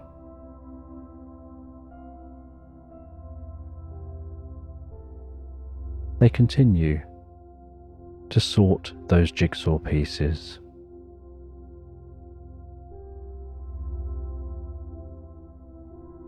And they seem to know what's on this jigsaw. They seem to have an idea based on where they're organising the pieces. And yet the box just says jigsaw on the front. It doesn't give any clue to the image.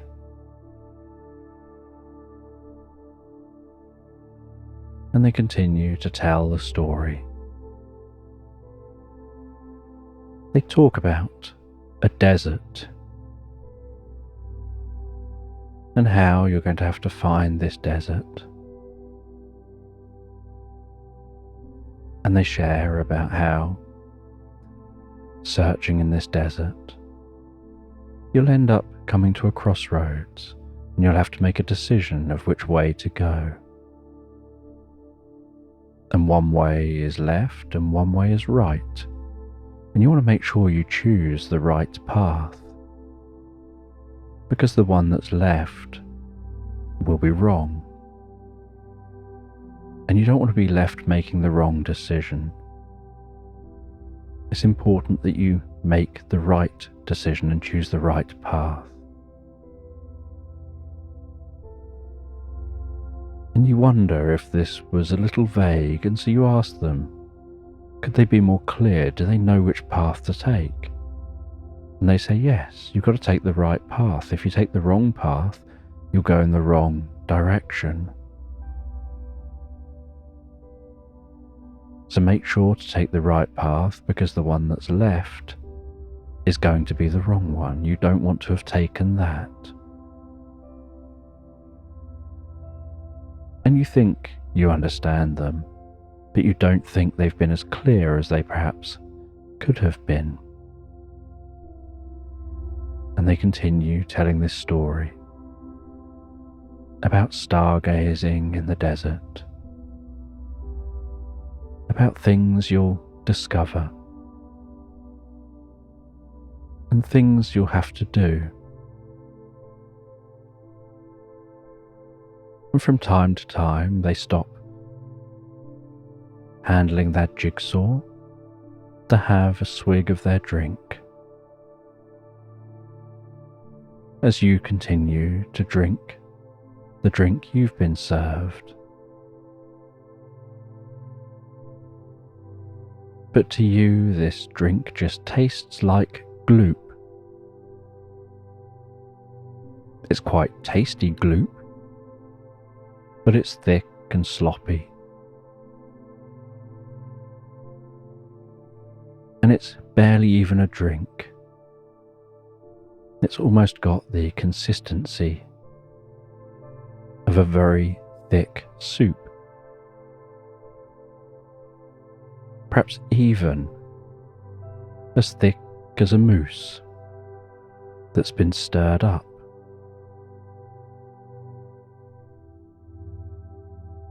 And after what seems like no time at all, they complete that jigsaw puzzle. They tell you that they're going to have to give you a tattoo, and the tattoo won't last forever, but it will identify you.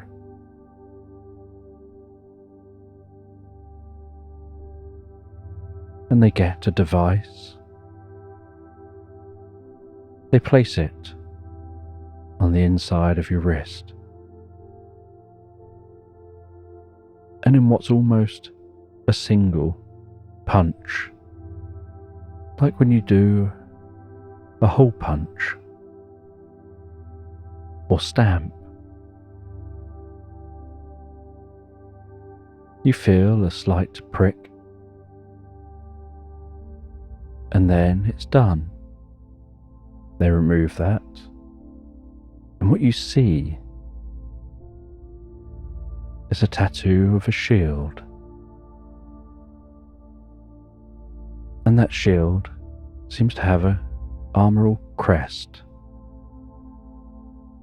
And they say that is the crest of their family. That if you show that, people will instantly know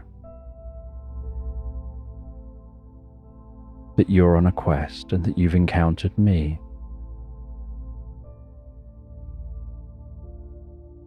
And you say goodbye to that mouse as you leave that house.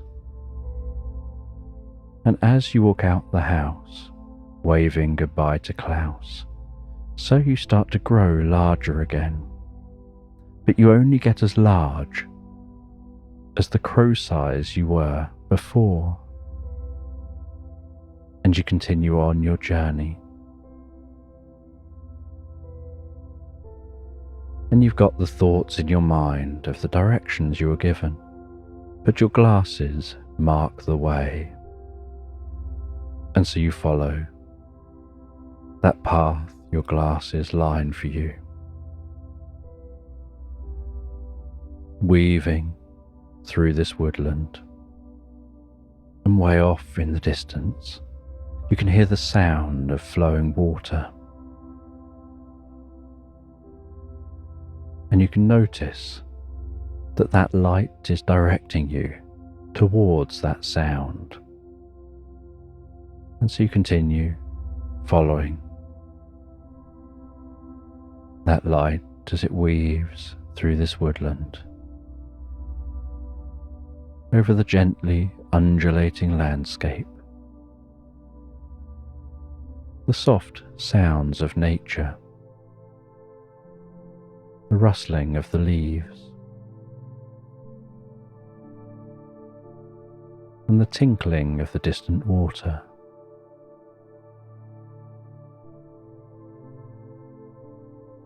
And as that gets louder and louder, you notice what ordinarily would barely be classed as a stream.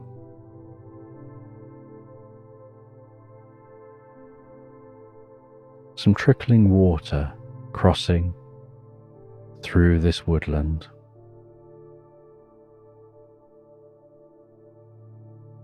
That at your normal height, a sneeze would probably be enough to make you stumble to the other side of that trickle of water. But here, just for you, you see a bridge, and it's a bridge made of twigs, and you notice as you look at the sides of the bridge and you look at it from different angles that it's been made just by resting the twigs upon each other, interlocking them. Nothing has been cut, nothing has been glued.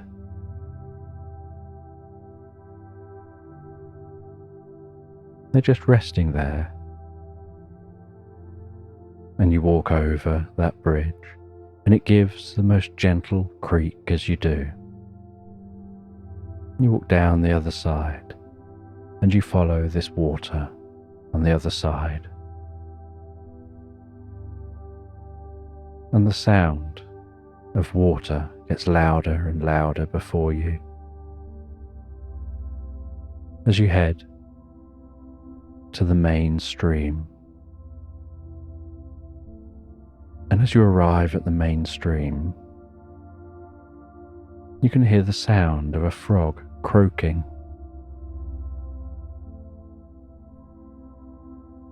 And you know you're supposed to see the frog. So you continue on, following that croak and following the light the glasses are projecting before you.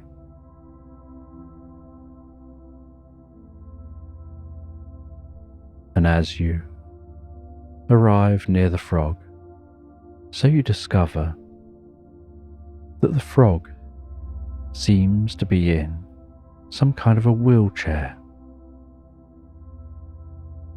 But the wheelchair seems to have tracks instead of wheels. And in a deep and gruff voice, they tell you that it's an off-road wheelchair. They're in woodland after all. And you ask, what happened? And they say that they were larking around. They were diving from different heights into the stream. And there was a fish that was acting a bit coy, and they were trying to get its attention. And they were doing backflips. They were doing all sorts of different acrobatic dives. And then eventually they did one big dive and just landed wrong on a leg. They said it was lucky they didn't croak, but they did manage to injure a leg. But luckily, their friend Toad from down the road, he was very clever with making inventions designed for them. This unique wheelchair. And they said they're actually having more fun in the wheelchair, as it's something novel and new, than they were diving and jumping around. They've had a lifetime of diving and jumping around. They haven't had a lifetime of having wheels for legs. So while they do, they're making the most of it.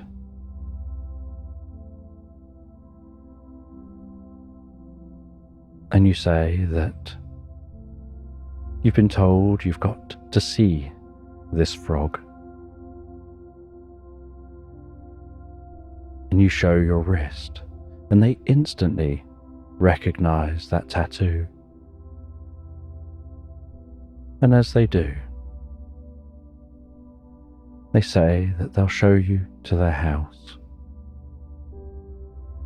And so you follow this frog as they speed across the undergrowth, travelling much faster than they perhaps should. They take you to their home, which is like a small hole in the side of the riverbank. And you head into this home, and they take you to a room through a few doors, and they tell you there's one door in front of you, and you're going to have to carefully open the door, walk through that door, and you'll find a corridor. And as you walk down this corridor, you'll notice there's multiple doors, and those doors open to different places. And one of them is right.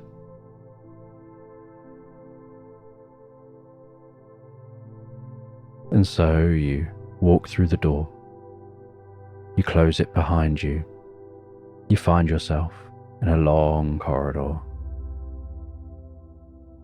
You start to walk down this corridor, footsteps barely making a sound, as if the ground absorbs them, making them like the dullest of thuds. The sound seeming to absorb before it even makes it to your ears, making it so your ears feel slightly funny, because your brain tells you that it should hear some kind of an echo, but instead it's just a gentle, dull thud.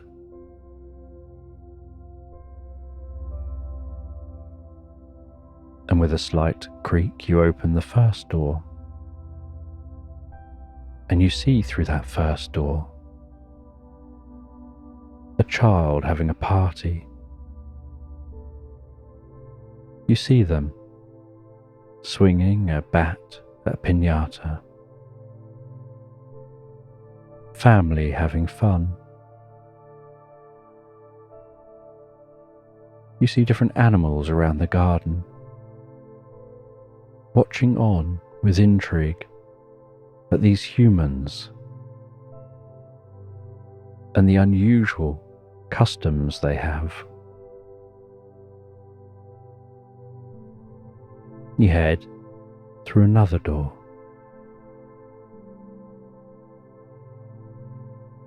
And through that door, you see somebody exercising. And they too are in a garden. And you wonder if these are just doors to gardens and not actual rooms. But when you open the third door, you realize it must be the right door, because before you is a vast desert. But you notice there's something unusual about this desert. It looks like a desert, except it's whiter than a desert.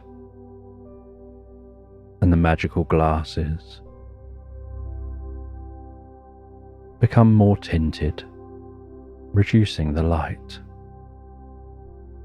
And they do so instinctively.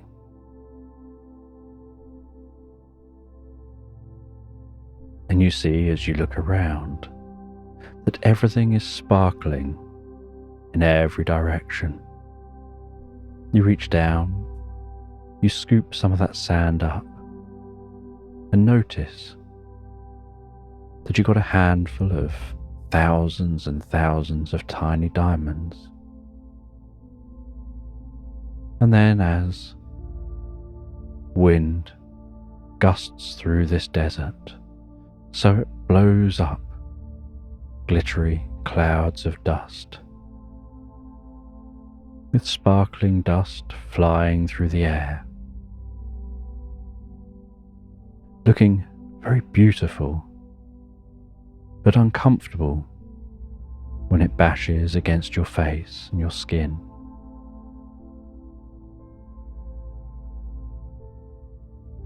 And you back out of the door. You know this is the right door. But you want to check the other doors because there needs to be something that can help you to be able to travel through that desert much safer. Then you head to another door, and as you open this door, so it's a very marshy, woodlandy kind of area. There's a very deep, mossy scent here. The sound of crickets. It's nighttime here.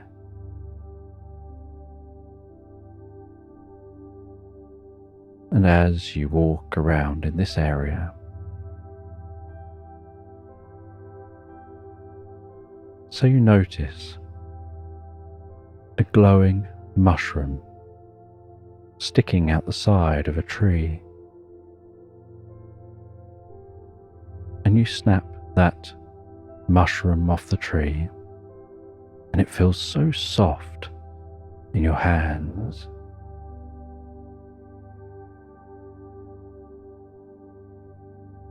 And as you hold it up above you, you can notice gentle pulsing light coming from within the fronds under the mushroom. And you carry that back into the corridor. You head back to the other door. You walk through that door, heading out into that diamond desert. And you hold that umbrella at an angle between the sun and partially in front of you, with that glittering cloud of dust worming its way around the outside of the umbrella, protecting you. And then you notice the light within the fronds of this mushroom umbrella begin to get stronger and brighter. And they seem to be emitting something, and it starts to form into a shield around you, like a force field emanating from the underside of the mushroom, with the faintest hum.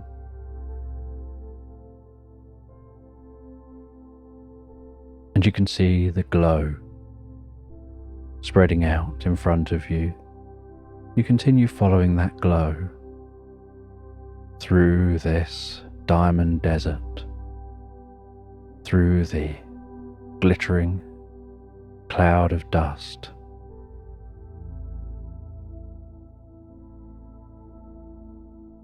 And you can feel that sensation of those legs working so hard to keep that mushroom umbrella in place. And you begin to think to yourself that you need to almost imbue yourself with the strength of the elephant, that strength to be able to withstand anything. And the magic glasses make that so. You suddenly find your legs gaining the strength of an elephant. You notice your legs feel heavier, but the muscles feel stronger. Almost like you're planting yourself as you walk. And you push on through this desert. And as the sun begins to set, the air is still warm,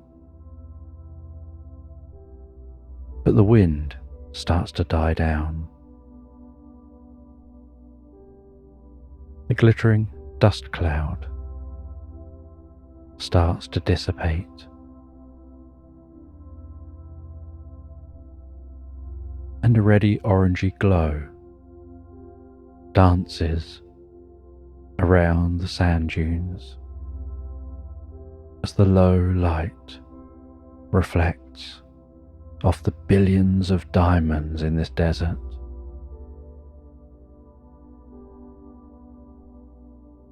And as that sun continues to set, so you can move that mushroom umbrella and you hold it over your shoulder,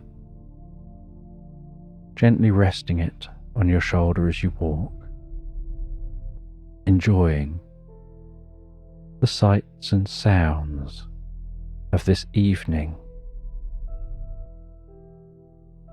as that sun sets over the horizon and the inky blue of the night sky starts to pull itself up around that sky.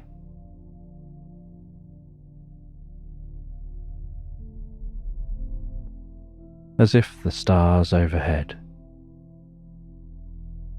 are diamonds sparkling down, almost talking to those diamonds underfoot.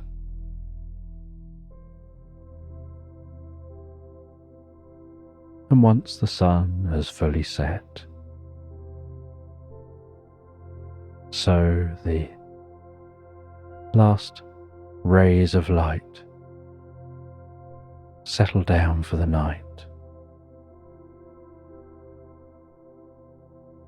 And in the darkness, with that inky blackness, it's as if you're surrounded by diamonds, almost like a cocoon of diamonds overhead, in front of you, behind you, off to the left, the right, beneath you, anywhere you look. It's just glittering light.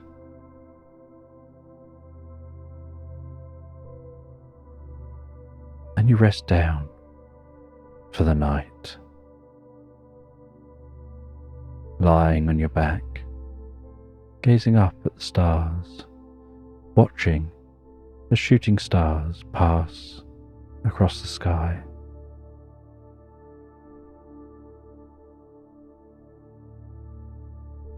Noticing the stars twinkling, recognizing certain constellations,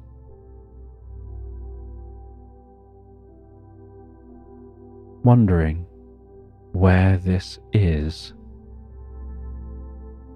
when some of these constellations seem familiar.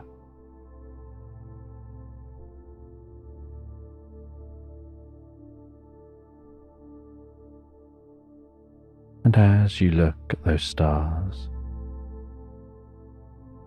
you think about how some constellations have stories attached to them, usually stories of warriors or of gods,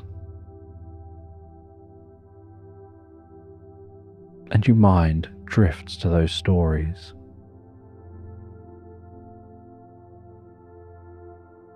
And with the mushroom planted upright beside you, your head tucked up near the stalk of the mushroom, so you fall asleep, drifting into the most pleasant dreams. And those dreams don't seem anywhere near as strange as your actual lived experience that you've been having. But you find that they're connected to your experience, almost like they're processing the insights you've been learning. And the next morning you awaken to the gentle glow of the sun as it rises low on the horizon. Those diamonds glistening and sparkling, and that glistening and sparkling seeming to dance as the sun slowly rises and the light catches the diamonds at a slightly different angle from moment to moment. And as your head moves and your eyes move, so it all leads to those diamonds, reflecting light at different angles. And you pick up the mushroom umbrella. You continue on your day as you did yesterday. You continue following the path laid out by the glasses.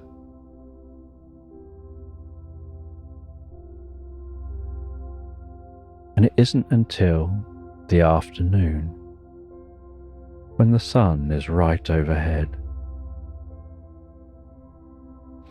that you find that the path seems to stop. And you look around you and you can't figure out where you're supposed to go or what you're supposed to do. You look left and right. You look straight ahead and there's no other path. And you plant the mushroom down into the ground again, sitting down under the mushroom umbrella, keeping yourself cool under the shade of that umbrella. And you wait and you wonder, trying to work out where you should go. And as the hours pass, you watch the sun continue its journey across the sky. You hear something approaching, and you look around the stalk of the mushroom, and you see a fox and it's just ambling its way in your direction. And it seems to be riding a bicycle. And on the back of the bicycle, it's got a piano tied to it. And it seems to have an unusual contraption attached from the back wheel to some bound together bits of wood that are arching over. And as that fox is cycling, so the bits of wood are moving up and down.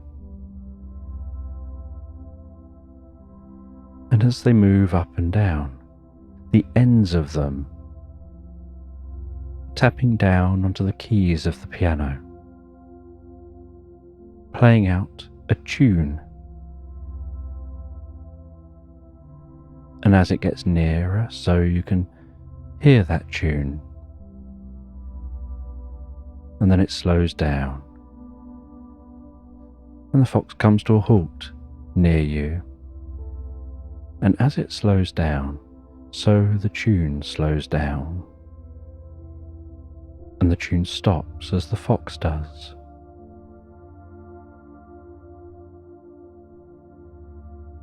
And they pop out a stand and dismount from the bike.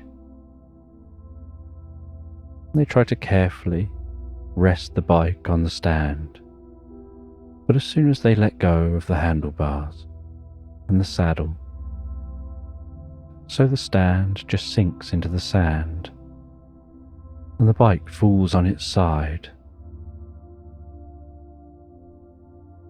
And the fox just looks at the bike, shrugs their shoulders, and in a very friendly way walks over to you.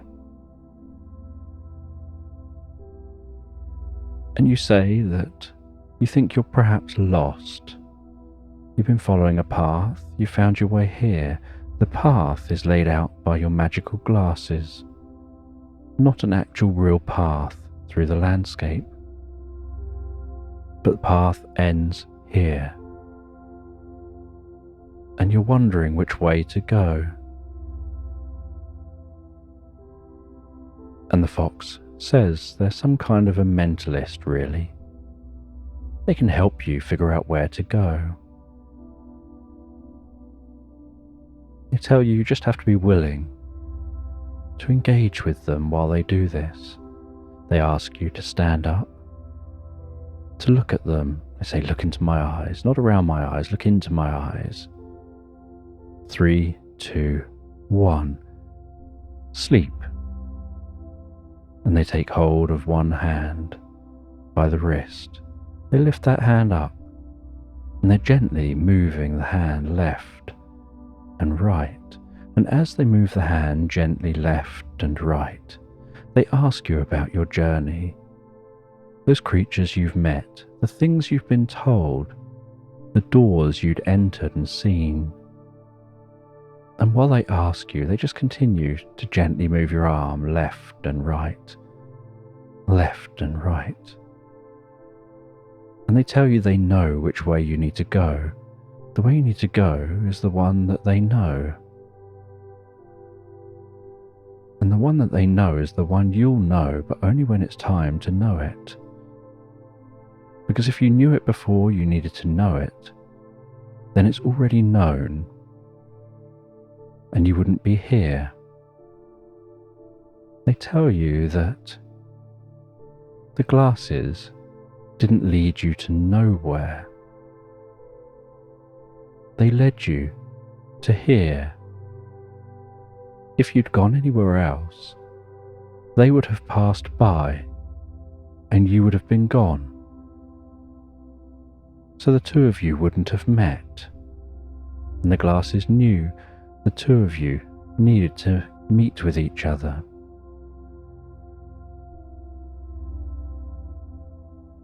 And as they talk,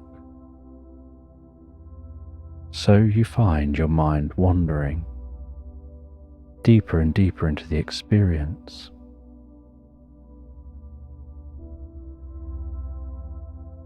They tell you that you need to take the right path because the wrong path, which is the one that's left, isn't the one to take. And you think to yourself, you already know that because you've already been told that, but there is no path.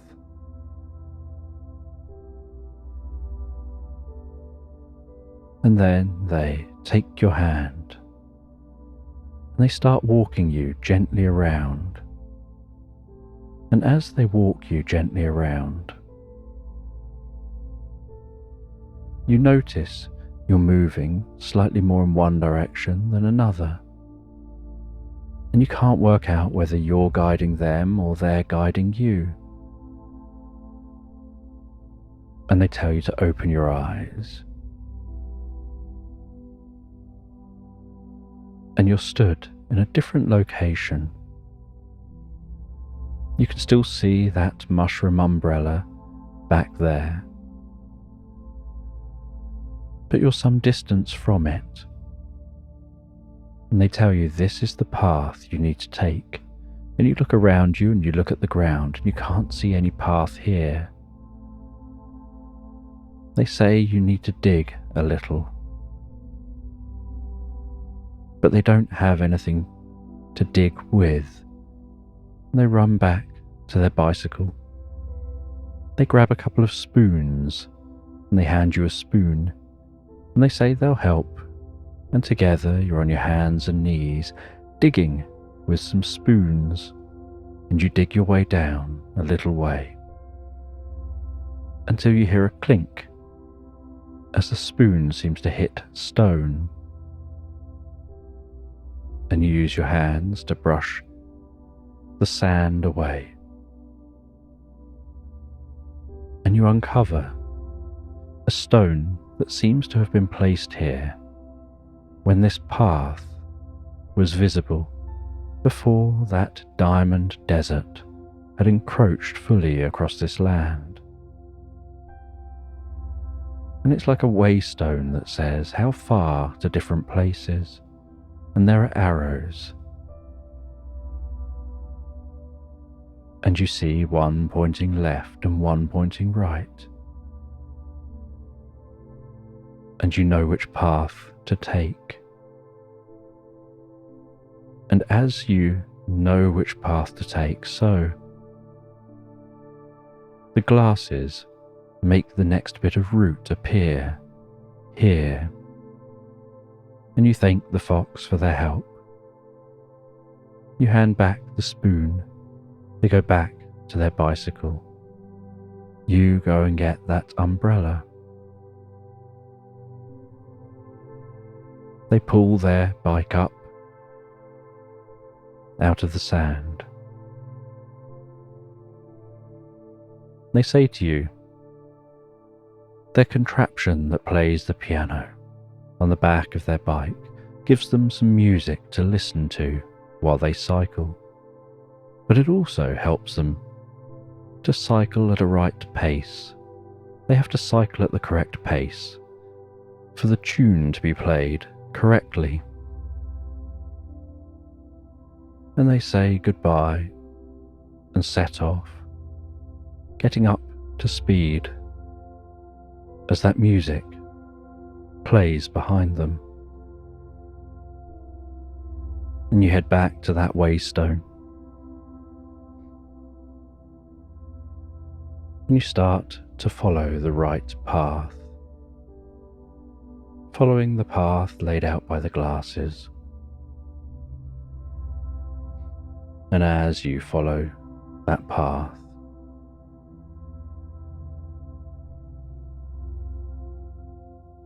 so the day continues passing on overhead,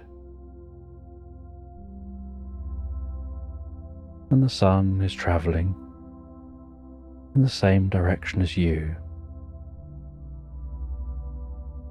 And as it begins to set, something glistens in the distance. And it isn't just this diamond desert, because this glistening is a very different type of glistening.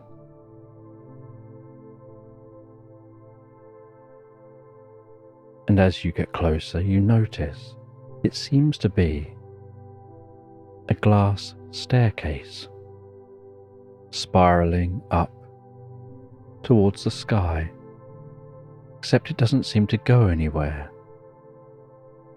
And you notice that the path laid out by the glasses is heading straight to that staircase. And so you follow the path, trusting that path. You arrive at the staircase.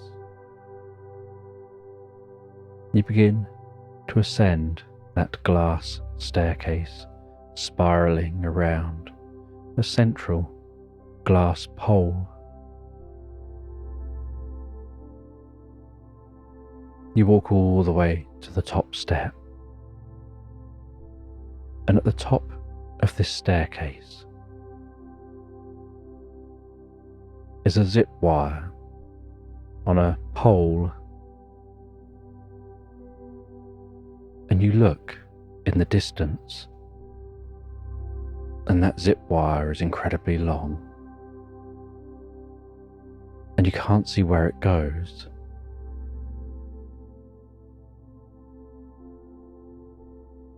And so you grab hold of that handle hanging beneath the zip wire.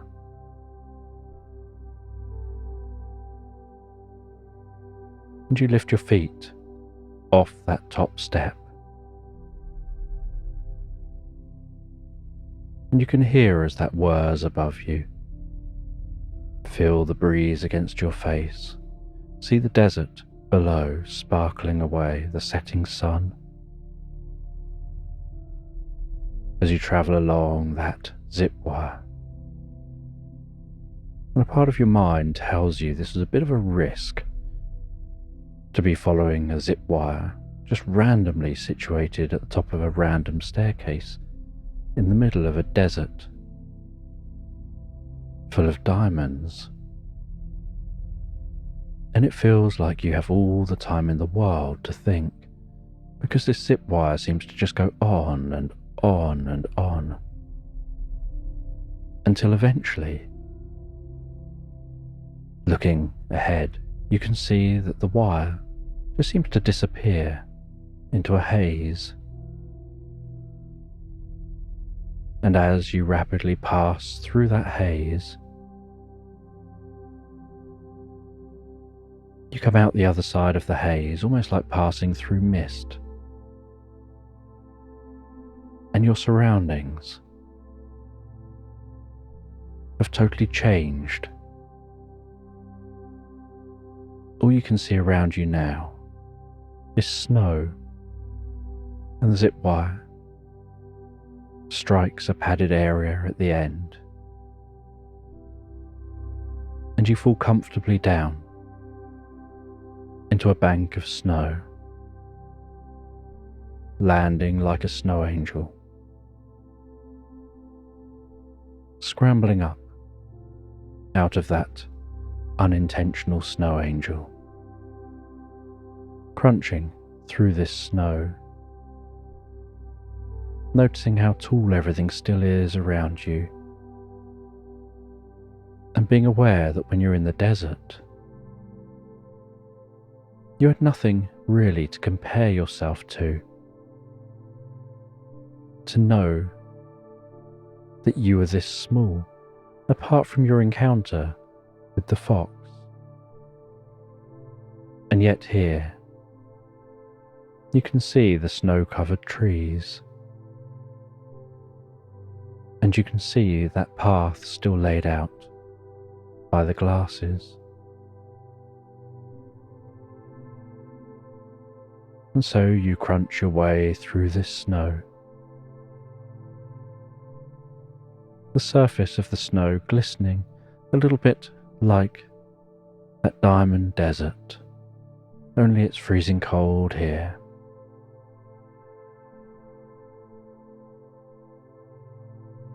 And then you see something, black and white, flying overhead.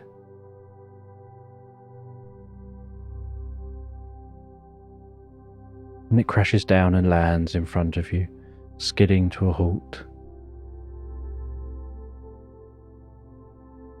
And it seems to be a penguin. And it takes off some wings from its arms. It says that it's designed these special wings because its own wings aren't suitable for flying. They're barely good as arms, but they're very good for swimming. But as a bird, they've always wanted to fly. And so here, they've made an invention that allows them to experience that.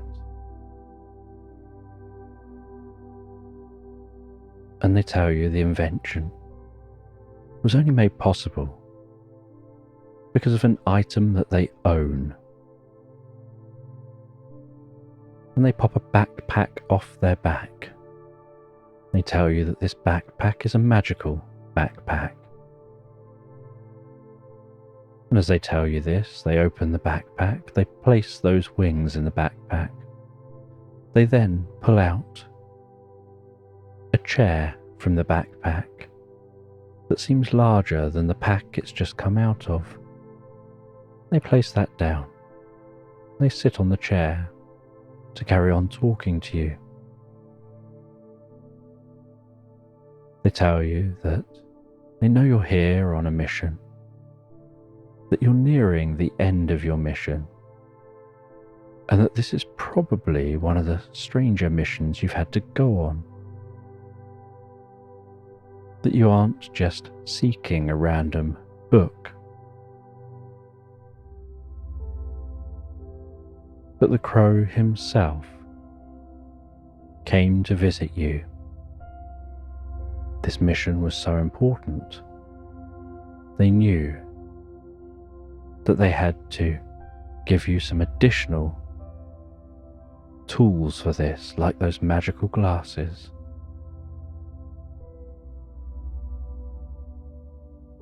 And this mission, which is nearing its end,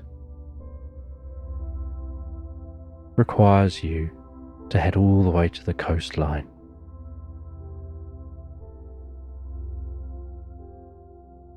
And so they offer you the backpack. And you place that backpack on your back.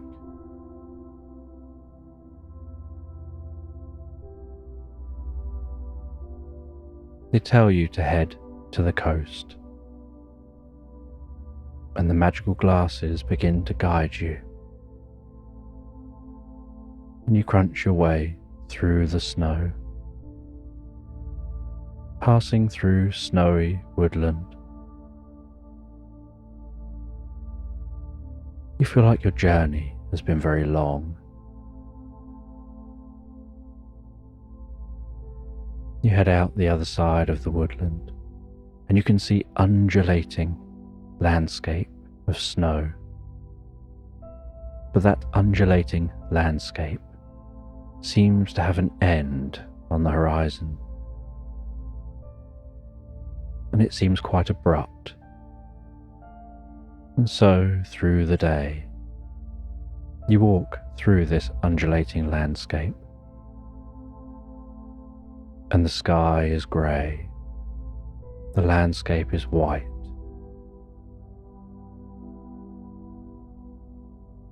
The sun barely seems to change. It doesn't get lighter or darker, and so you struggle to have a concept of time. It feels like a long time has passed, and yet it could have been a very short time. You've got no way of knowing. All you can do is carry on through the landscape. And eventually you reach that point that was on the horizon and find that it's a cliff.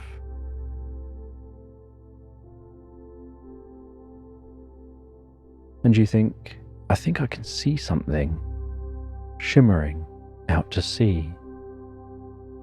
And you can hear those waves crashing against the cliff below. And you stand a good distance back from the edge.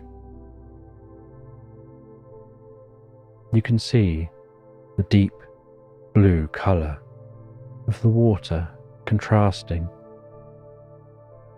with the white of the snow, the grey of the sky. You can see giant floating icebergs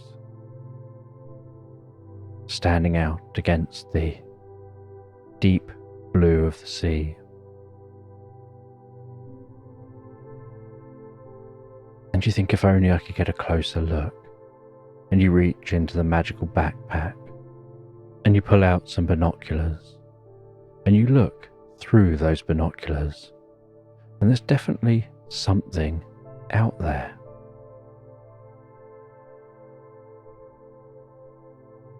And you wonder how you can get down the cliff, how you can travel on the water. And you walk along the cliff a little way. And you notice that there seems to be a way down. And so you start to follow that path down the side of the cliff, heading all the way down to a ridge just above where the water is crashing against that cliff. And you notice on this ridge is a cave embedded into the cliff.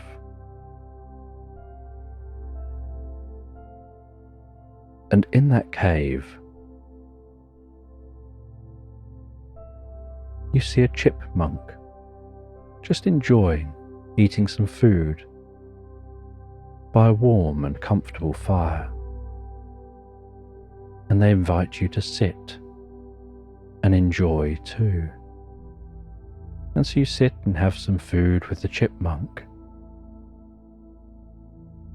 And you say that you're trying to find a way out to whatever that is out there off the coast. And the chipmunk tells a story of hydroplaning and how maybe you could do something similar to them. And they tell you a way to invent something that could allow you to almost skim across the water. So it's like flying, but just along the surface.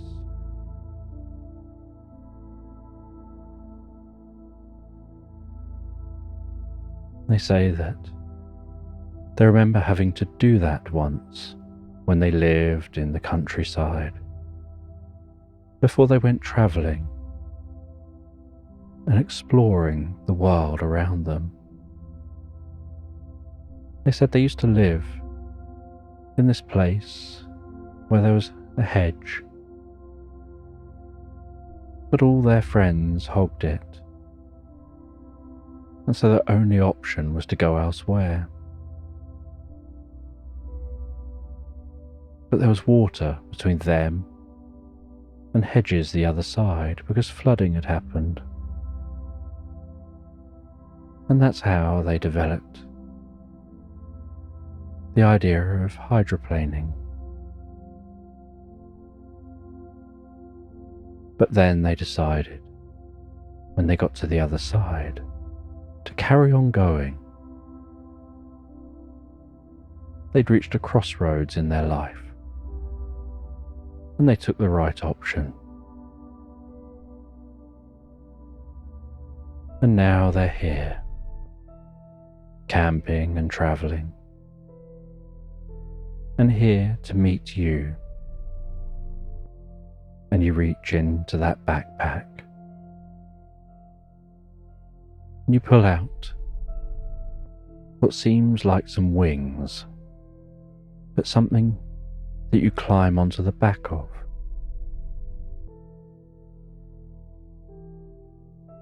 And so you finish eating the food with this chipmunk. I tell you, many years ago, this whole area was like a giant lava field. And these rocks formed. There are weird magnetic fields here. There are weird cave systems. Maybe something about that is connected to what you're about to discover. And they wish you good luck. As you then head to the edge of the cave, walking through the cave, back out, over to the edge, and then you jump. And on the device you've pulled from the magical backpack, it heads down to the water and then skims, almost like skipping a stone across the water. It skims across the surface of the water, and just a very slight lean to the left or right keeps you on track as you keep your eyes fixed on your destination. And as you reach your destination, you see that it's the top of a pirate ship that's obviously sunk here at some point a long time ago. And you reach into the backpack again, and you pull a small device out of that backpack. And it's a breathing apparatus, and when you put it in your mouth, so it suddenly expands like a suit around your whole body, and you roll off the side into the water, splashing down in the water, hearing the bubbles of each breath, feeling the weightlessness of being in the water as you start to descend, noticing on your diving gear some lights light up around you, illuminating the area around you as you dive down towards the ship itself. And you can see that there's damage to the side of this ship, and you notice that the rocks around here are black, like within the cave. And you swim into the base of the ship. You start to explore the inside of this pirate ship. And as you explore, you find your way to a small room, and you can see a compass in that room, and the needle is still spinning erratically. And you notice this ship probably sunk because of being unable to successfully navigate.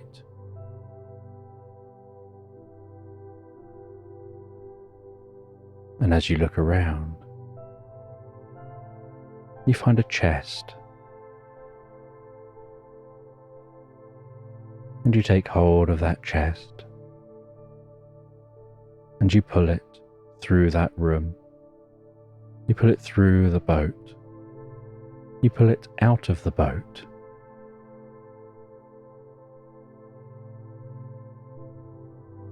You then reach into the backpack again. You pull something out of the backpack which you place underneath the chest, and it inflates in all directions and lifts the chest to the surface. And the chest is bobbing up and down on the surface.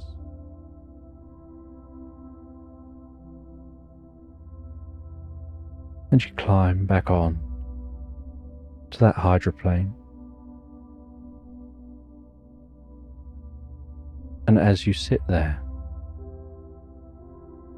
you take the breathing apparatus from your mouth, and as you do, so the suit from around you disappears.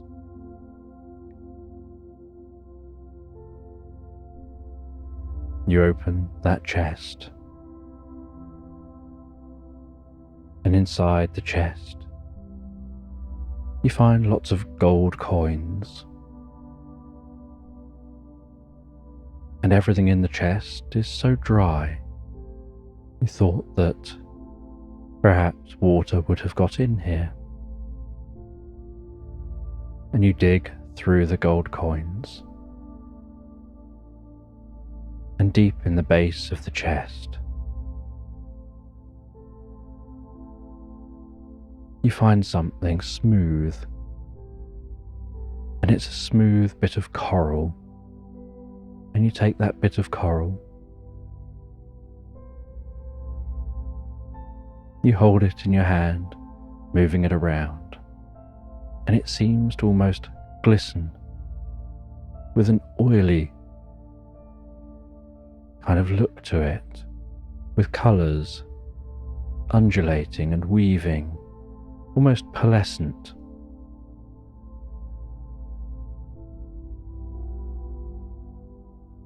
And you find, attached to that bit of coral, is a small note, and you can't read the writing. And as you think about how you can't read the writing, so the glasses reinterpret it. And it says where this coral came from. And then you learn that this is what you've been seeking. You just know that, as if the glasses are communicating that with you, as if they're symbolizing, just as they have for your whole journey, that you've reached your destination, you've found what you're looking for.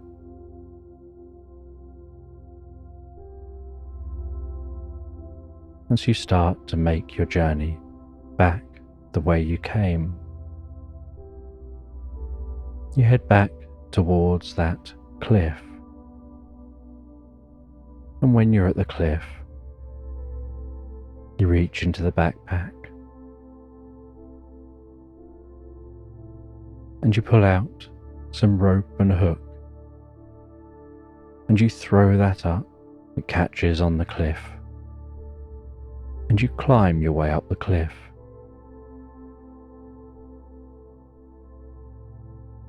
And you see the chipmunk still sat there. They ask you, did you find what you were looking for? And you say that there was treasure out there, lots of gold in a chest. And their eyes light up. They ask you to show them, but you say you left that there. That's not what you came for. And then you take out that bit of coral, and they don't show much interest in the coral. And you continue your journey. You head through the snow until you encounter that penguin, and you wonder how you're going to get back.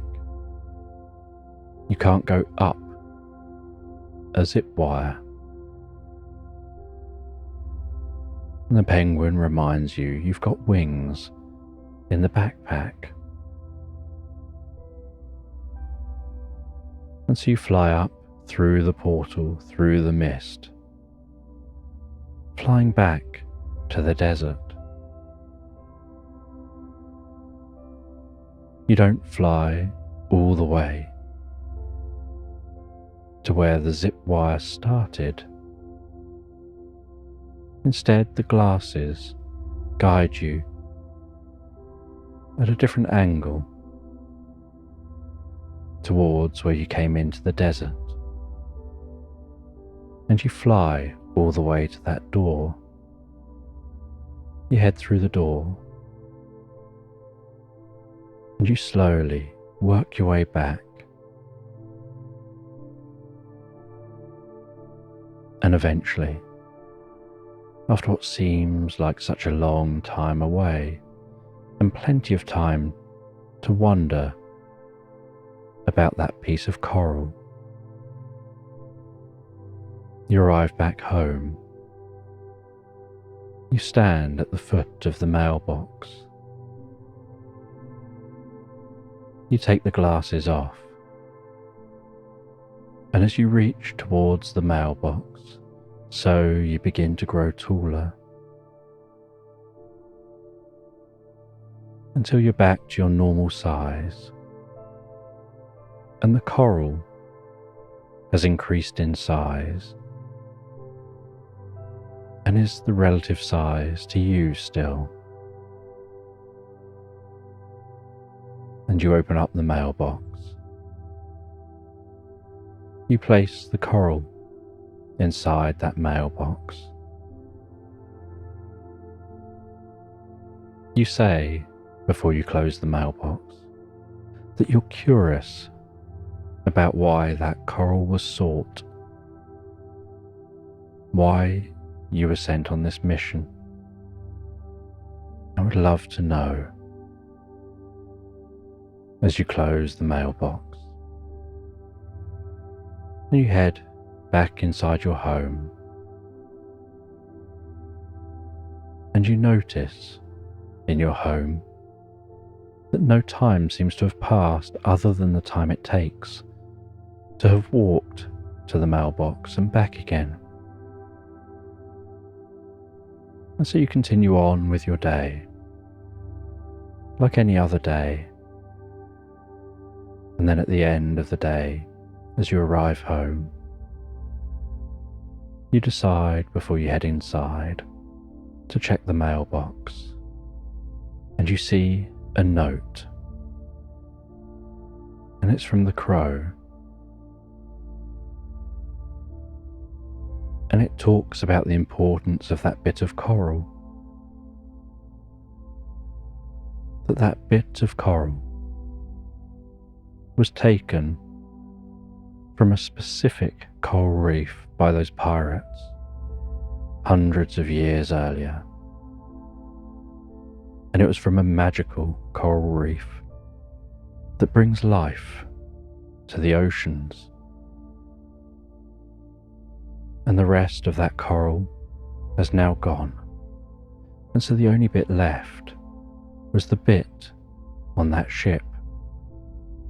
And so it was important to go and find that bit of coral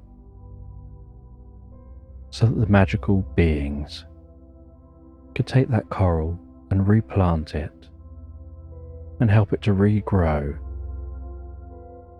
and bring life back with a sprinkling of magic.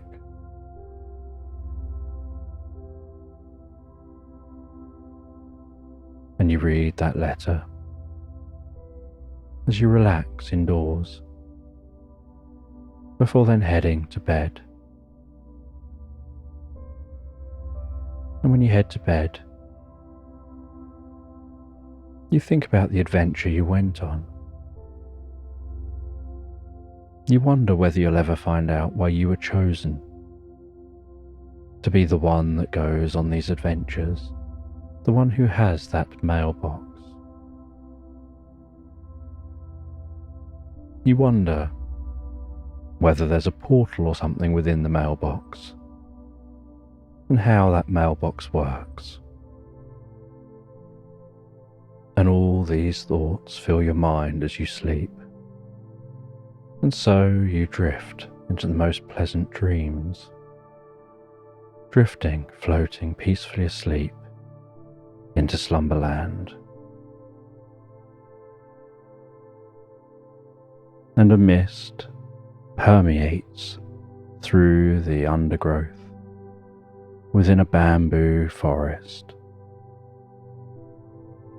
And as the bamboo gently sways and the mist undulates peacefully,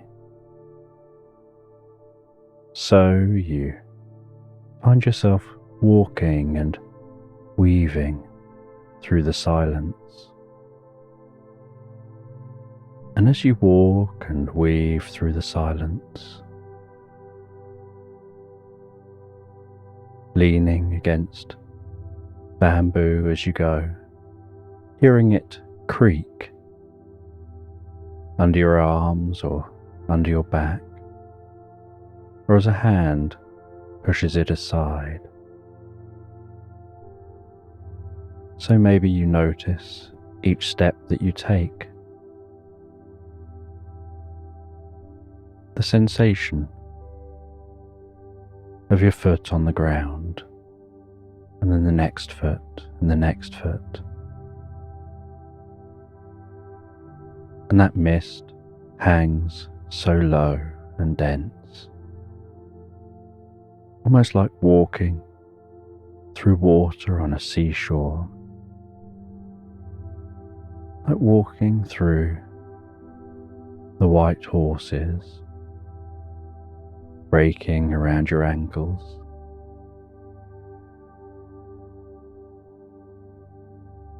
And as you look around, and the moon shines into this bamboo forest, so the surface of the mist almost glows and illuminates, standing out white against the background.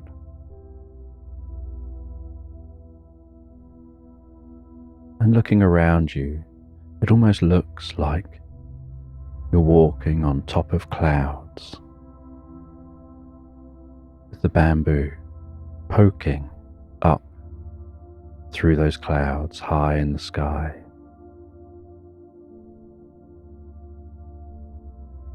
And while walking under this moonlight, aware of the silence, just the occasional creaking of the bamboo,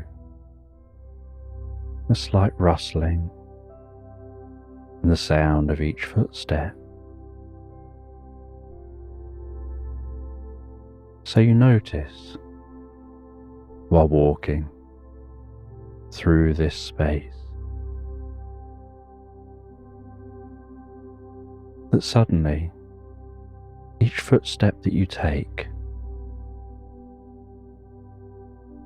seems to give off a pulse of light,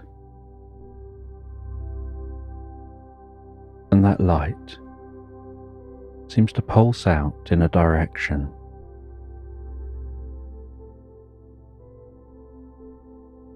and with a certain pattern or order to it, pulsing away from your feet with each footstep in a straight line before you. And you notice as you walk that that pulsing light, with its regular rhythm and that pattern, seems somehow familiar to you, and you're unsure exactly why that seems familiar at first. But as you look down towards your feet and you watch the light within the mist pulsing off from your feet with each step, you suddenly recognize that the pulsing light that pattern is Morse code. And you recall learning about Morse code a long time ago. And so you go searching the library of your mind, scouring the different recesses, following wisps of connections to try and find what this Morse code means. And you notice each step is making the same pattern. And you start almost humming or beating out that pattern with your mouth, trying to memorize it in case it stops.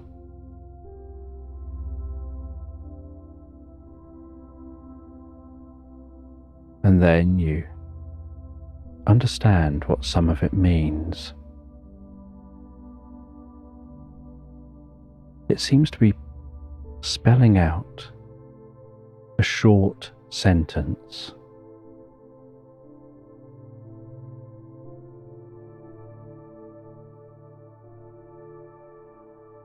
And the sentence doesn't really seem to make any sense, and so you're unsure whether you're correct about your interpretation.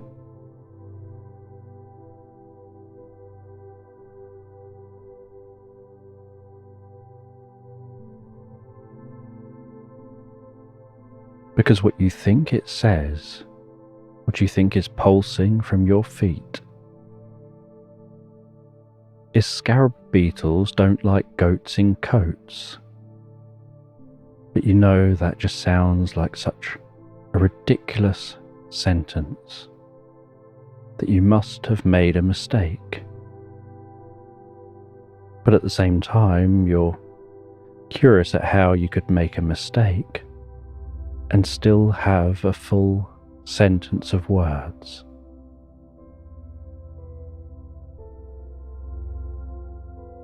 And you watch that Morse code beating out from your feet. And again, you work out what it's saying, and each time you get the same answer. As your feet keep pushing through that mist.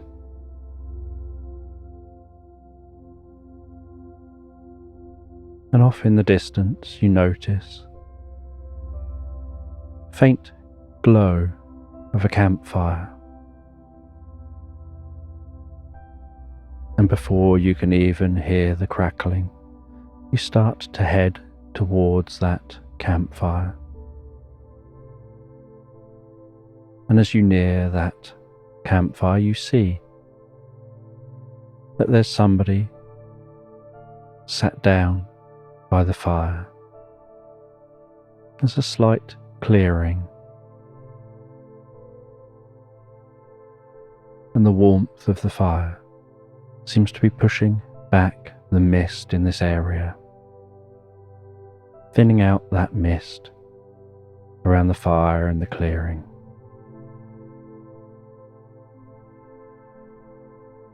And as you reach that clearing,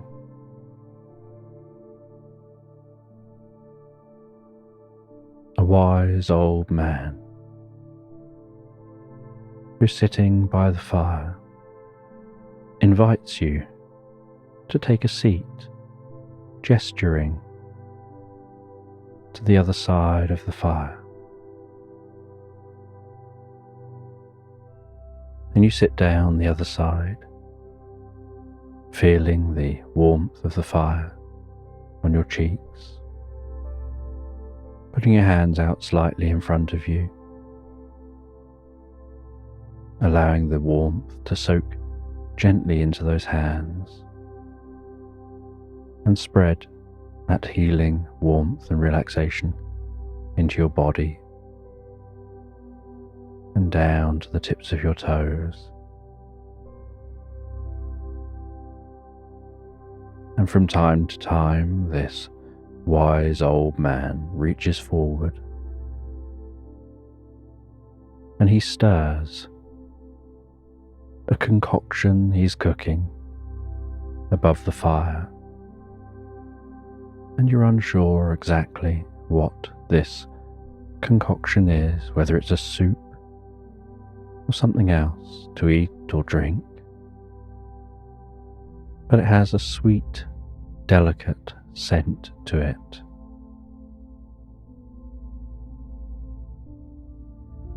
And with a ladle, the old man scoops some of that into a bowl, and then gets another bowl and scoops some more into that bowl for you, and offers it to you. And you accept it, but are unsure what it is and whether you're going to actually consume it. And as you look into the bowl, so you can notice the way the liquid in the bowl is shimmering and sparkling, almost like it's infused with the colours of the rainbow, pulsing and moving, almost as if it's alive with energy. As the convection within the liquid churns and moves the contents of that bowl, and in such a friendly voice, the old man turns to you and says that it's perfectly safe to consume. In fact, you might quite like it.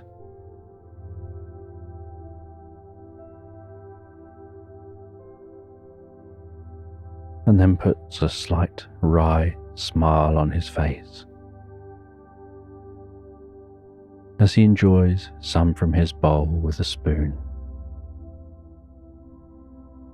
his cheeks going gently flushed,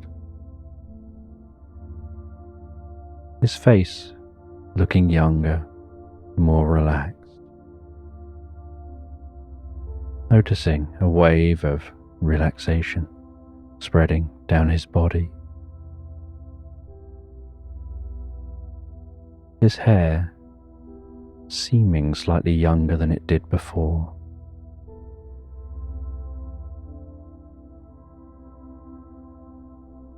As if somehow that liquid had some kind of healing properties. From walking all day until very late at night,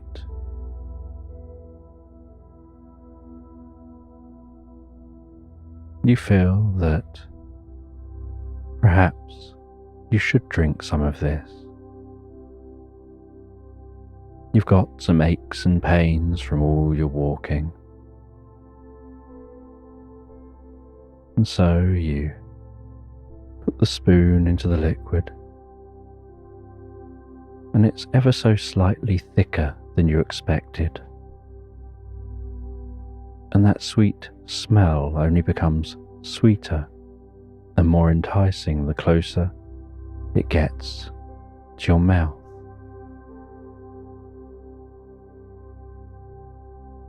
As it wafts gently, tickling your nostrils.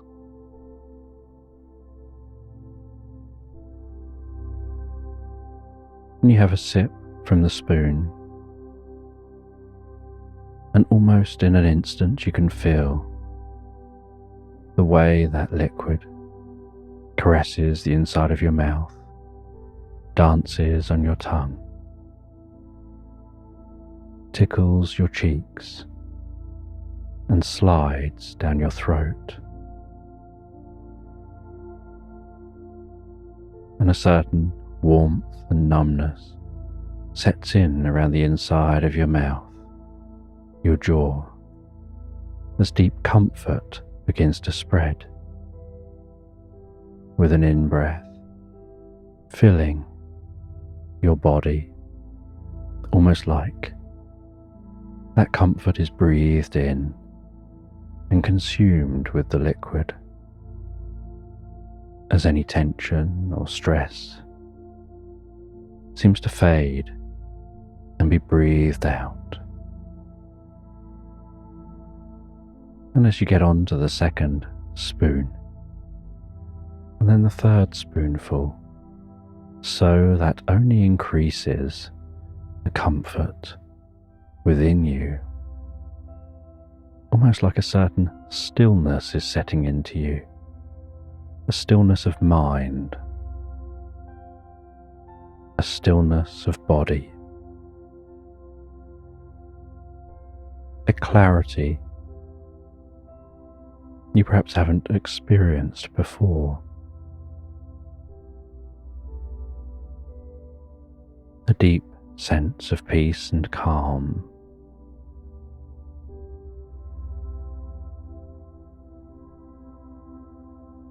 And you work your way through that bowl of food or liquid,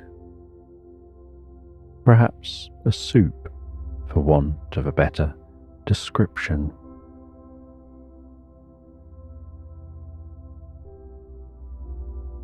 And once you've had that soup, you relax back for a while, just enjoying the night sky, enjoying the distant rustling and creaking sound from that bamboo forest, enjoying the occasional shooting star overhead,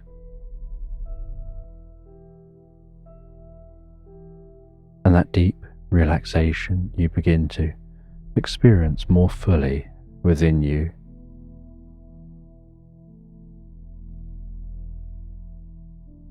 And you realize you still don't know the name of this person, who they are.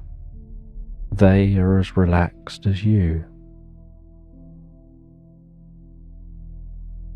And so you ask them who they are.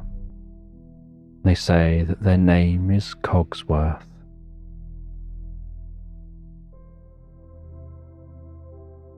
That they're out here on a journey of discovery. And you ask what they're here to discover, and they say they don't know.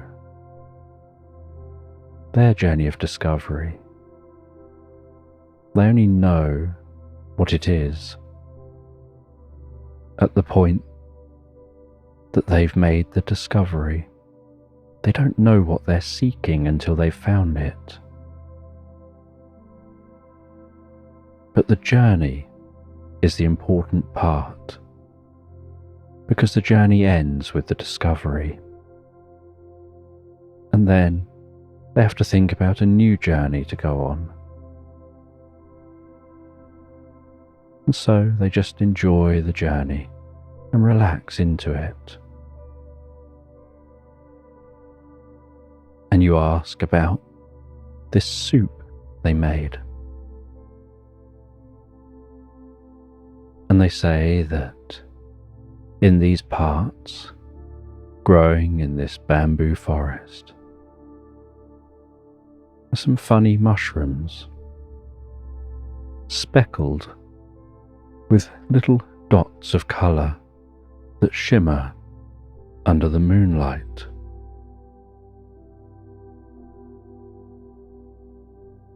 And those mushrooms help to guide you onto the most incredible trip in your mind. And it takes a little while for that to work through your system. But once it does, it helps you to see the world clearer, to see connections within the world that you otherwise overlook.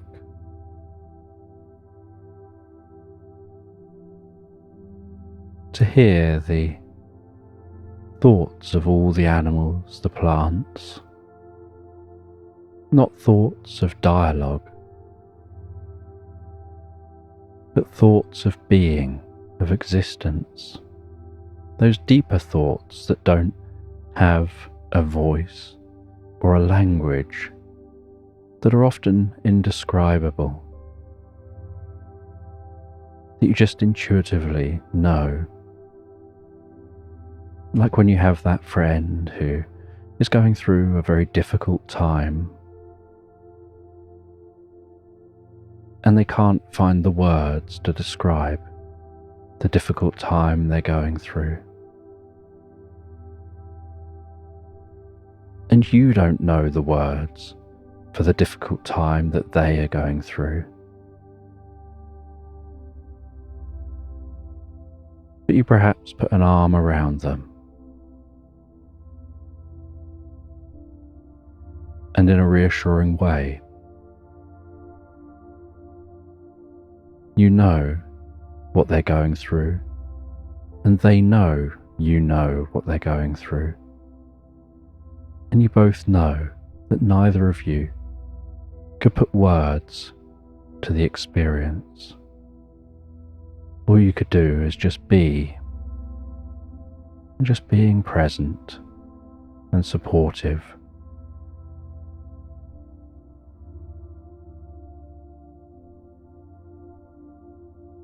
And so it's connecting on that level, but with all things, where you notice that between you and a tree, there's not just empty space. It's not like reality exists outside of your skin and then you exist inside your skin. You're not walking through reality. You are reality. You are just information moving and changing, like a wave through the ocean. A wave can leave one place and arrive 100 miles away. Someone can watch that wave make the complete journey. But the wave that arrives on the shore 100 miles away isn't the same wave that was present at the beginning. The water, all of the particles that were present at the beginning are still there at the beginning. The water and the particles that are present at the end were never present at the beginning, but you watch the wave move from one point to another.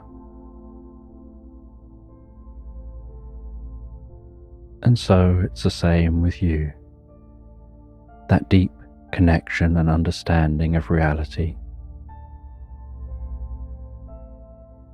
that you're not separate from it. You are it.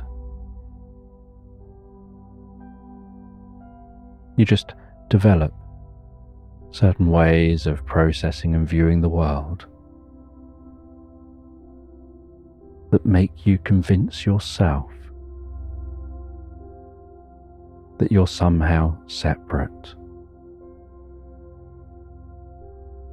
And yet, this soup can help to open the curtains on that illusion, revealing the fundamental nature of the reality.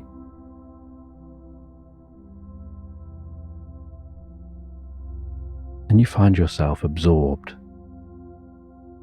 in Cogsworth's words, wrapped up in those words, curious and fascinated by the words.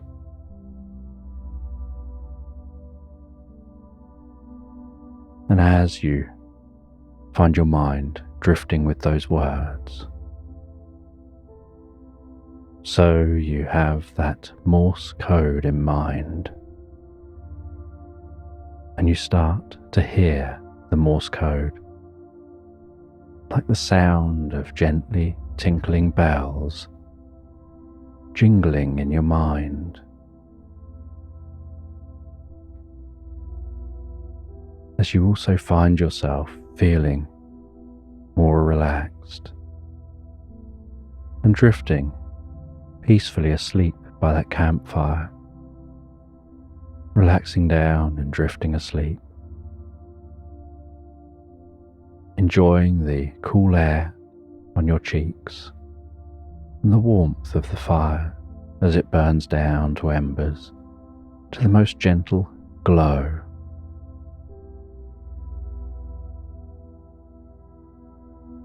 And the next morning, you awaken and find you're alone by the fire. Cogsworth has moved on, perhaps travelled off, continuing his journey of discovery, as you'll be continuing yours. And you see, next to the fire, is a flask and a note. And the note says that there's some soup in that flask. And it's the soup you drank last night. Only this is even more concentrated. And it may help you on the journey that you're on.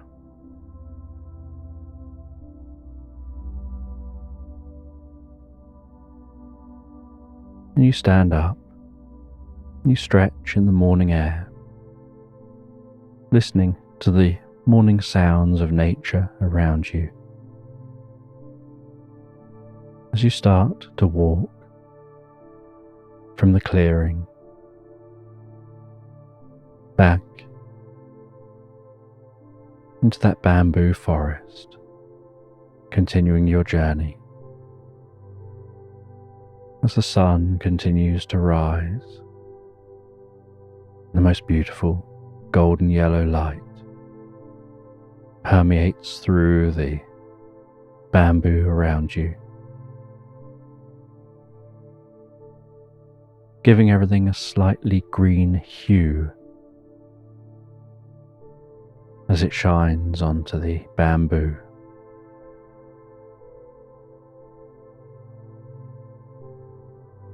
And all day long, you walk through this forest until eventually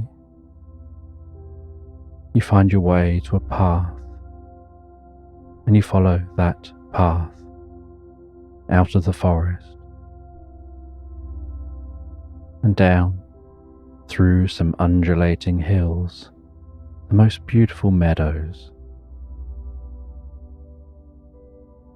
with the sky looking so calming overhead.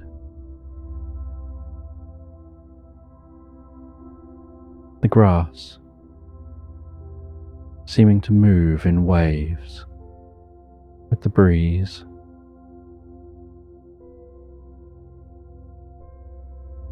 Butterflies darting softly from flower to flower.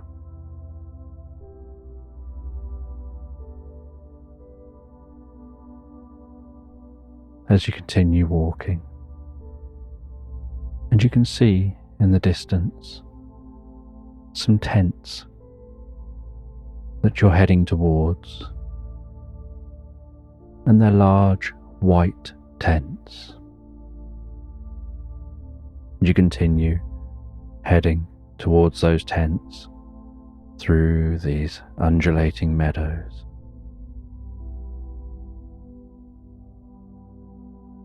You find yourself approaching those tents, and as you do, so you can hear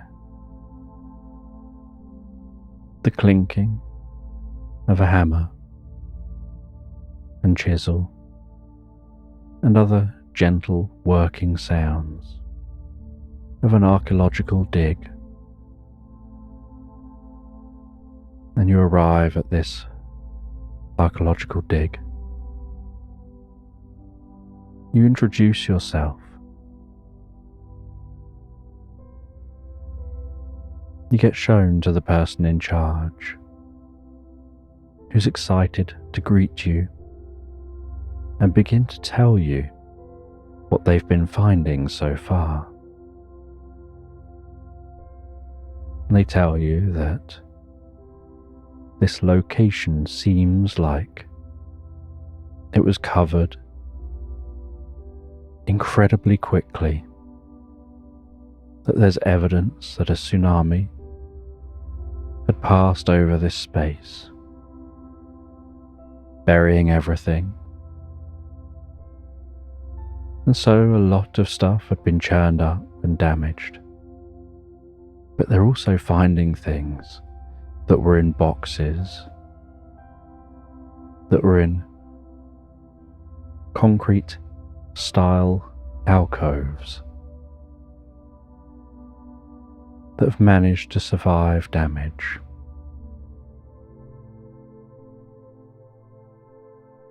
And you take a look around the site.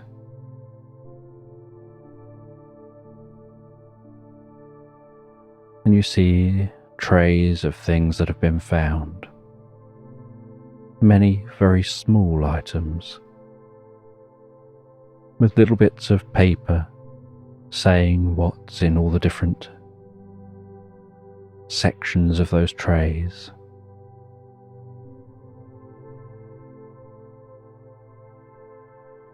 And they take you over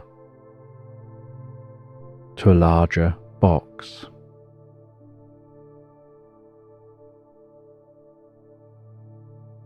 They open the lid of the box and they show you an elephant's tusk. And they say that this tusk doesn't seem like it came from a living elephant. It seems like it was given as a gift thousands of years ago, and someone cherished it and brought it to this location.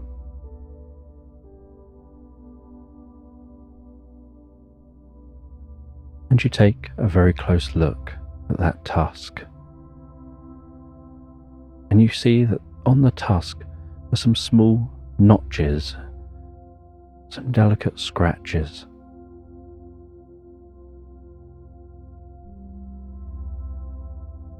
And you realize that the scratches seem to be some kind of language, some kind of pattern,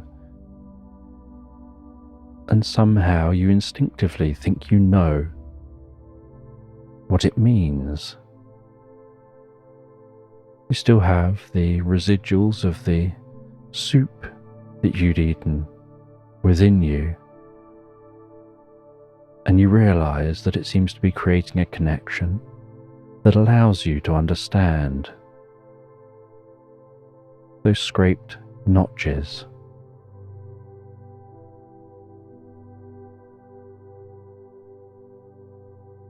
And you look closely from all angles at that tusk. And the tusk looks hollow, but you recognize that it looks flat deep inside the tusk. And so something is obviously in there. And you delicately pry that out from within the tusk. And what you pry out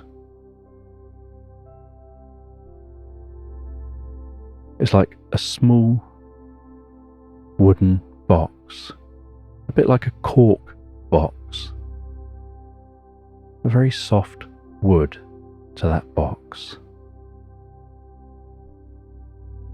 And within that box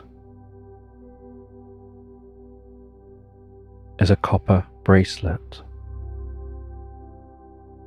And this copper bracelet must be thousands of years old, based on the age of the tusk.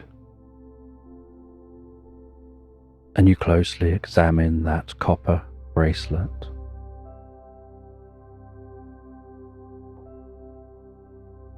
And you don't really understand where it's from, why it's in a tusk, and what significance it had to whoever put it there. And you sit in a tent, just looking at that bracelet, admiring the metal work.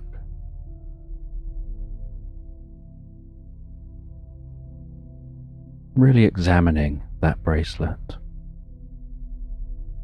You unclip the catch, you look at the back, you clip the catch back up.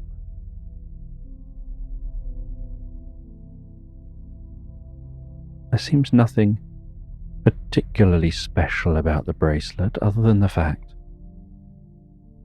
that it seems very old and it was found in an unusual location.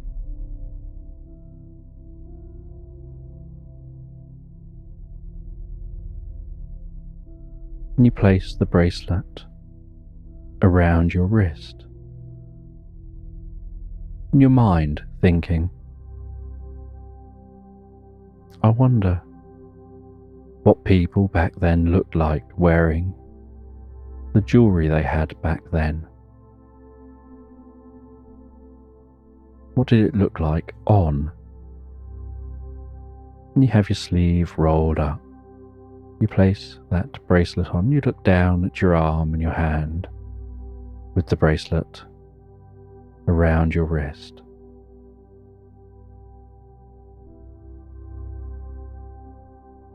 And as you do, so you start to be aware that something's shifting for you, that the landscape seems to be fading and changing. The tent seems to fade in an undulating kind of fashion,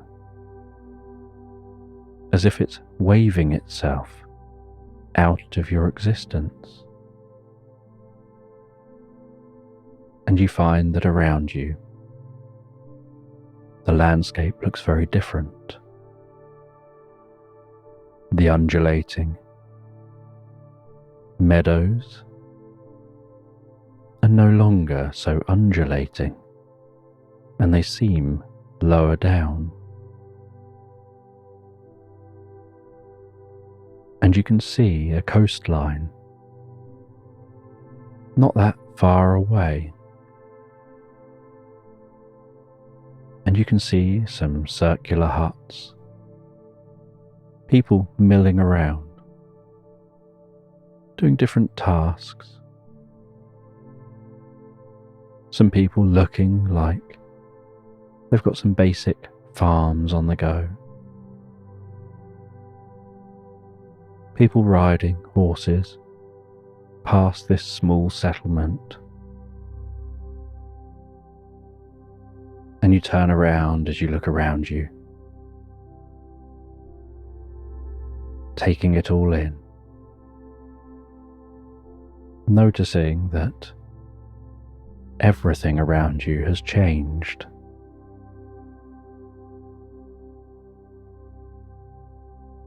As you turn full circle, facing back the way you started,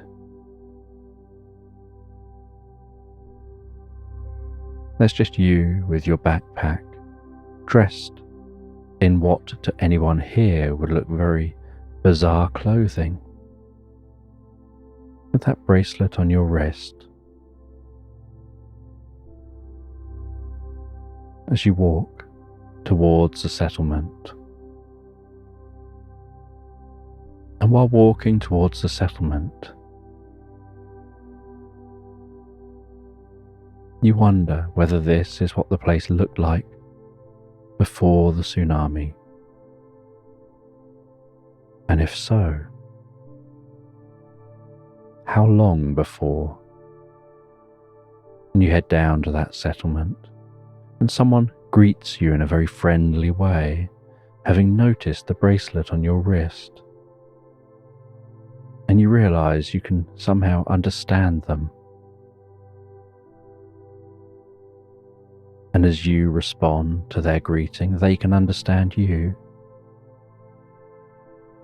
And you notice that wearing that bracelet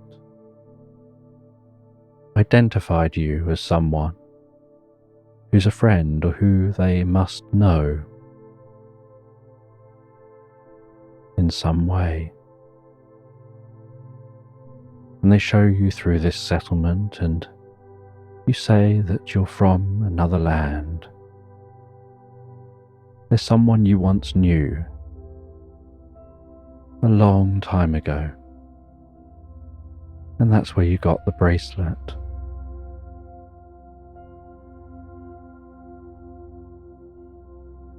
And they walk you through this settlement, and they introduce you to the elder. And the elder says that they've been having visions of a certain type of future that they don't want to share with the rest of the settlement. But they do need to plan what to do. And you express how you know about the giant wave that hits this land. And they interpret it as you being able to see the future like they can. And their plan is to get everyone away before that wave hits. That they don't know exactly when it'll happen, but in their vision, the settlement looked very different, so they know that it isn't for quite some time. And so just in case it's a long way off, they're going to record their visions for future generations. And you notice that at this time, they weren't tracking time the way people in the modern day perhaps do. And so it's very difficult for them to be able to judge deeper time, very long periods of time, beyond lifespans. And you notice that this elder is drinking some of that soup. And you show that you have some of that soup too. And so the elder offers to share some of their soup with you. And they say that they found a way of making it even more effective.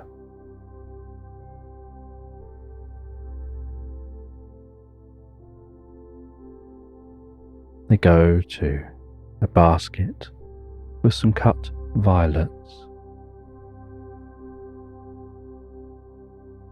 They tear off some of the violets.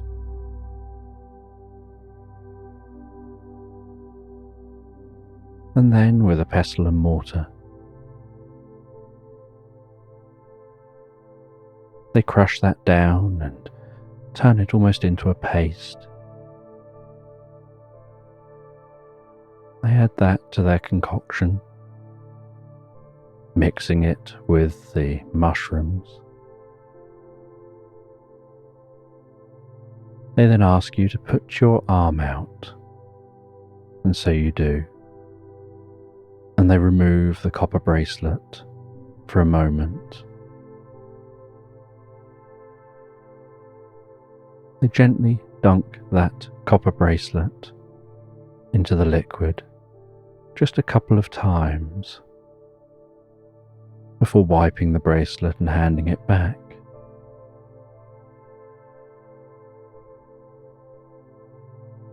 And something strange in the moments when they took that copper bracelet, I think you noticed almost like a glitch around you. Things temporarily glitching and phasing,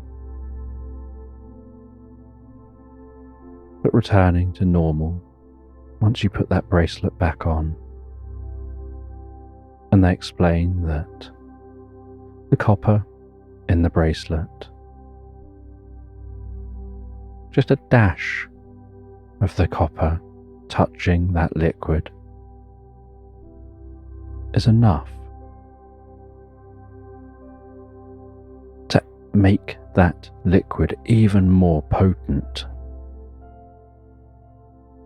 And you know that they don't know about particles, but you have this sense that perhaps that's what they're talking about.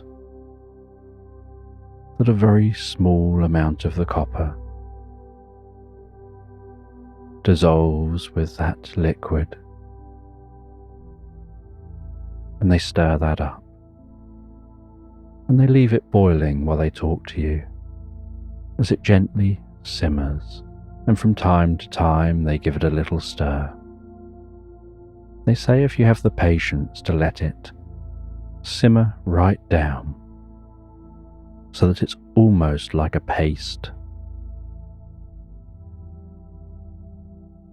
then it's even more potent, even more effective at allowing you to connect with the world, to see reality as it truly is, including seeing the past, present and future all rolled into one. And there's many things they say they've seen that they just don't understand and can't even comprehend. And that to them this is all a learning experience.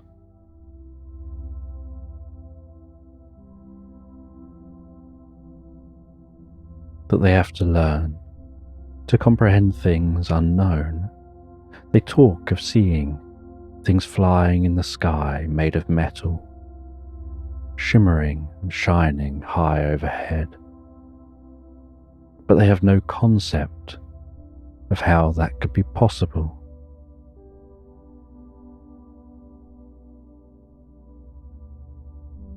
And they've seen so many things they just can't explain. But they write these down the best way they can, trying to explain them with the knowledge they have and the knowledge those around them might understand, or at least glimpse at what it is they've seen. And after some time, that soup is almost a paste, and they serve up some for you and some for themselves.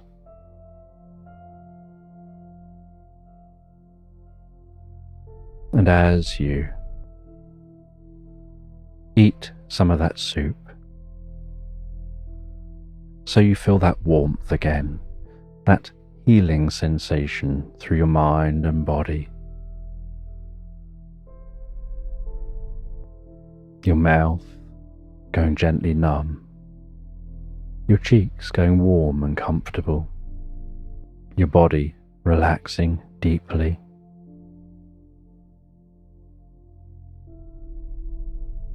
And you find yourself drifting into a vision of a time previously unseen.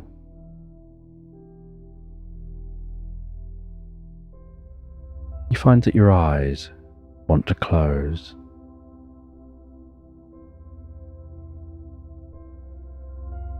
And so you let them, and as they do, while you rest so relaxed there, you get a sense that your body is comfortably cool. And as you open your eyes, you find yourself in an ice cave. And in this ice cave, you're greeted by the most friendly rat in a hat.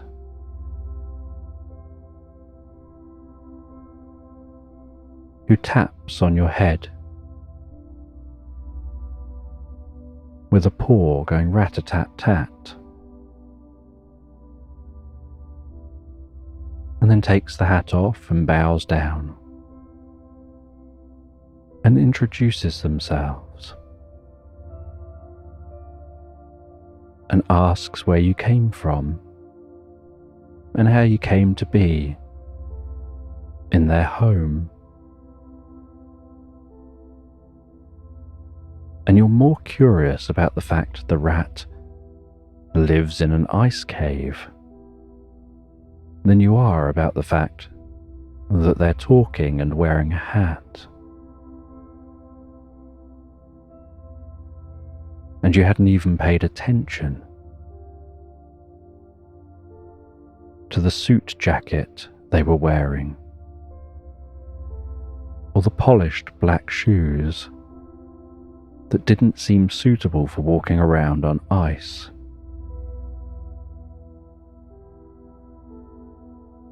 And they said that in this land, this isn't unusual. And they show you out of the ice cave, and you find that here there are many ice caves, but between each ice cave is open meadow.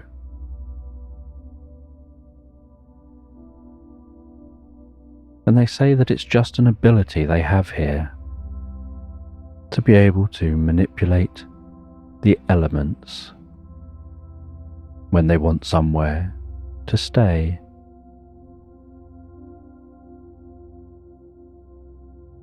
They have the ability to manipulate moisture, so the moisture in the air coalesces and turns to ice, and in their mind's eye they have a sense of the shape they want it to be, and it turns into a house. And so they form these ice caves, and the rat turns one poor palm up and thinks about a hammer. And while thinking about a hammer, an ice hammer forms in the palm of their paw, and they hand that to you to prove a point that here mammals have the power over the moisture in the air. They can turn it to ice or snow. Whatever it is they want, they can form with it.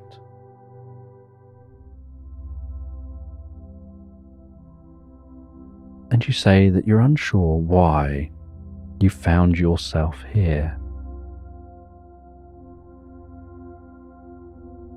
But here is where you found yourself. You explain that you were just sitting down, eating some soup. And the rat says perhaps you should take a look around and see if you can figure out the meaning of why you would be here. And they recommended that to travel around faster, perhaps you should ride on one of the horses. And they call over one of the horses, who responds with a yawn and the most British accent you've ever heard. So British it almost seems put on.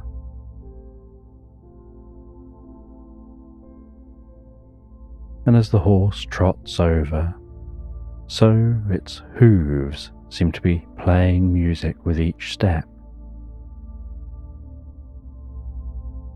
The most relaxing tune, with a rhythm and a beat to match the strides. And the horse comes over, and the rat says, "Will you give my new friend a ride?" They're here in the middle of somewhere, but they don't know where here is. And the horse says, "But you've just told me that here is somewhere, so don't they know that they are somewhere?" And the rat says, "I think they know they're somewhere, they just don't know where somewhere is. And so they'd like to know where that is." And the horse says, "Well, do you want me to take them to nowhere? Because I know where nowhere is. It's down the road from somewhere. It's a short ride, if that's what they'd like to do. I can take them from somewhere to nowhere, if they don't know where they're going." And you ignore the conversation as it goes over your head and decide to mount the horse. And the horse begins to trot along while engaging in conversation. And as they talk and walk, so you look around and you try to avoid asking about somewhere or nowhere. And the last thing you know you want to do is tell them you're happy to be taken anywhere, in case they actually do that. And so as you head from somewhere, perhaps on a journey anywhere, but knowing you could end up nowhere, you continue exploring this land. And the horse takes you through the land, through the grass, through meadows, along the edge of a river, until eventually you arrive at some mountains. And the horse explains that they're not really built for climbing mountains. Their hooves just don't work so well for that. But they tell you that there's someone here who might be able to help.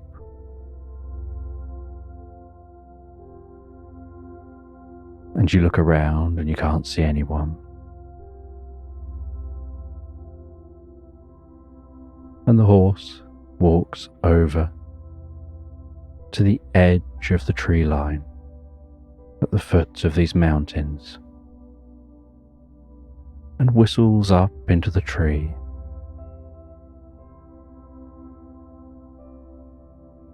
And out of the tree, a spider descends. And this spider sounds so friendly and looks so cute,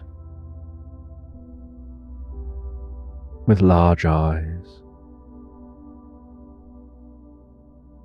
and a fluffy body. And you say that you've never seen a spider looking quite like this. And the spider says, "Is it because of my jumper Not many other spiders are knitting spiders. You get jumper spiders who like knitted clothing, but they don't normally want to do the knitting themselves.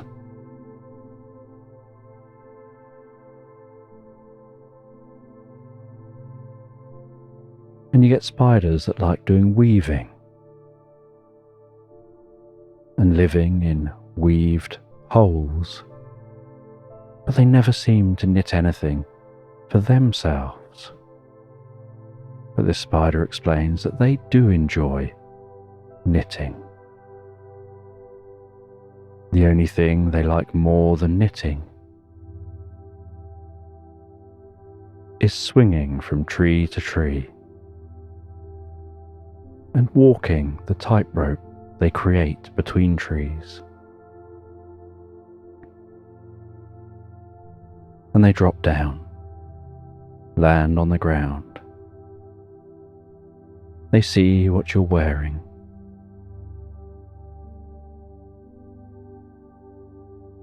And they say that's not suitable for a trek over the mountains. And then they head into the woods, gathering up different plants and mosses. They come back, and seemingly rapidly, they start knitting. And the first thing they knit is a sock. They tell you to put that on just over your shoe. And then they knit another sock, which they tell you to put on. And the socks are knitted with different things and don't look at all the same. But they say that, is it really about what it looks like? These are being knitted for your comfort, not for you to look at and admire. And so you put both the socks on and they carry on knitting. And they knit you a long jumper.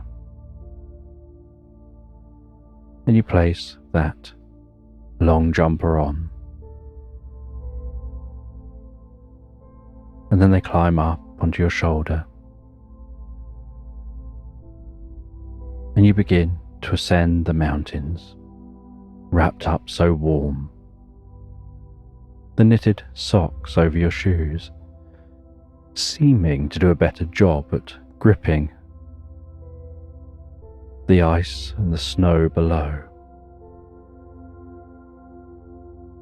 As you crunch your way through that snow, and you say goodbye to the horse, and you crunch and walk, ascending the mountains.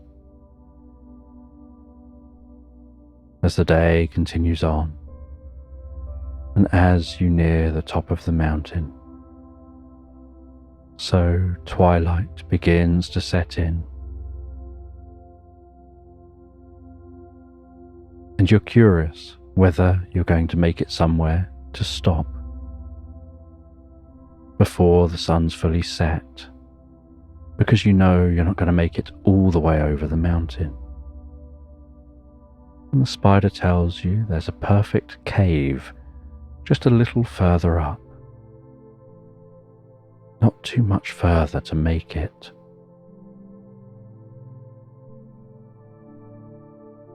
And then as you continue ascending and the sun continues to descend and the stars rise in the sky and the moon starts beating its silvery glow over the mountainside, making the snow glisten like a million diamonds attached to the side of the mountain. So you see the faintest hint of a glowing light flickering gently in the night,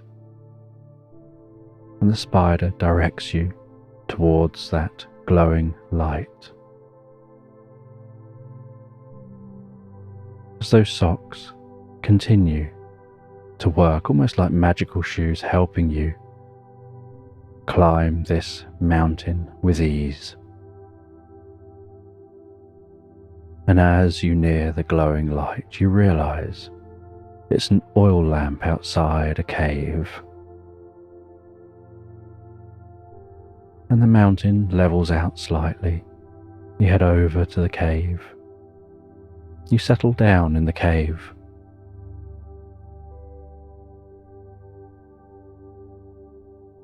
And just inside the cave, you light a campfire, and the spider sits down beside you. As you sit and talk to each other while relaxing in that cave, before drifting and floating asleep, knowing tomorrow you'll make it over the top of the mountains, down the other side.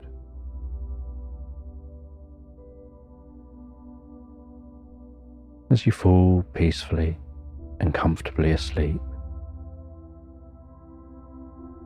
and the next morning you awaken to the glow of the sun,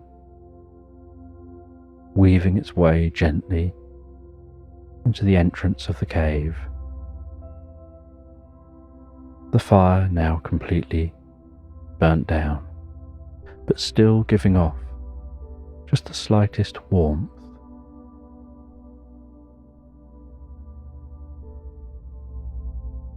And the spider says that from this point you can probably complete this journey yourself. They've helped you this far. You'll be at the top of the mountain within a couple of hours, and it's all downhill from there, they say with a wry smile. And so you say goodbye and set off, heading up over the mountain. And as you head down the other side, you have plenty of time, while looking over the view, to ponder the entire experience, to try to think about what it is that you're here for. What's your journey?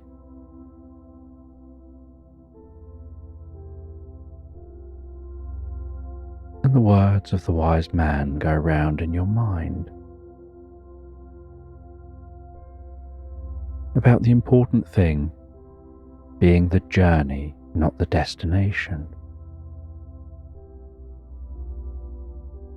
And you continue down this mountainside, and while continuing down the mountain, looking out across the view, you see that this side of the mountain is mainly desert, at least stretching out as far as you can see.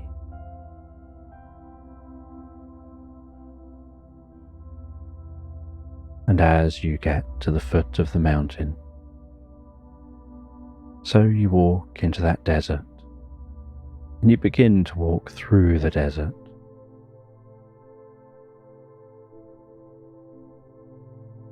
And find it's difficult work walking through this desert, your feet constantly sinking into that sand, as that loose, dry sand blows around you,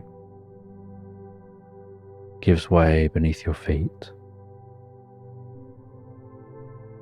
making it more exhausting to walk this side than it was even walking on the mountainside. And as you walk, you think this would be so much easier if this sand was wet, because then it would hold it together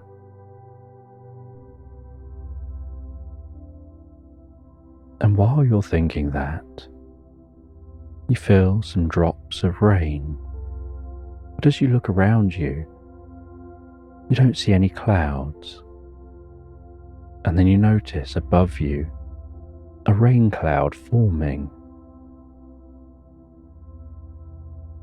And you're reminded of what you were told earlier. And with a smile, you think even more about the rain. As that rain cloud forms above you, starts to rain around you, soaking the sand beneath you. And as the sand soaks and the rain cloud gets a little larger, so it's raining around a wider area around you, you start to run across the desert. You realize when moving fast. It's like walking on custard, that the faster you travel, the more solid the surface. And so you run at a comfortable pace in the rain, in a dry desert, leaving this trail of rain and wet sand behind you. Feeling cooled by that rain, helping you to traverse this desert even easier.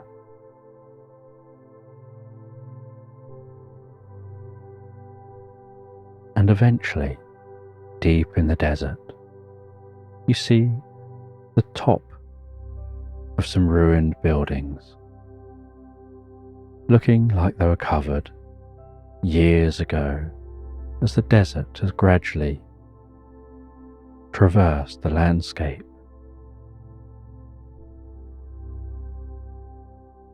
You stop at those ruins. You take a look around the ruins.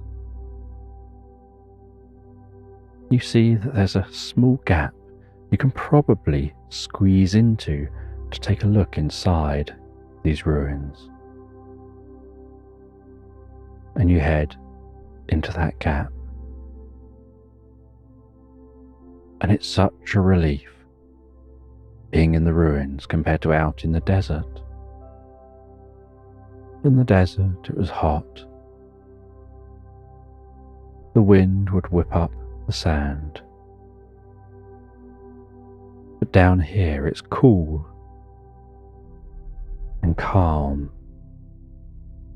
And you shine a light around the space.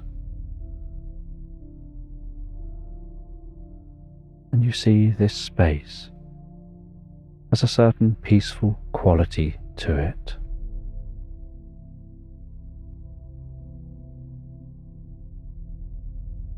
And there are some pictures painted on the walls, looking like they were painted generations ago.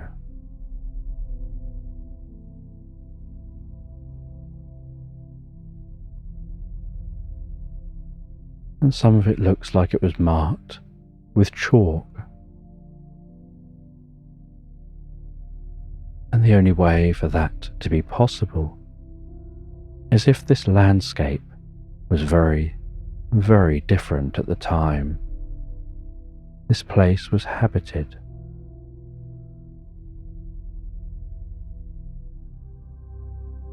And you wonder how long ago this place was inhabited. As you look around,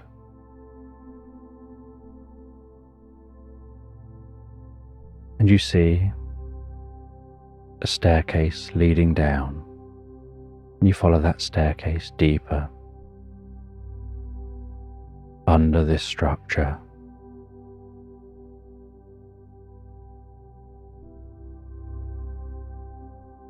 And you notice artwork which looks Egyptian.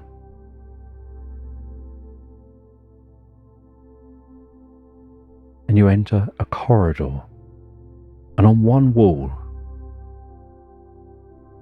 you see a picture, and in the centre of the picture is a drawing of a scarab beetle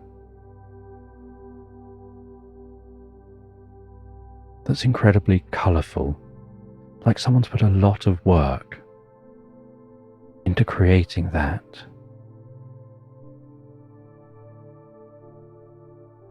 And on the wall opposite the scarab beetle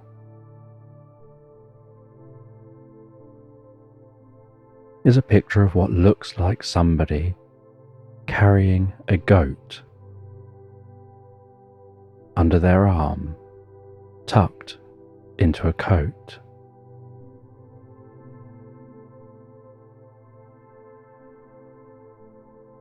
And it's almost like a flash of light goes off in your mind, making a connection with that Morse code. Like an aha moment, exploding itself into your consciousness, not just creeping slowly, but just suddenly being there.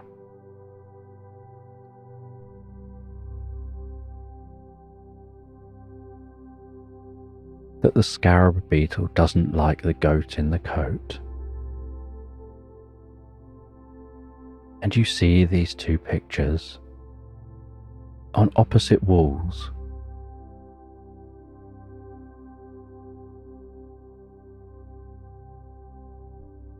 And you don't quite know, there's something just on the edge of consciousness that you're trying to grasp. And you think the best way to grasp an idea on the edge of consciousness is to move on. Continue down the tunnel. And so you continue, walking down the tunnel, walking along this corridor, looking at the different pictures on either side. What looks like an Egyptian priestess holding an offering and wearing unusual earrings.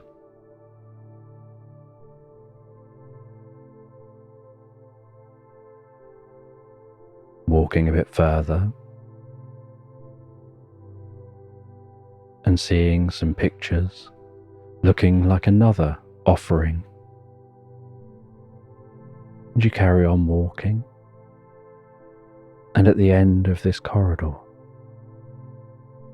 is a mirror resting against a wall.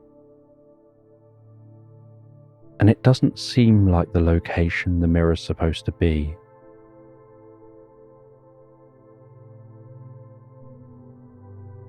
And so you take hold of that tall mirror. You move it around.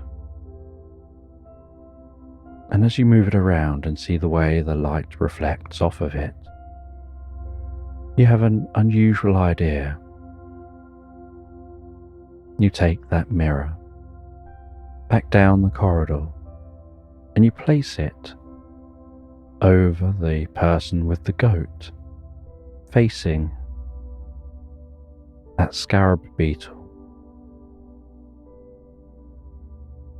And then as you step out of the way, so you notice a beam of light reflecting back and forth between the paint of the scarab beetle and that mirror. And that beam of light starts to hum.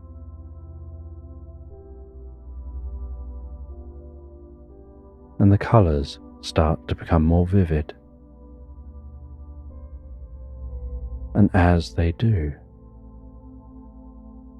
so it's almost like the light becomes a liquid flowing and starting to fill this space. And it fills the space with the most comfortable blueness, like an ethereal blueness that permeates through you. And as it envelops your body, so you feel your chest, your arms, your legs pulse and stretch out of your body, like consciousness leaving that physical self there, and as consciousness floating above your body, you look back and you see your arms spread gently and comfortably out, your legs resting, barely touching the floor, your back very gently arched, your head slightly back, as if you're resting on the surface of a pool of water, just floating there gazing up at the sky, the whole body weightless and relaxed. And you see a golden thread between you and your body, and find with a thought that you can move away from your body. You can explore beyond the corridor. You can rise up and see the land and explore this land.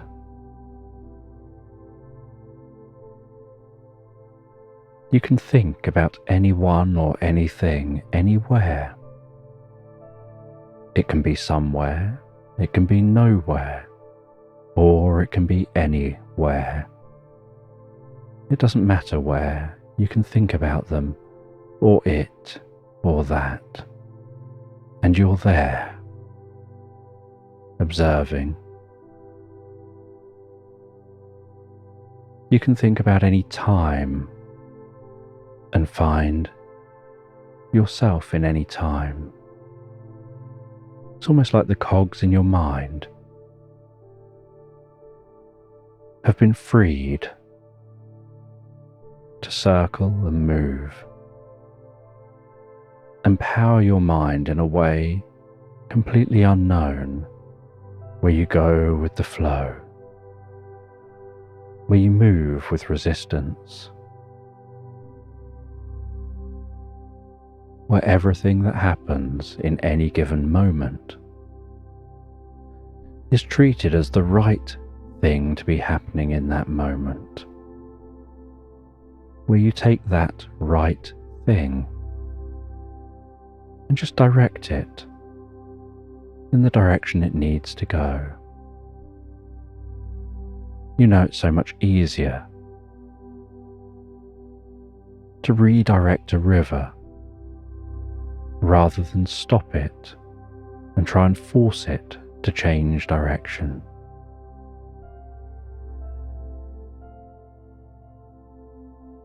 And so you find your mind connected as a spirit with this world around you.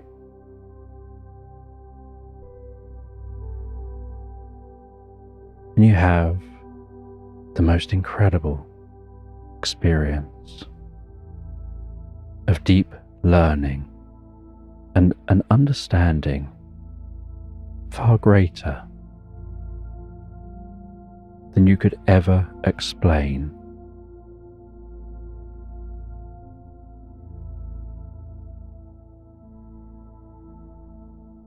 And the experience is timeless. There's no future or past, just a present, this moment. And you enjoy this moment.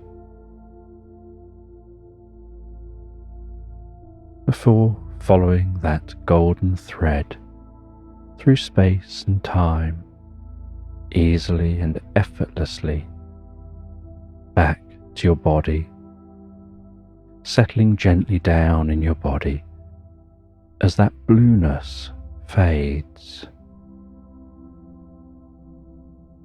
And while the blueness fades,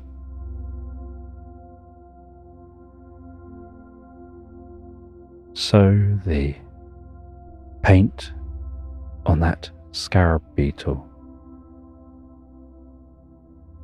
begins to chip off a little bit, and some small scrapings of the paint fall to the floor as delicately as a feather falling to the ground. And as that falls to the floor, so it begins to sparkle and twinkle.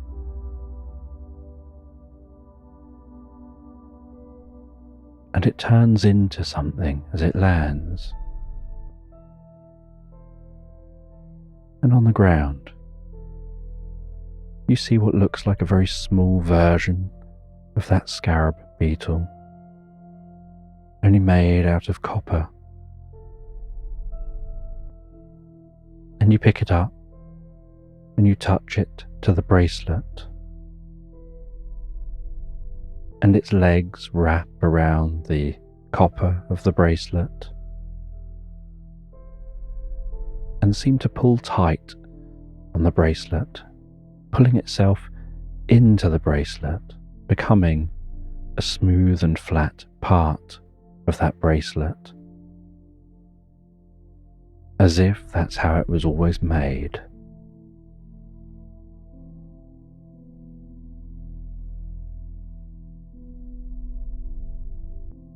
And then you begin to find your way out of this space with this curious experience you've had. You head out into the desert. You sit on the sand near the desert. You think about the experience you've had as you take that flask from your bag.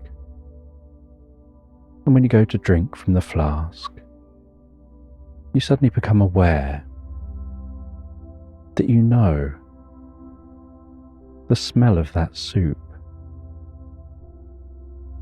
that sweet soup smell suddenly evokes a memory of the smell of hot apple cider,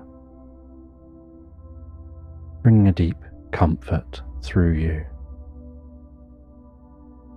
of an idea of a distant time, maybe another life,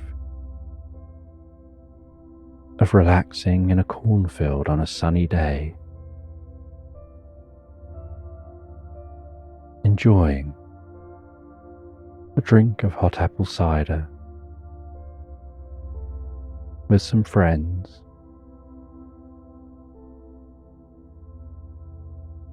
and you drink from that flask, and you find your mind opening deeper.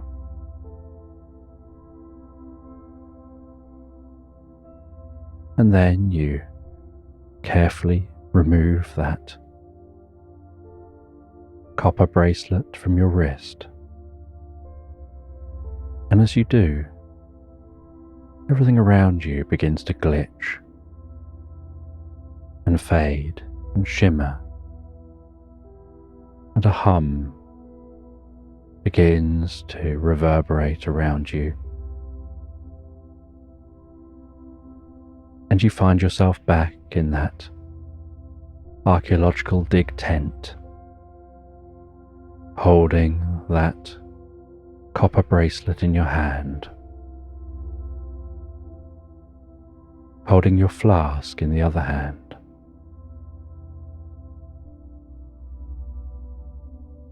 You look around you and everything looks normal, and you look at that copper bracelet and you see that scarab beetle on the copper bracelet, and you know that it wasn't there before.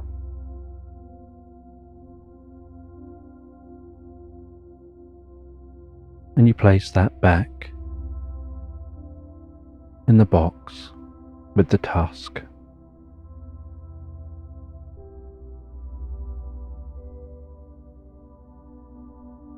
And you talk with others at this archaeological dig and you share your expertise, only you share more than you otherwise should have known because of your experience. You share that there should be some evidence of a settlement just a little way along these undulating hills. You share that it seems like everyone left before the tsunami hit, and that they must have known that that was coming. And you don't explain how you know any of this. You just say these are your hypotheses.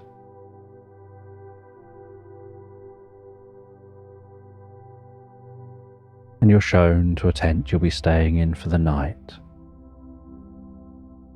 You stay in that tent, thinking about the experience you've had,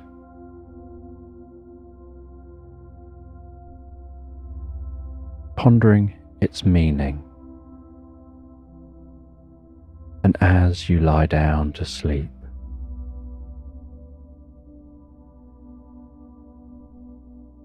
so you start to feel a deep connection with the world around you, as if something about that state between wakefulness and sleep allows you to connect with a deeper reality.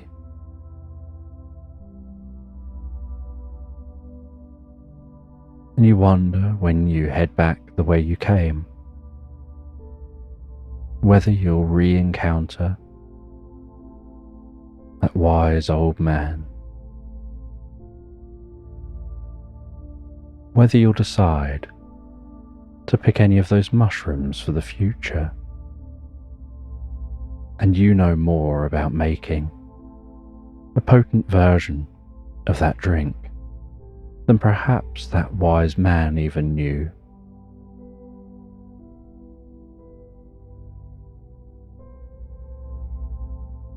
But for now you settle down in the tent and you drift and float so peacefully, so calmly relaxed, asleep into Slumberland. You can imagine yourself walking along the shore of a beautiful beach, and as you walk along this shore of this beach, listening to the way the water rolls in onto the shore, smelling the salty air, being aware of the temperature of the breeze and the air on your cheeks, and the feeling of what each footstep feels like as you walk along that seashore, the way your feet sink slightly with each step, the sound of each step,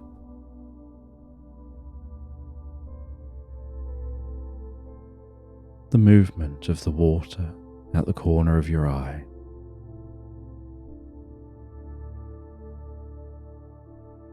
And as you walk, a part of your mind is drifting and dreaming and wandering to different thoughts. And while thinking about different thoughts, in your own world, in your mind,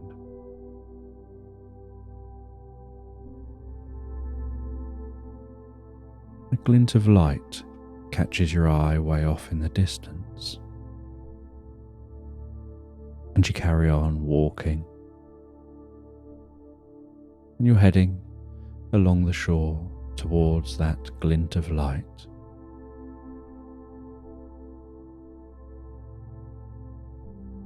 And you're not really paying attention to the glint of light, more that it just happens to be on the path you're taking.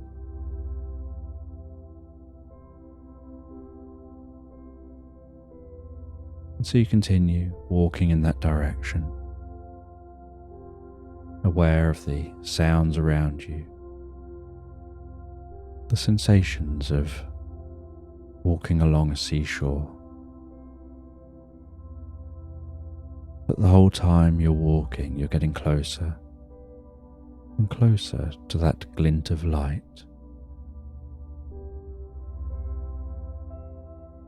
And the closer you get, the more you notice it's just on the cusp, just on that point where the water flows over that glinting object. And it's the object getting wet and then that water pulling back that makes the surface of it glint in your direction.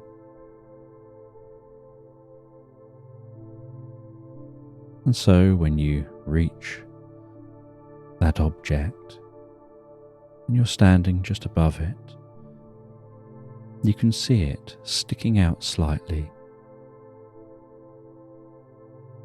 And you reach down and the water is rolling in underfoot and then pulling back out. Rolling in underfoot and then pulling back out.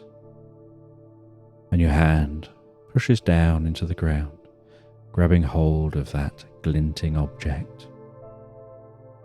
And as you lift that up, you find that it's a candlestick made of gold. And you walk a little bit further into the water, just up to your ankles. And you hold the candlestick into the water flowing over your hand, flowing over the candlestick, washing that candlestick as it gets brighter and glows more. Then you back up out of the water and you hold the candlestick up in front of you, taking a look at that candlestick as it seems to almost shine under the light. And you admire this candlestick, the craftsmanship of the stick. And you look at it from all different angles. And then from one angle, you notice a slight seam around the candlestick.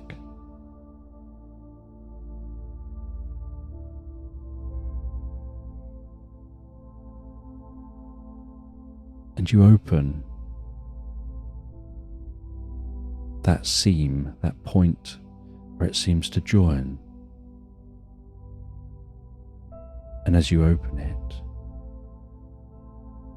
you find a candle dry inside, protected from the elements.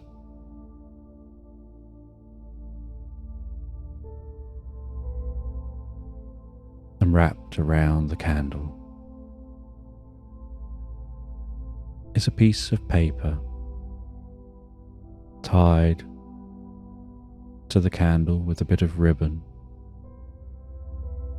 and the most delicate bow, and with a single pull of a thread of the bow, the whole bow unravels. You place that thread into your pocket. You roll the candle into the hand, taking the paper in the other hand. You walk up onto the shore a little bit further. You place it down on the shore as you sit down, hearing the water now lapping on the shore further down the beach. And you begin to read.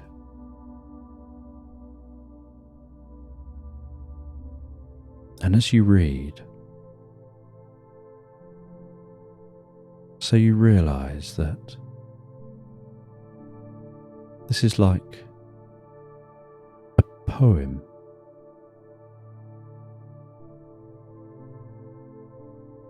And it's a poem about a seashore.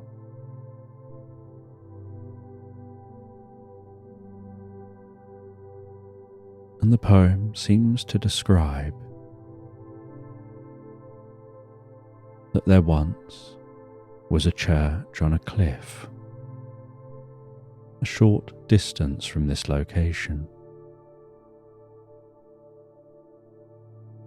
And at the time, the water was much lower.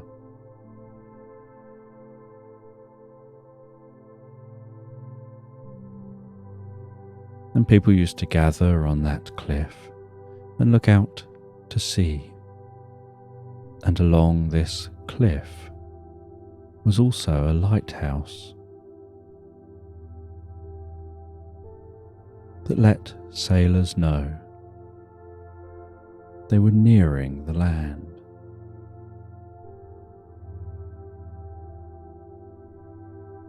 But many years ago, something happened, and the cliff ended up under the sea. It didn't collapse.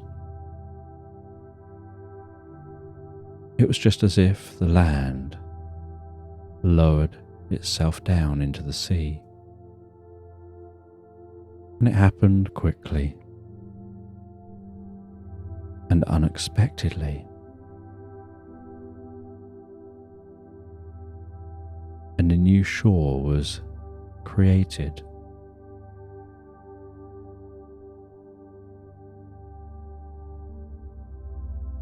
And it talks about how it happened so fast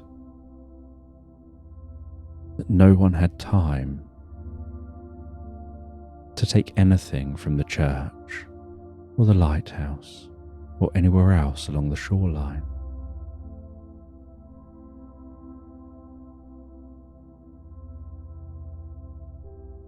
And this story was told through a poem on that paper.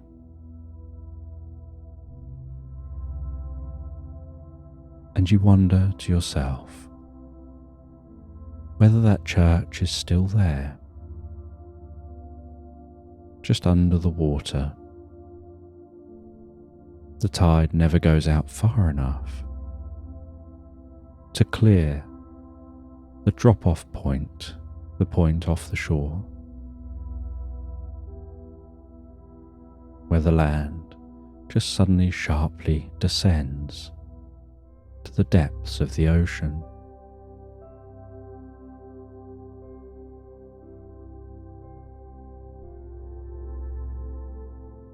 And it gets your mind whirring. You begin to think about the possibilities of what could be there and what might have been lost when the water encroached.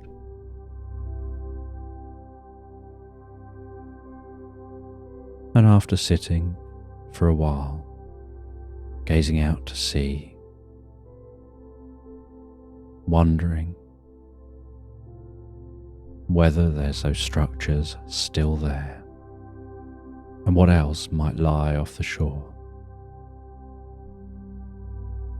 You head away from the shore. You journey up the beach. You walk through some woodland.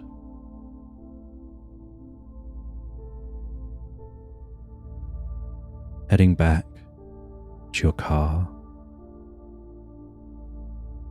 And as you do, you pass a child outside a cabin, along a dirt road through the woodland. And they have a small table selling lemonade. And they smile at you with a toothy grin and try and encourage you to buy some of that lemonade and tell you it's homemade and that they've added some grapes which they've turned into ice cubes that will float on the top of the lemonade.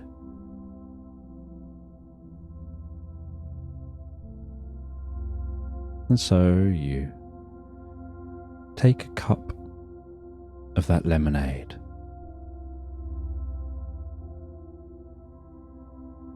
and continue your journey back to your car. And as you drink that lemonade, so you notice the bubbles feel strange. Instead of fizzing up, with each mouthful you drink, they fizz down. And not only do they fizz down, but they lift your consciousness up. And with each mouthful of the drink, you have this sense that the bubbles are pulling down and your mind is clearing like a fog lifting from your mind, making the world seem extra crisp and clear, seeming to connect you on some altered level with this world around you, where you become hyper-aware of the subtleties of the sound of each footstep, the way leaves gently crunch in stages beneath your feet with each step, and twigs crack and birds sing,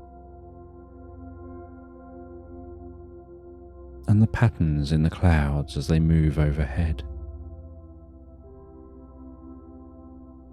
like your awareness of the world around you, of space and time. It's becoming hyper-aware, like a deep connection to reality.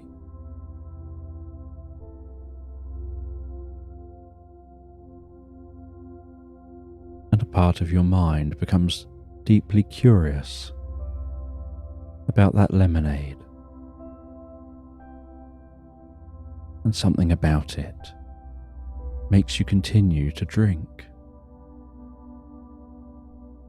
As you continue to walk and you pass the edge of the woodland, now walking past the fields, and as you walk past those fields,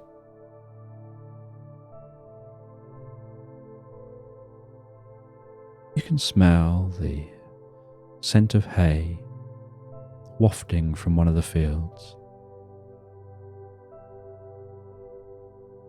and see a couple of horses eating the hay in that field. and water vapour evaporating off the backs of the horses.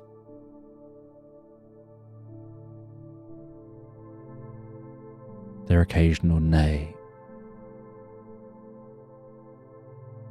as you continue walking, deeply curious about this experience you're having.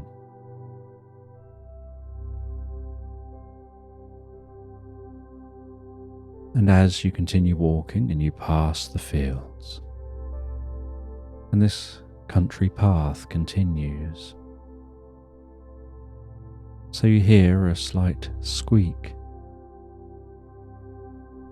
and then you see that somebody is swinging on a swing hanging from a tree opposite the fields in a slight clearing.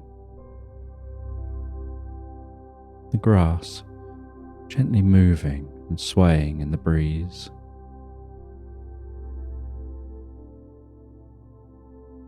But as you watch and get closer, you notice that it's not a child as you first thought. It seems to be a platypus dressed as a court jester. With each swing, their head goes back slightly, and the bells on their hat jingle as their feet rise up as they swing back forward.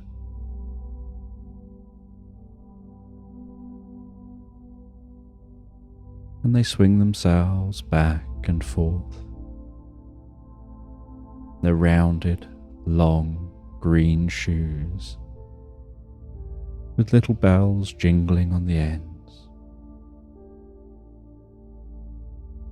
The bells on the hat jingling with the movement.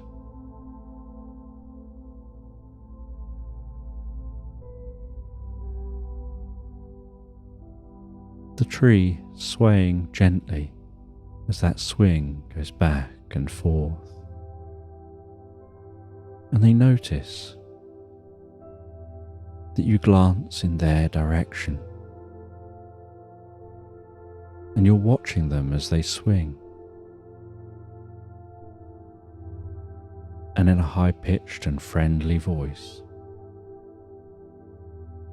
they greet you and ask you if you want to come over. They ask if you'd like to go on the swing, and you refuse a number of times before they encourage you and tell you it'll be fun. Sometimes it's good to recapture elements of youth and do things you've long forgotten. And so you begin to swing on that swing.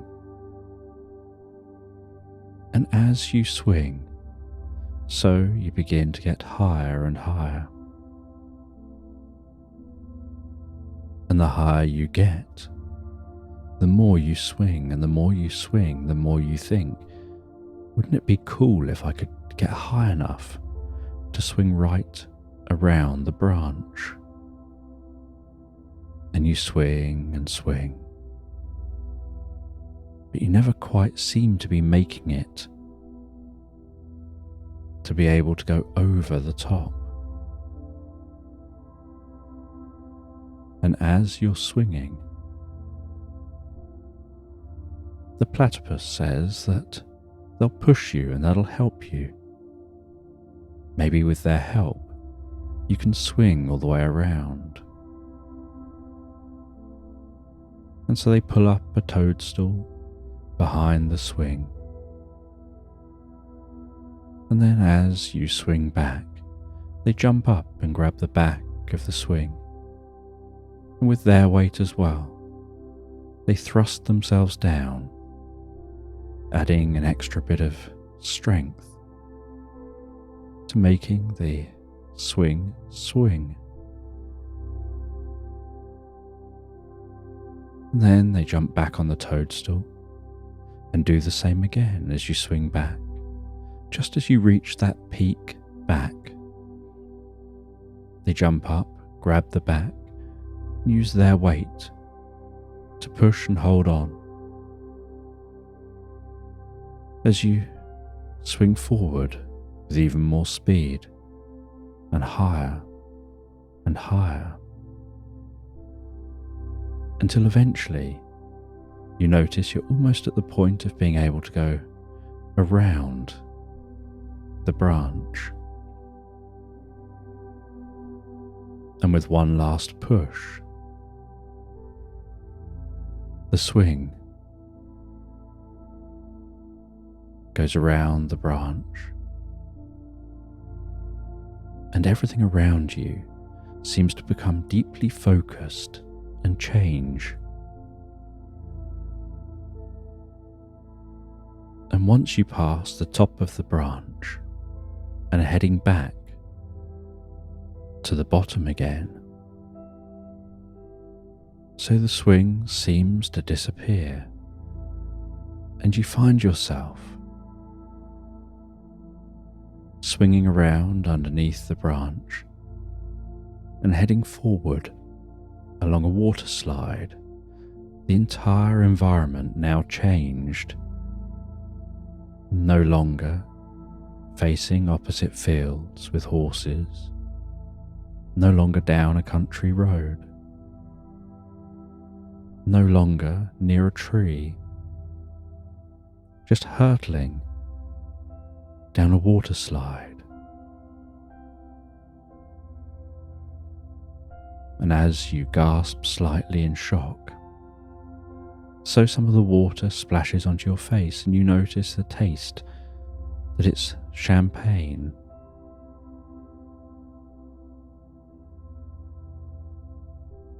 As you travel down this water slide, weaving, dropping down, spinning around, and eventually splashing down into what seems like a swimming pool, except it's more like a dug-out burrow in the ground.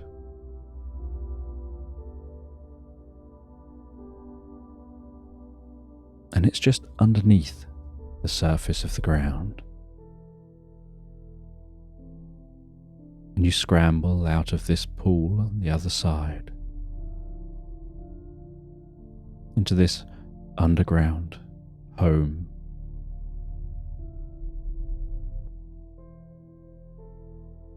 And are greeted by a llama. And this llama has the craziest pink hair and dark glasses, and seems to have the curliest, longest ginger nose hair. And you try and keep your eyes off of its curly ginger nose hair, but then just find your eyes drawn to the curly ginger hair coming out of its ears.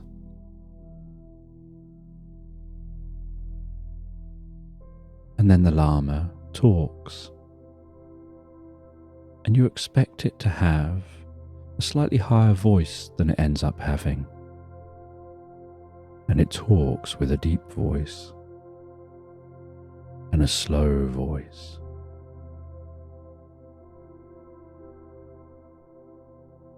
And it talks about how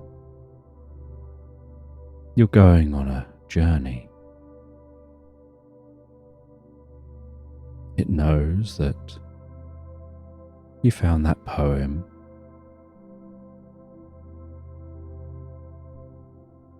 that you opened a candlestick, and it started you on an adventure as the one who found that. And nothing that you've seen is as it seems. The child isn't really a child. The lemonade isn't really lemonade. The platypus really was a platypus, but they're not really a court jester. And they walk you through from the pool, deep into what's like a rabbit warren, but a warren high enough for a llama to walk through it.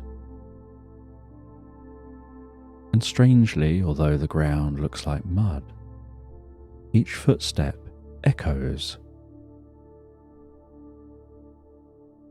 almost as if it's solid stone.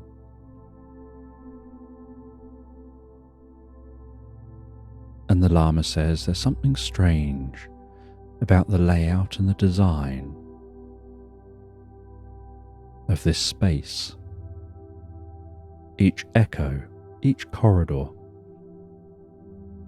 makes sound reverberate in a pattern.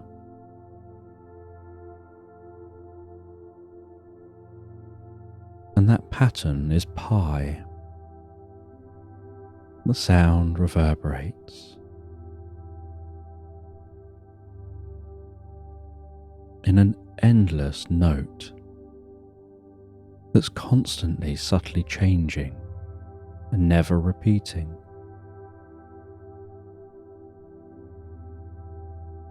And as the llama walks, they say they've got something to show you,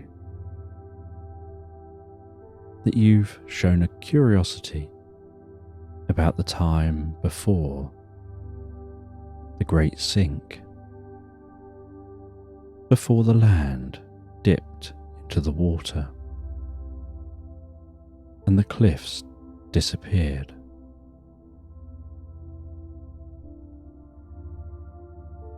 And at one point during the walking, they descend steps, going deeper and deeper into this burrow, further underground. It opens out into a room where you see other animals, and all these animals are dressed in curious fashion. And you see that platypus in here. And you see a giraffe which talks with the same voice that the lemonade selling girl had.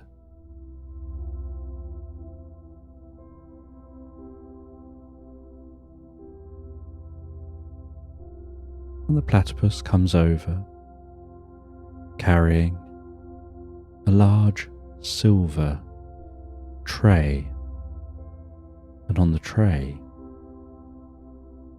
is a moose.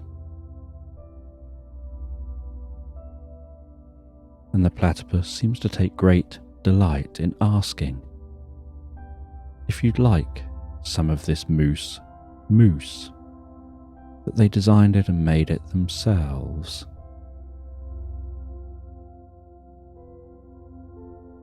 And they serve up a serving of that mousse.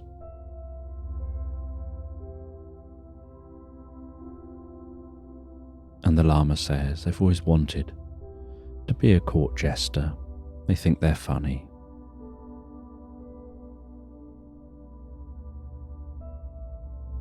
And you carry on walking while eating that mousse. And as you eat the mousse, so you notice that your arms begin to feel heavy and relaxed, and your body feels heavier and more relaxed. And the llama says the mousse isn't really just mousse, like the lemonade isn't really just lemonade.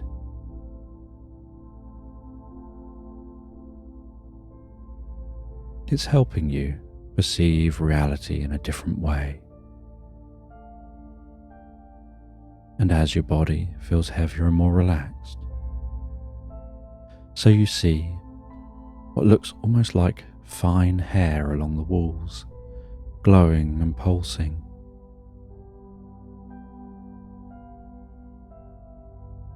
And the llama says that's just the mycelial network charging up,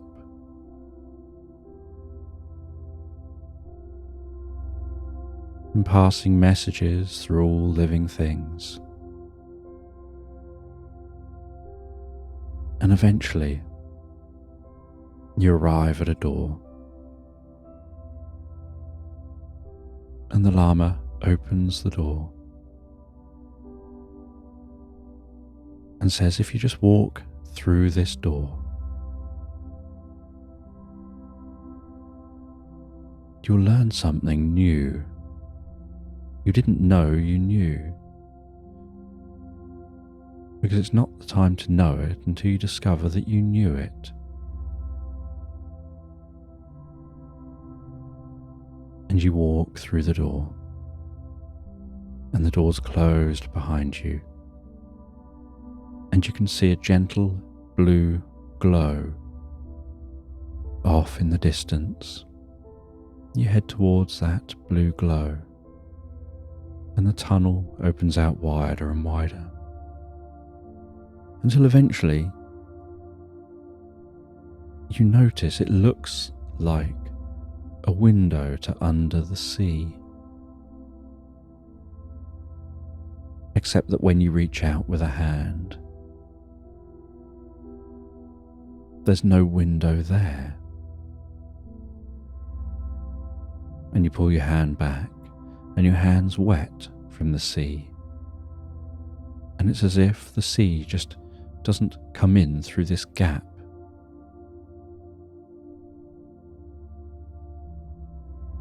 And you guess from the journey you've been on that perhaps this is under the sea partway down that cliff.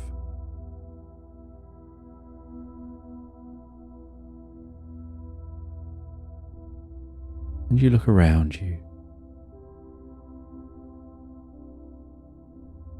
and you can see beside you a small rubber duck.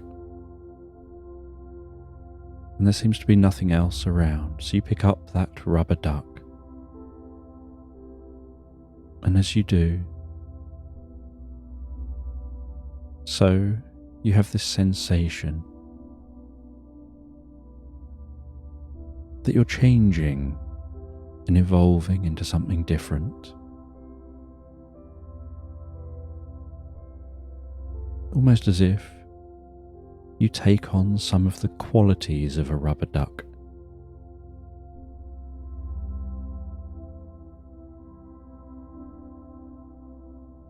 And as you do that, so you walk towards that gap in the wall and find yourself swimming out through that gap. And as you swim out through the gap,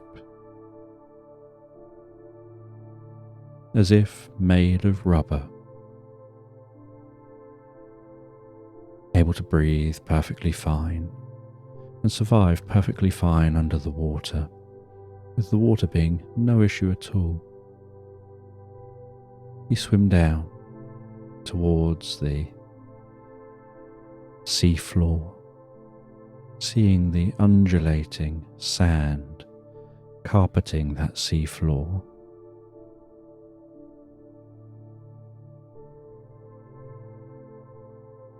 And you swim all the way down to that sand.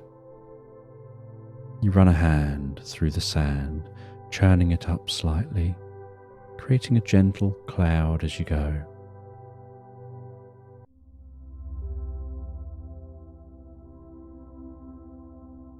And then you see some sand churning up in front of you. And it churns and becomes something of a sandstorm underwater, filling the space around you with that dense sand, so you can't see forward or backward or left or right or up or down. Just a murky, sandy colour, whatever direction you look. And then you hear some bubbling in that water.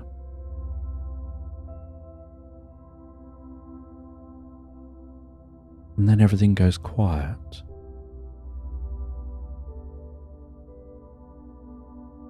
And as the sand begins to settle, and you remain very, very still to allow the sand to settle,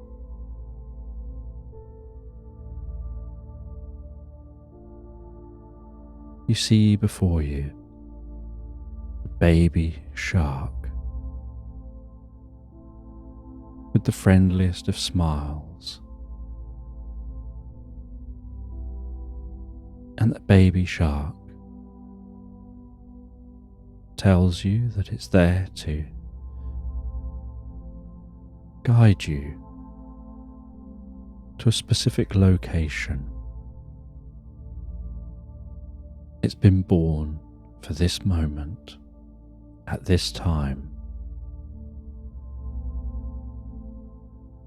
And you follow that baby shark as it swims deeper into the ocean, swimming away from the cliff.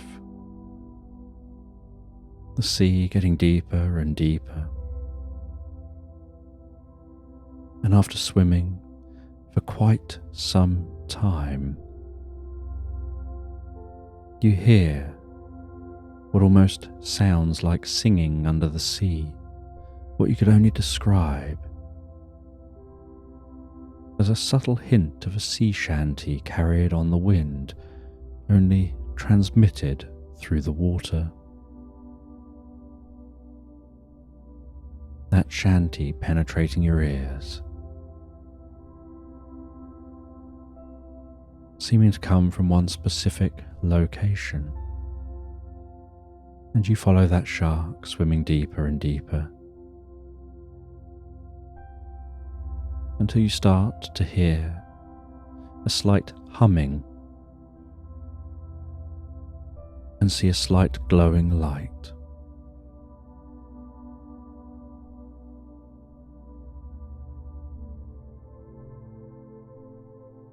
And you swim towards that light and discover that it's a globe.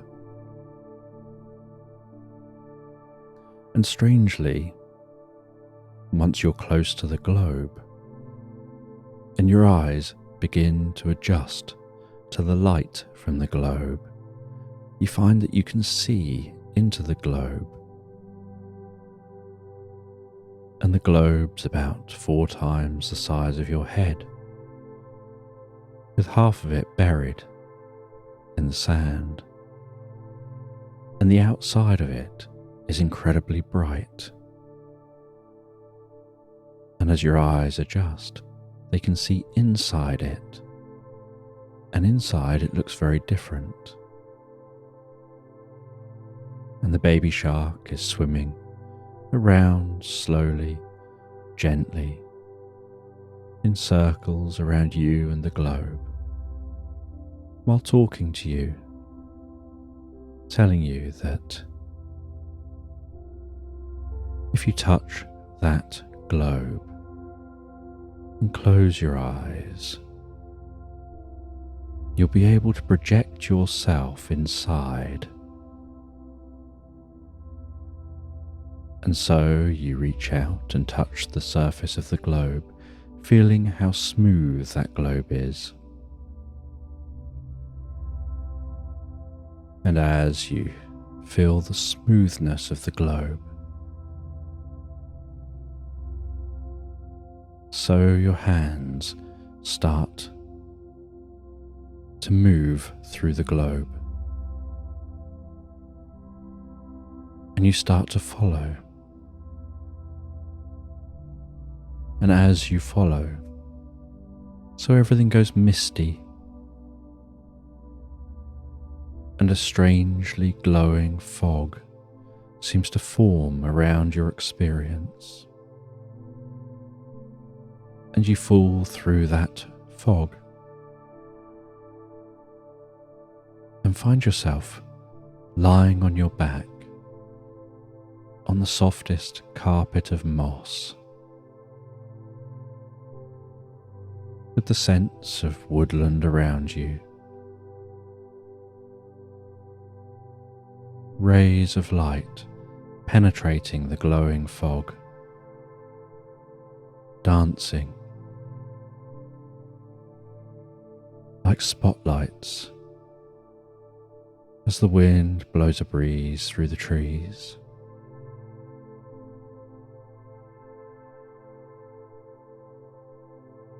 And it's almost as if those rays of light are vacuuming up the fog, seeming to wipe it away with each pass.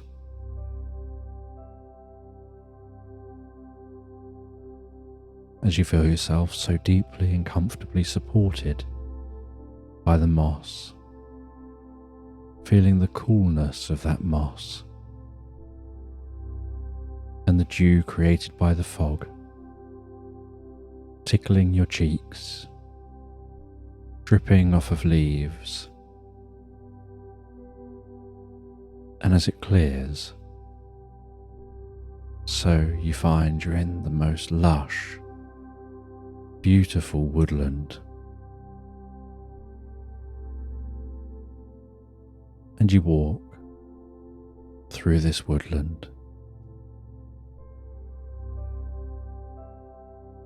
You run your hands over the damp bark of some of the nearby trees, enjoying the different scents of this woodland, the sounds of birds singing. Exiting that woodland and finding yourself walking through some undulating hills towards a cliff edge, seeing in the distance, beyond a farm, a church standing tall and proud, and recognizing that this must be that cliff because further along is a lighthouse.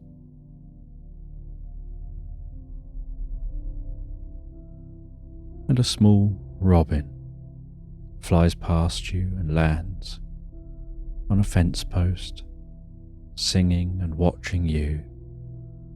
You watch it, and you walk gently and carefully past the robin so as not to disturb it. You pass through a gate into an orchard.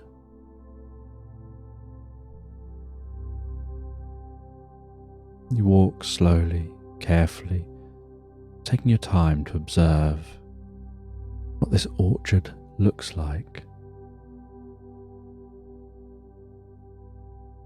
what this place looks like. Walking through the orchard towards the farm, towards the farmhouse, and around the edge of the orchard there's wildflowers, with butterfly landing on different flowers, puttering around for a while before flying to another flower, and bumblebees flying from one plant to another, life having a graceful rhythm.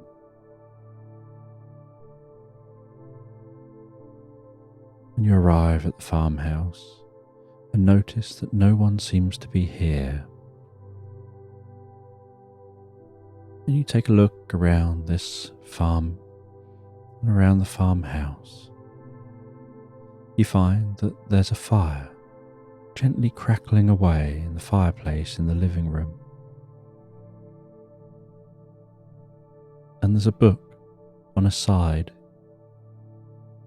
as if someone was sat here not that long ago, perhaps reading by this fire. And open, resting on the book,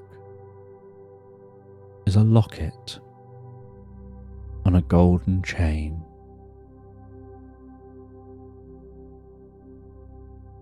And inside that locket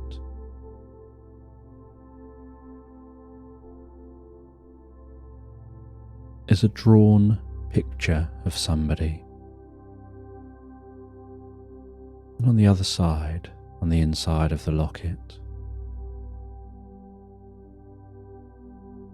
is a quote expressing love from the person who the picture's of in the locket.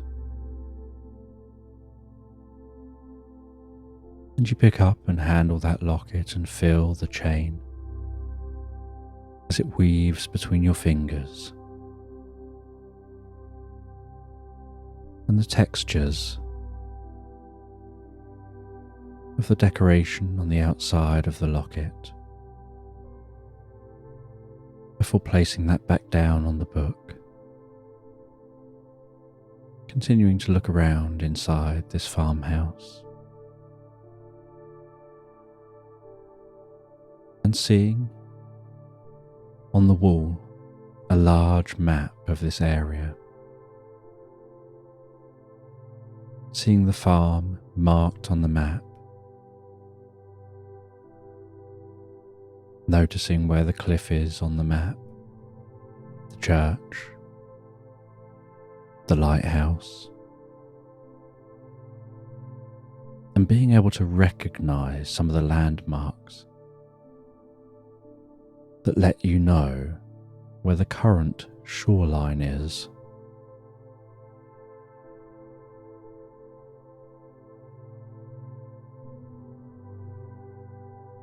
And then heading out of this farmhouse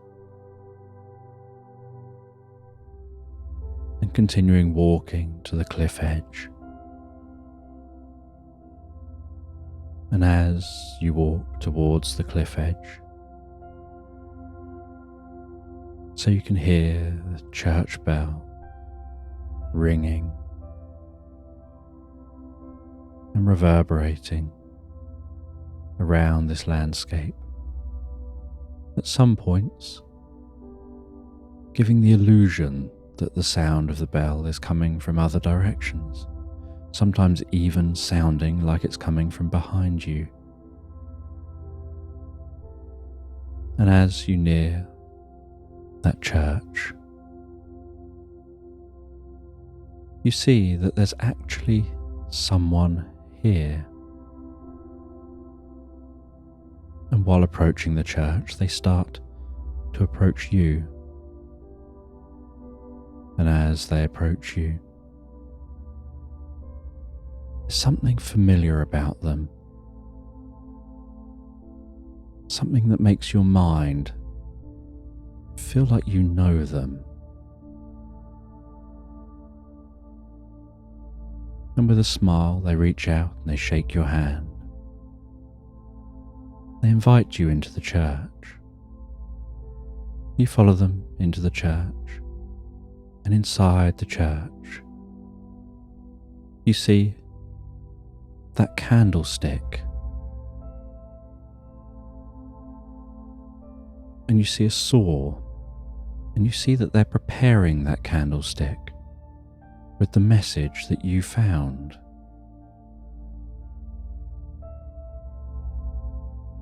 And they tell you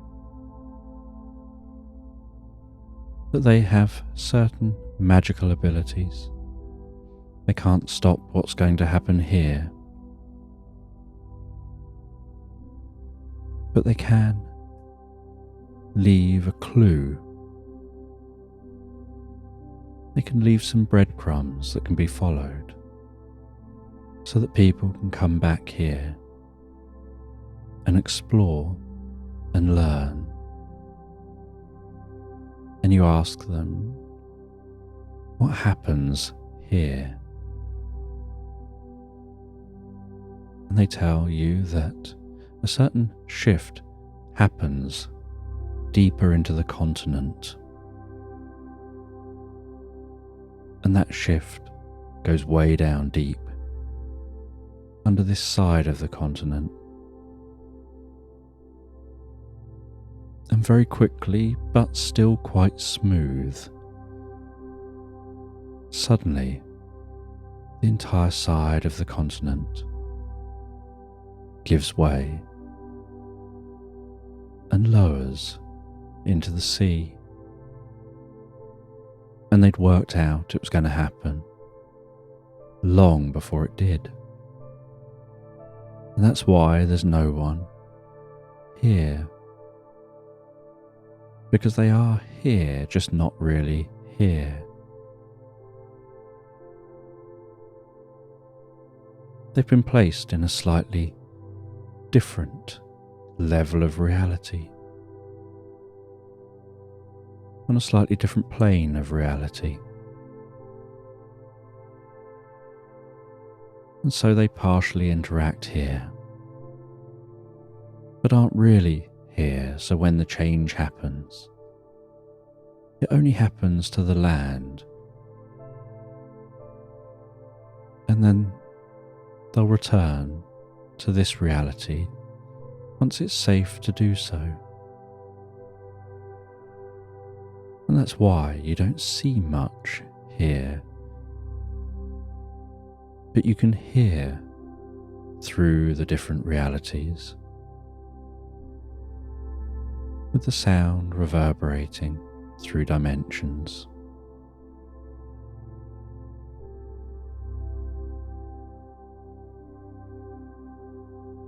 And all it takes is a little bit of magic.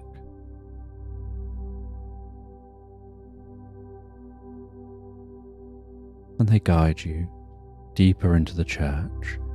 You see that nobody's ringing the bell, and yet the bell is ringing.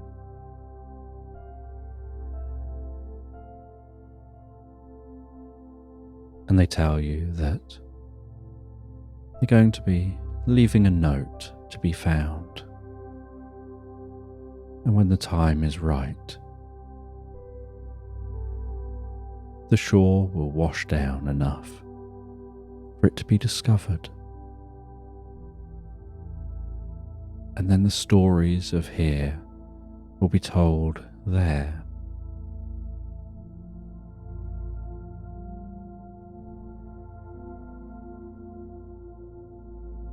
And you look around this church and find that it's actually already pretty empty.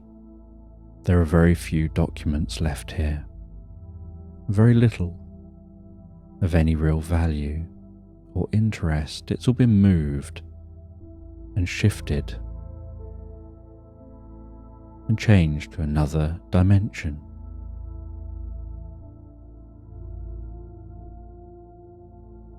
And in the heart of the church, they lean on a pew. And as they lean on that pew, so a click can be heard. And with that click, the pew spins around, the ground opens up,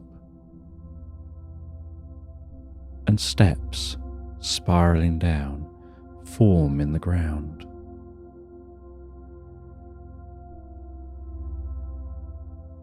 And together you descend into this secret tunnel, and you follow this secret tunnel, which eventually starts to rise up again. And as it rises up, so you find yourself rising up into the lighthouse. And you ascend to the top of the lighthouse, looking out over the sea.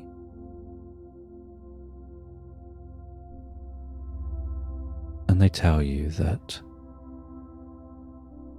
you can see the sea, and you can see the way the sea is beginning to come this way,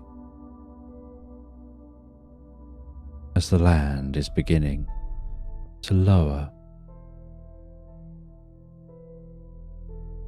And together you watch and wait as this land lowers beneath the ocean. And it looks, from your perspective, like the ocean is just suddenly getting deeper and deeper, like a tide that just seems to endlessly be coming in. And it does so gently, so calm and relaxed. Just a small amount at a time, until it's up above the height of the lighthouse. And the magic protects you and makes it so that it's almost like you're in an air bubble watching this happen.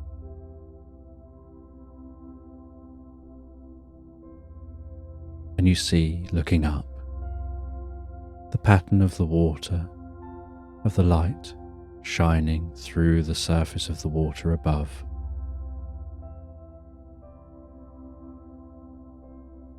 As that light shimmers overhead,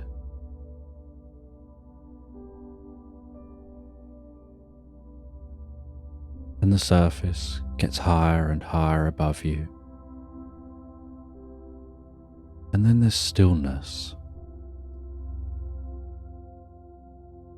And you now know how deep and how far out these structures are. And you're told that you can head down the lighthouse to the exit, and you can swim out. And you'll find that as you swim out of this lighthouse, you're back where that baby shark was. And so you head down the lighthouse. You open the door. You see that the water doesn't come in the door, it just sits there the other side of the door. You swim out of the lighthouse, and you find yourself almost as if you've just swum out of that globe. And the baby shark is just circling around you. And to them, just a moment has passed, like a flash of you touching the globe, and next minute you're swimming from the other side of the globe.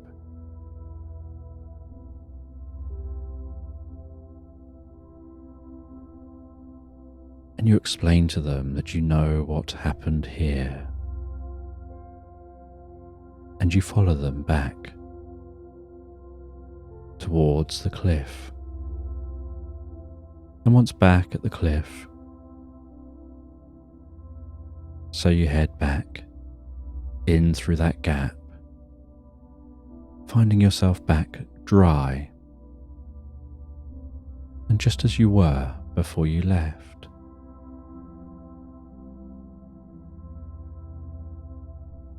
And you head back to that door, pass through the door and see that llama, recognizing that the llama is the same as the person you've just met.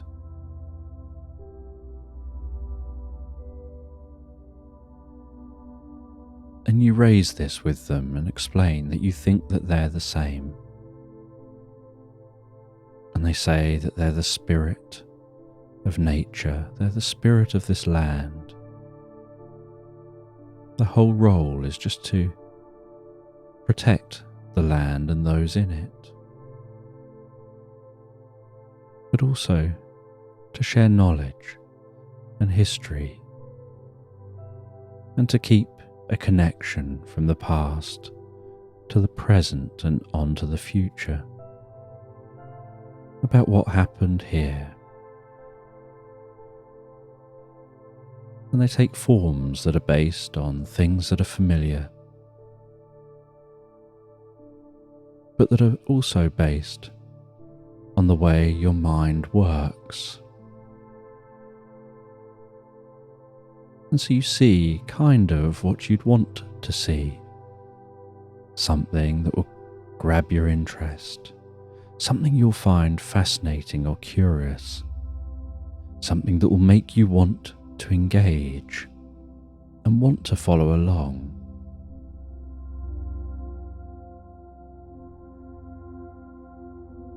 And that what you've been consuming this whole time is a magical mushroom. And it's that magical mushroom whose properties were mixed in with the lemonade, mixed in with the mousse, even mixed in with the champagne water slide.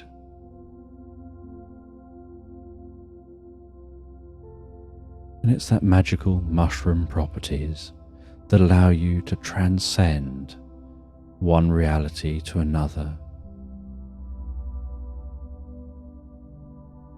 to shift as a consciousness. And as that fades within you, so you'll find yourself just back on that swing, on your own, just swinging back and forth, back and forth. And as they say this, back and forth, back and forth, so you start to get this feeling of swinging gently on a swing. And a haze seems to form around you, almost like the sleep in your eyes in the morning, where you feel that urge to rub your eyes a little bit just to see clearly,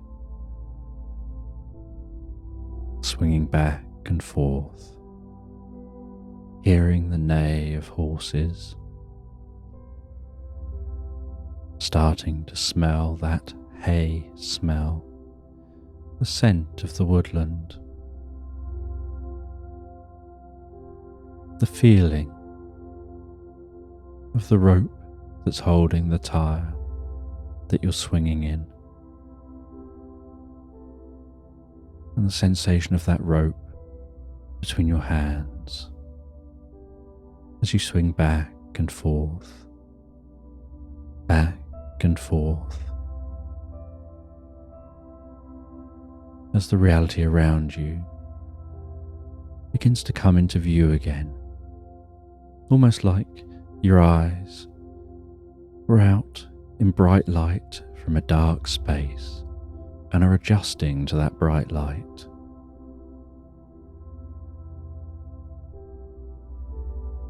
And as they do, so you find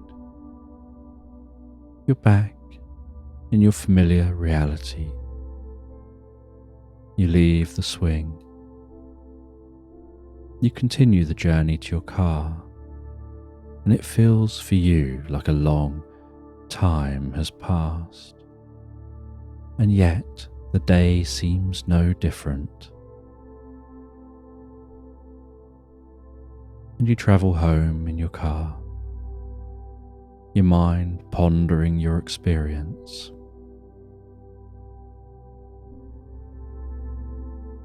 You arrive home. You have nothing to evidence whether that experience was real or imagined.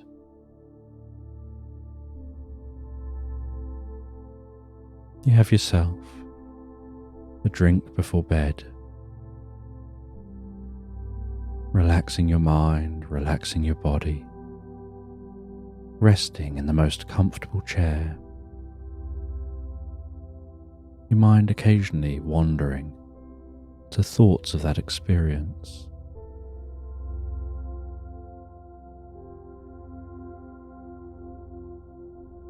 Feeling your mind clearing before you then head to bed. And on the bedside table, you see a book, and on the book is a locket and you realise it's the same book.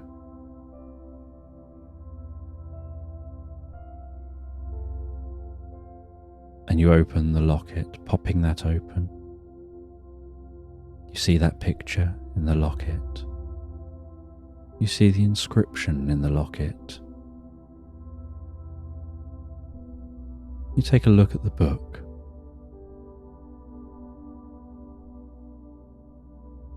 And it's an old book. And on the first page is an inscription. And the inscription says, "Never go looking for sandy golden donkey bells, because all you'll ever find is a llama."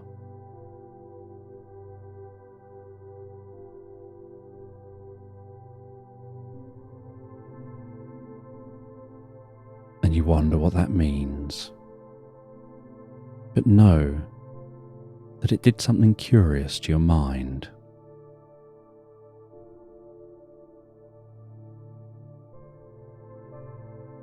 And you can smell the scent of that old book and feel the roughness of those pages.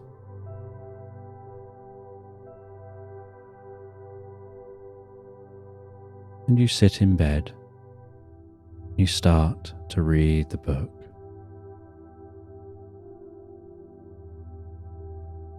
And you find that it's a book about a circus coming to town. And the book was written a couple of 100 years ago, claiming to be a true story about an event which happened hundreds of years prior to that.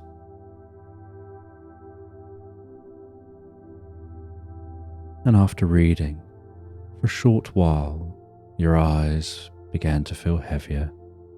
And as your eyes feel heavier and more relaxed, so you place a bookmark in the book. Put the book beside you.